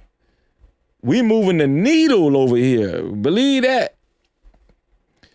Also, shout out to Soldier. Shout out to Soldier 251 for the $20 PayPal. We got a PayPal tonight, y'all. No Captivity. Shout out to Soldier, man. I love PayPals because I very seldomly get them. Right? Shout out to PayPal. It's just shout out to PayPal. Soldier 251 said, what it do, Freezy? This is your boy Soldier 251 from the Gulf Coast. I know I'm late to the party, but I'm going to leave something for the plate.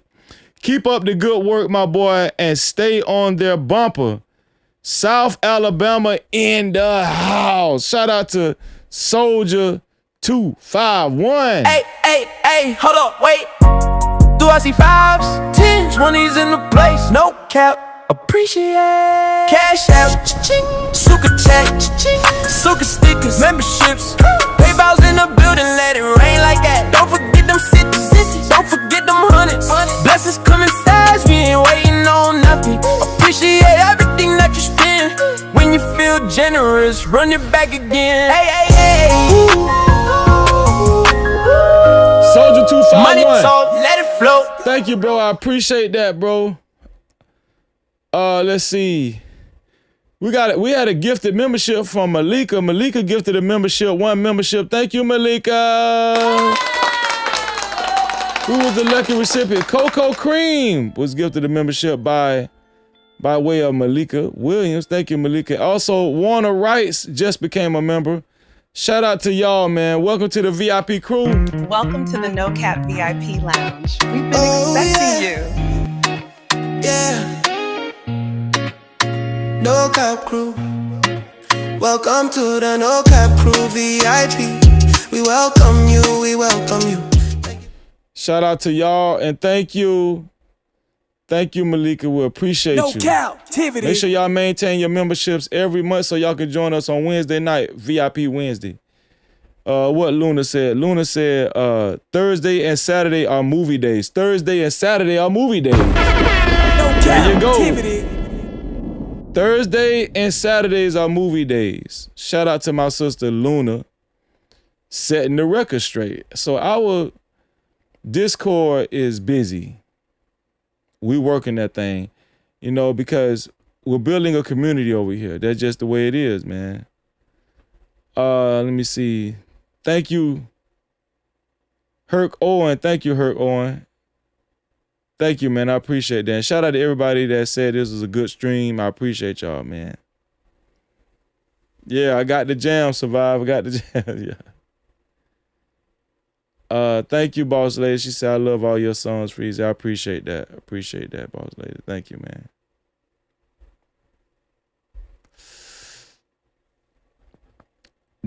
Delta Lady say, oh, they blocking reviews. They blocking reviews now? They block your review on Yelp. Stop playing. They blocking reviews now.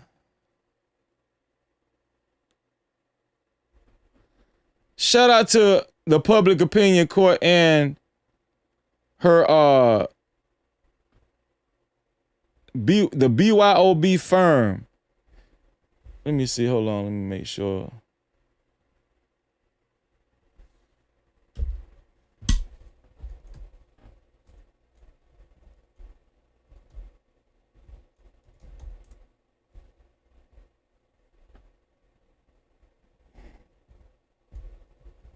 BYOB firm.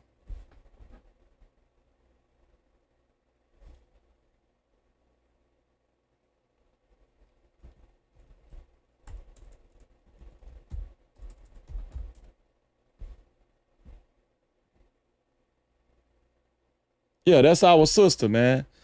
BYOB firm. Thank you, Luna. Like Luna said, to file a complaint on the lawyers, the BYOB firm, go to the BYOB firm, headed by our sister, Public Opinion Court, a.k.a. Thelma Anderson. No Cap-tivity. Who was a special guest last night and put it down, all right? All right, so y'all head over to her website. Just like our sister Luna said, head over to her website, BYOB firm, to file a complaint on the lawyers. Shout out to you. So we about to get up out of here, y'all. I love y'all. I think we covered everything. We got everything together.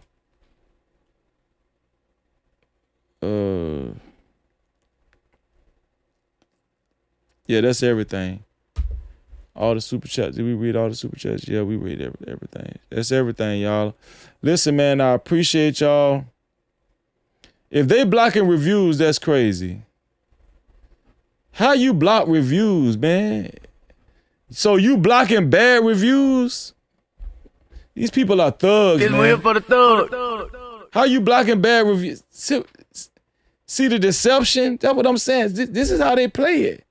We forcing their evil hand. Just understand that. Listen, I love y'all. Shout out to Luna, put the petition in the chat too. Make sure y'all click that link to sign the petition too for Karmelo, man. Thank you, Luna. Thank you, appreciate that.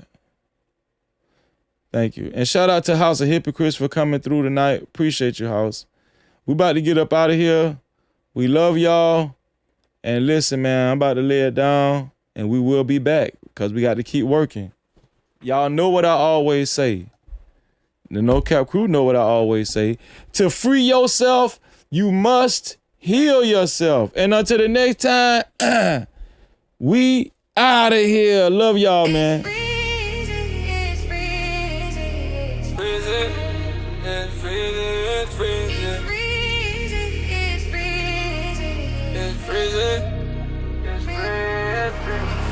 Came from the curb with a nice day 10. Graduated from the streets, no bars, no fence. No captivity, mindset breaking every chain. Taught by the pressure, never taught by the fame. Head full of topics, but my mind stay clear. Move with a purpose, I ain't moving in fear. No captivity, I don't fall for a trend. I don't sell my soul just to fit in with them. YouTube streets cold, yeah, I seen how it go. Clicks over character, everybody for sure. But I keep it real even when views get thin. No captivity, I'm free when I speak. Graduated from the streets to the digital streets. No captivity, I ain't locked in a lane. Move the algorithm when they type in my name. Captivity, stay on my grind every day. Clear mind, no chains. I don't drift, don't fade. Captivity, even when the lights get dim. I don't chase the fame. I make truth trend. I make truth trend. I make truth trend. From crack sidewalks to the platform grind. Turn pain into present, made purpose from time. No captivity, I don't beg for the crown. I build from the bottom, let the message go around. They want a character, I'm giving them me. Real love of our, that's the code I keep. No captivity, I ain't stuck in the past. I move with conviction, make the vision last. Algorithm watching every word I deliver, but I won't dilute what's making me different. No captivity, I won't trade my name. They say it out loud, but I don't chase the fame. No captivity, I'm free when I speak. Graduated from the streets to the digital streets. No captivity, I ain't locked in a lane. Move the algorithm when they type in my name. Captivity, stay on my grind every day. Clear mind, no chains. I don't tread, don't fail. Captivity, even when the lights get dim, I don't chase the fame. I make true trend. They say my name, but I'm staying the same. No captivity, I won't bend for the game. Cold in these YouTube streets, I still stand tall. No captivity, I was never meant to crawl. No captivity. That's the flag that I wave from the streets to the screen, still real, still break. Captivity, every chain I outgrew. If they say my name, they know what I do. Hold on. I hope y'all ain't think we was gonna get up out of here without celebrating our sister, the official sponsor of tonight's show, Scarlett Morgani. No captivity. Scarlett Morgani. I hope y'all ain't think we was gonna get up out of here without celebrating our sister, Scarlett. Shout out to Scarlett with a total sponsorship of $132. You know what time it is. Appreciate you, Scarlett. Thank you so much, Scarlett. And you did a wonderful job tonight, Scarlett. Thank you. Shout out to Red Scholar. Red Scholar gonna make sure I'm on point, aka Kimberly Johnson from Temecula, California. Cap-tivity. Shout out to Scarlett Morgani. Let's get it, man. Wanna be a baller, shot caller, 20 inch blades on the Impala. Holla, getting late tonight. Country road, I got spray biker in the highway. Making money to fly away. But there's gotta be a better way. Better way, yeah. It's fun, it's love, it's Japanese.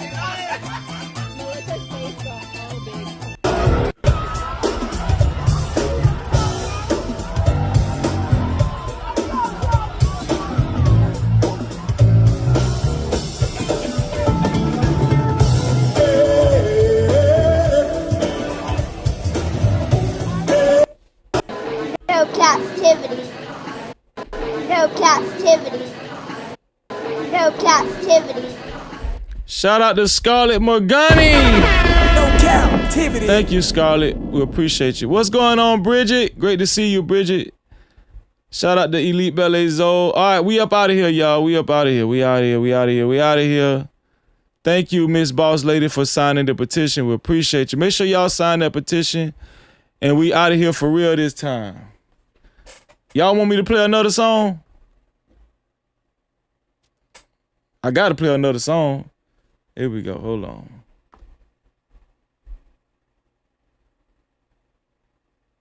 It's freezing, it's freezing. It's freezing, it's freezing, it's freezing. F-R-E-E-Z-Y.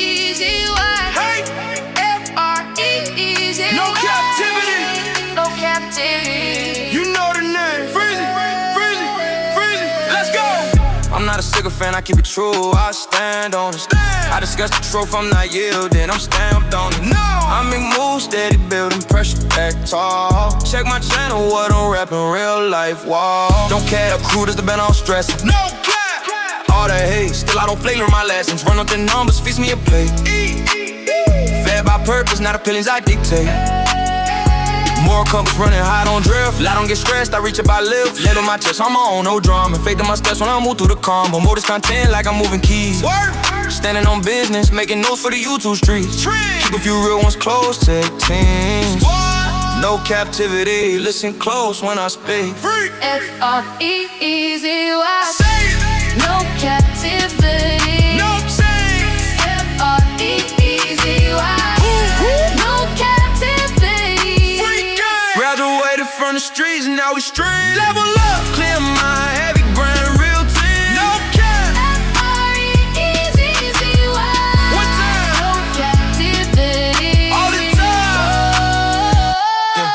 Sun out, Shasta, wall light, still heavy.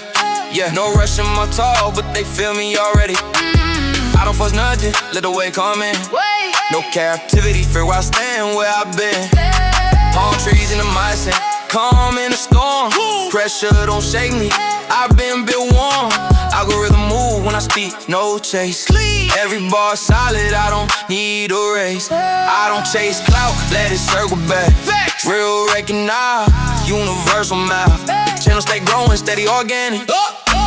No captivity if you feel panoramic. I play my positions to control the floor. Silent with the winds, let the numbers talk. From the pavement to the platform bridge. Florida cool, but I still bring heat. No captivity. No captivity. YouTube streets cold, still I stand tall. Say my name when the real ones call. F-R-E-E-Z-Y. No captivity. Free mind, free grind, real identity. F-R-E-E-Z-Y. They say my name, I don't chase in fame. I set the flame. Free. No captivity. With freezy, with freezy, with free. No captivity. With freezy, with freezy, with freezy.